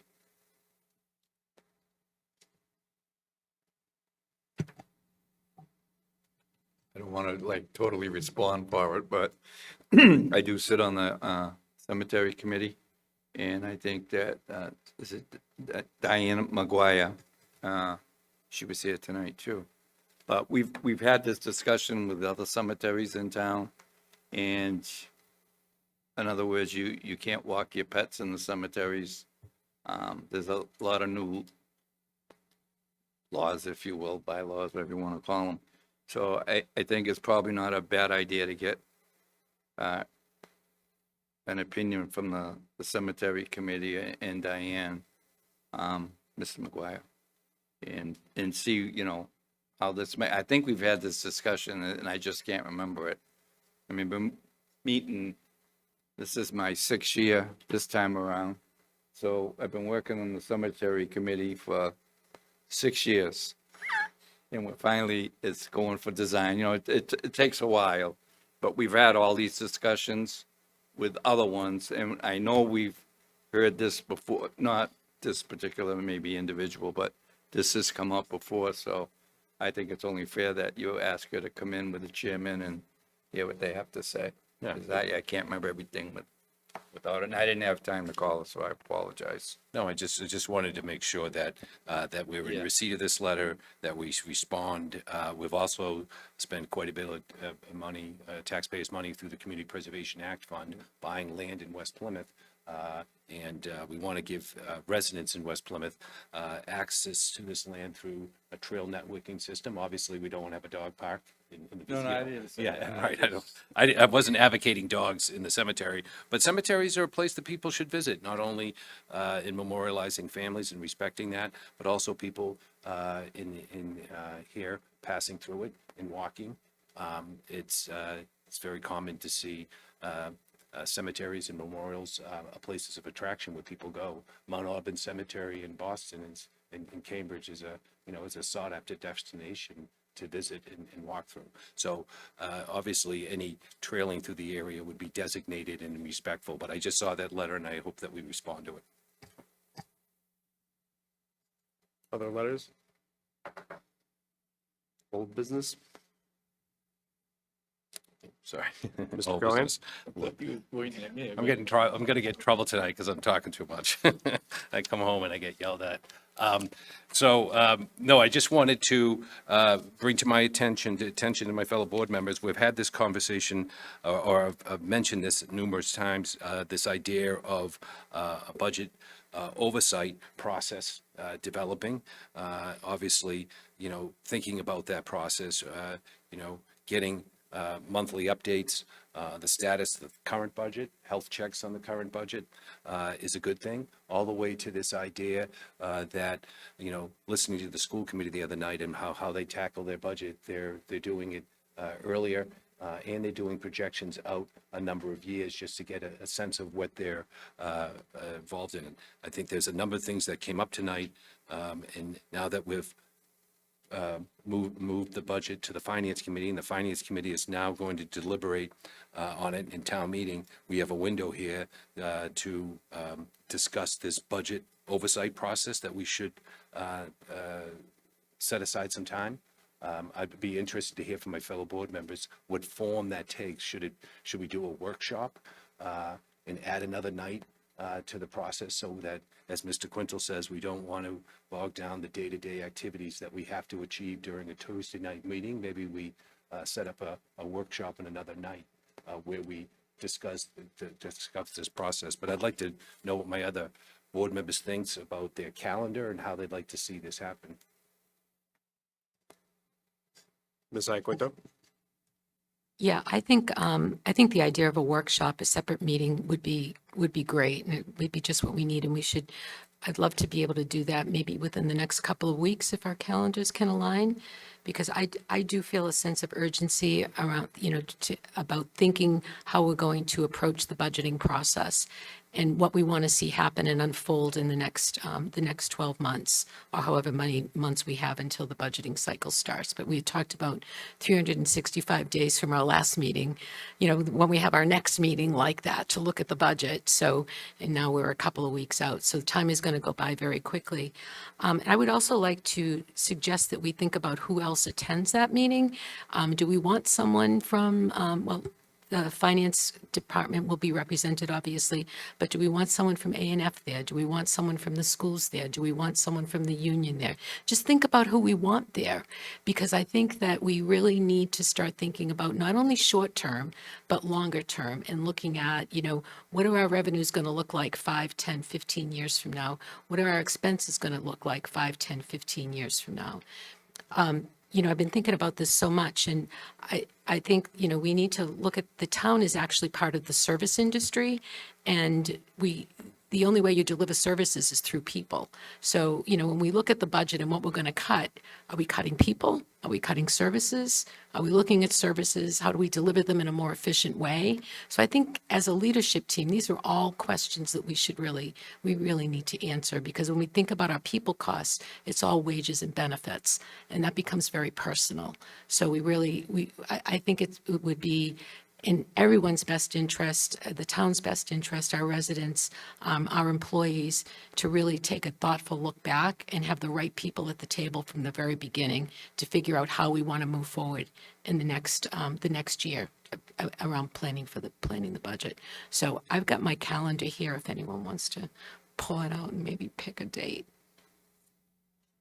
I do think we should try to figure out a time that would be convenient for the board, other than a Tuesday night.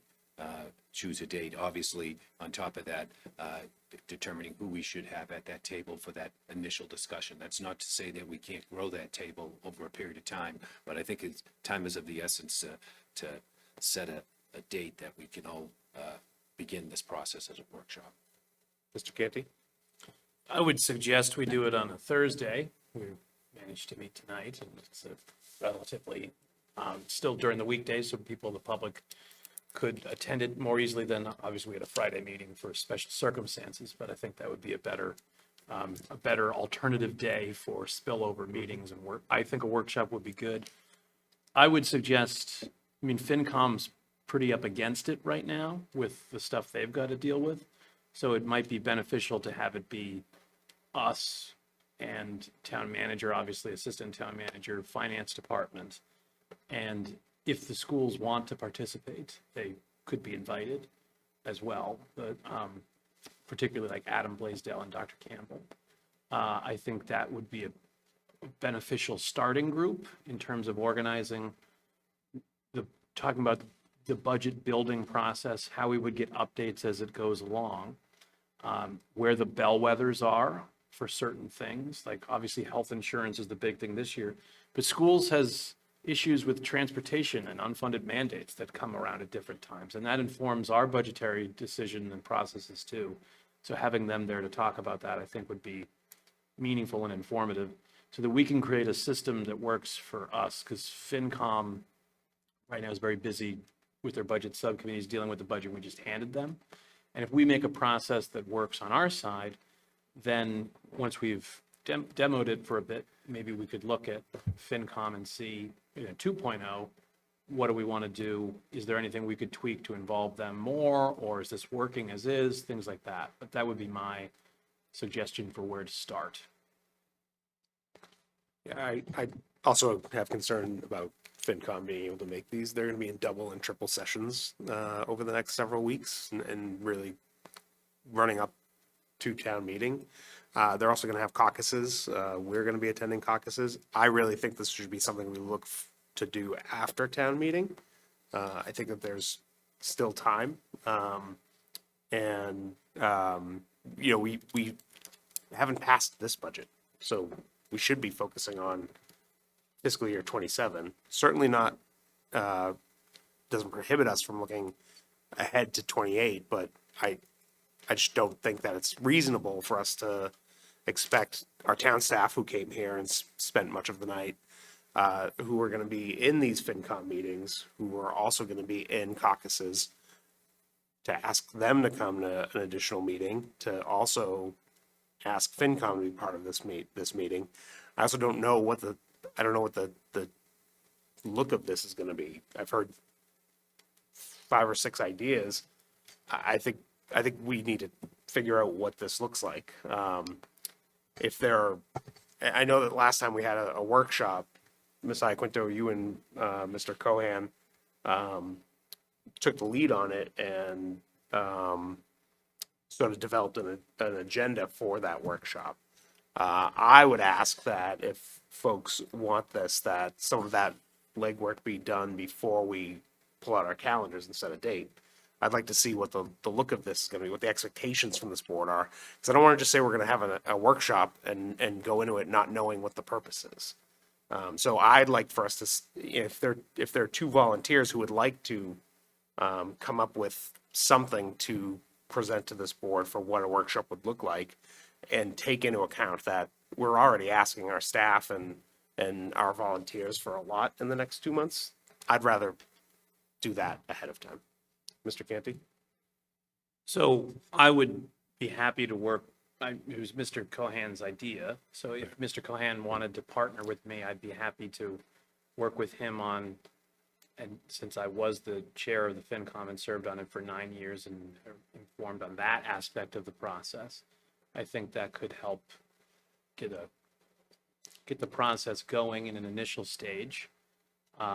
I don't agree we should do it after town meeting. I think doing it before town meeting would ease some concerns that town meeting members are having about the budget, and knowing that the process is going to change and improve going forward would be a comfort to people that are concerned about budgetary strain. So I think and FinCom, we pass the budget off to them. So at this point, we should be looking forward to the next budget, I think. So I think that would be a good use of our time. And maybe, I don't think it would take a tremendous amount of time for Mr. Cohan, if he's willing to work with me on that. And we could talk about it at a future board meeting in 2 or 3 weeks about what we think it should look like, and then pull out our calendars and get it done sometime in like March in terms of schedule.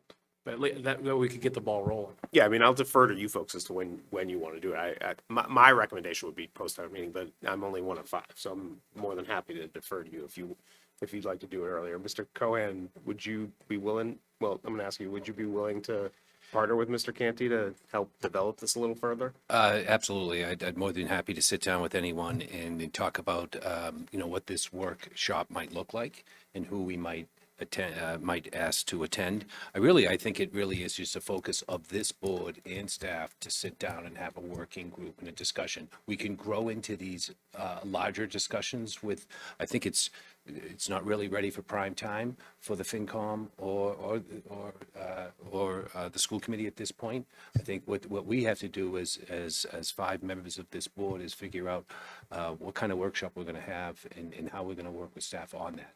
And plan around that accordingly. So I'd be happy to sit down with Mr. Canty and look at the contents and run those ideas by the other board members, so the other board members have an opportunity to put their fingerprint on what this workshop might look like. But I think time is of the essence. I think this is a critical moment that we need to start working on fiscal 28. And we have to start being prepared to continue monitoring fiscal 27, which we're in right now. So these are the things that we should be focused on. I think, again, time is of the essence. I think town meeting is looking for action from their executive board, and I think that that's something that I feel is very important to be time sensitive about this. Thank you. Ms. Iaquinto? Yeah, I really like that idea. And I don't think this is a one and done meeting either. I think this is like the first in a series of meetings that we would have. It would also be really cool if we could, at town meeting, give a little update on how we're approaching this. We'll probably, if we meet in March, we'll certainly be ready in May to be able to give an update about how we're, how we're going to be more proactive in the budgeting process going forward. I do think that, I forget who said it, but that would give some comfort to the town meeting. Kevin said it. Give some comfort to town meeting members too, that, we are taking this very seriously. We feel the sense of urgency and we're being proactive in how we're approaching it. So I like it. All right, so Mr. Canty, you and Mr. Cohen will connect and Yes. bring something back to the board in a couple of weeks.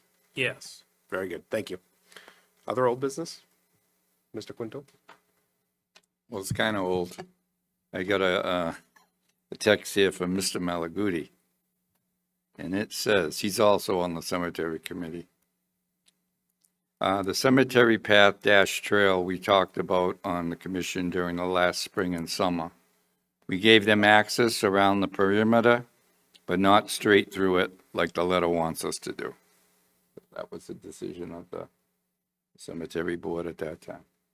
Hey, Everett, are you on the clock? You, I had to say that. Thank you. Other old business? Well, as Mr. Cohen alluded to, the vice chairman and I have been working with staff to bring about two initiatives in conjunction with the Wampanoag leadership. The first is a celebration of their recognition by the Commonwealth of Massachusetts as a recognized tribe. And the second is a return of land off of Hedges Pond Road near Hedges Pond. Because of those two things, I'm going to ask at our next meeting that per our new policy that the board give me an extension on the land acknowledgement. I'm going to be asking for an additional 60 days. I think that it's going to be just as charged of a meeting as our recent discussion surrounding ice activity in town. And I'd rather not distract from the efforts that I think will be really tangible and beneficial toward creating better relationships with the tribe and the town. So I will ask that at our next meeting, and we can discuss that at that time. Mr. Canty? So in relation to that, and I'll renew this, but just in preparation rather than springing it at that time, I think it would be important, I know it's still being worked on, but this was a request that myself and Mr. Cohen had made to add to the agenda, and knowing what the specifics that have been worked on without us would be important in knowing what's going on, and also it would be a comfort in the request to extend it, because we may have, myself and Mr. Cohen, as well as other members, may have things that we would like to see happen in that regard.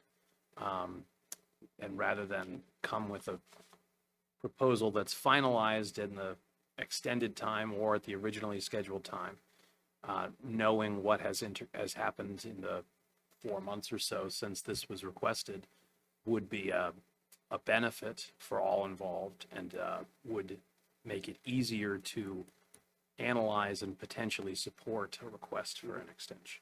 Sure, I can provide a more fulsome update. I think we should actually, you and I should have a conversation as well.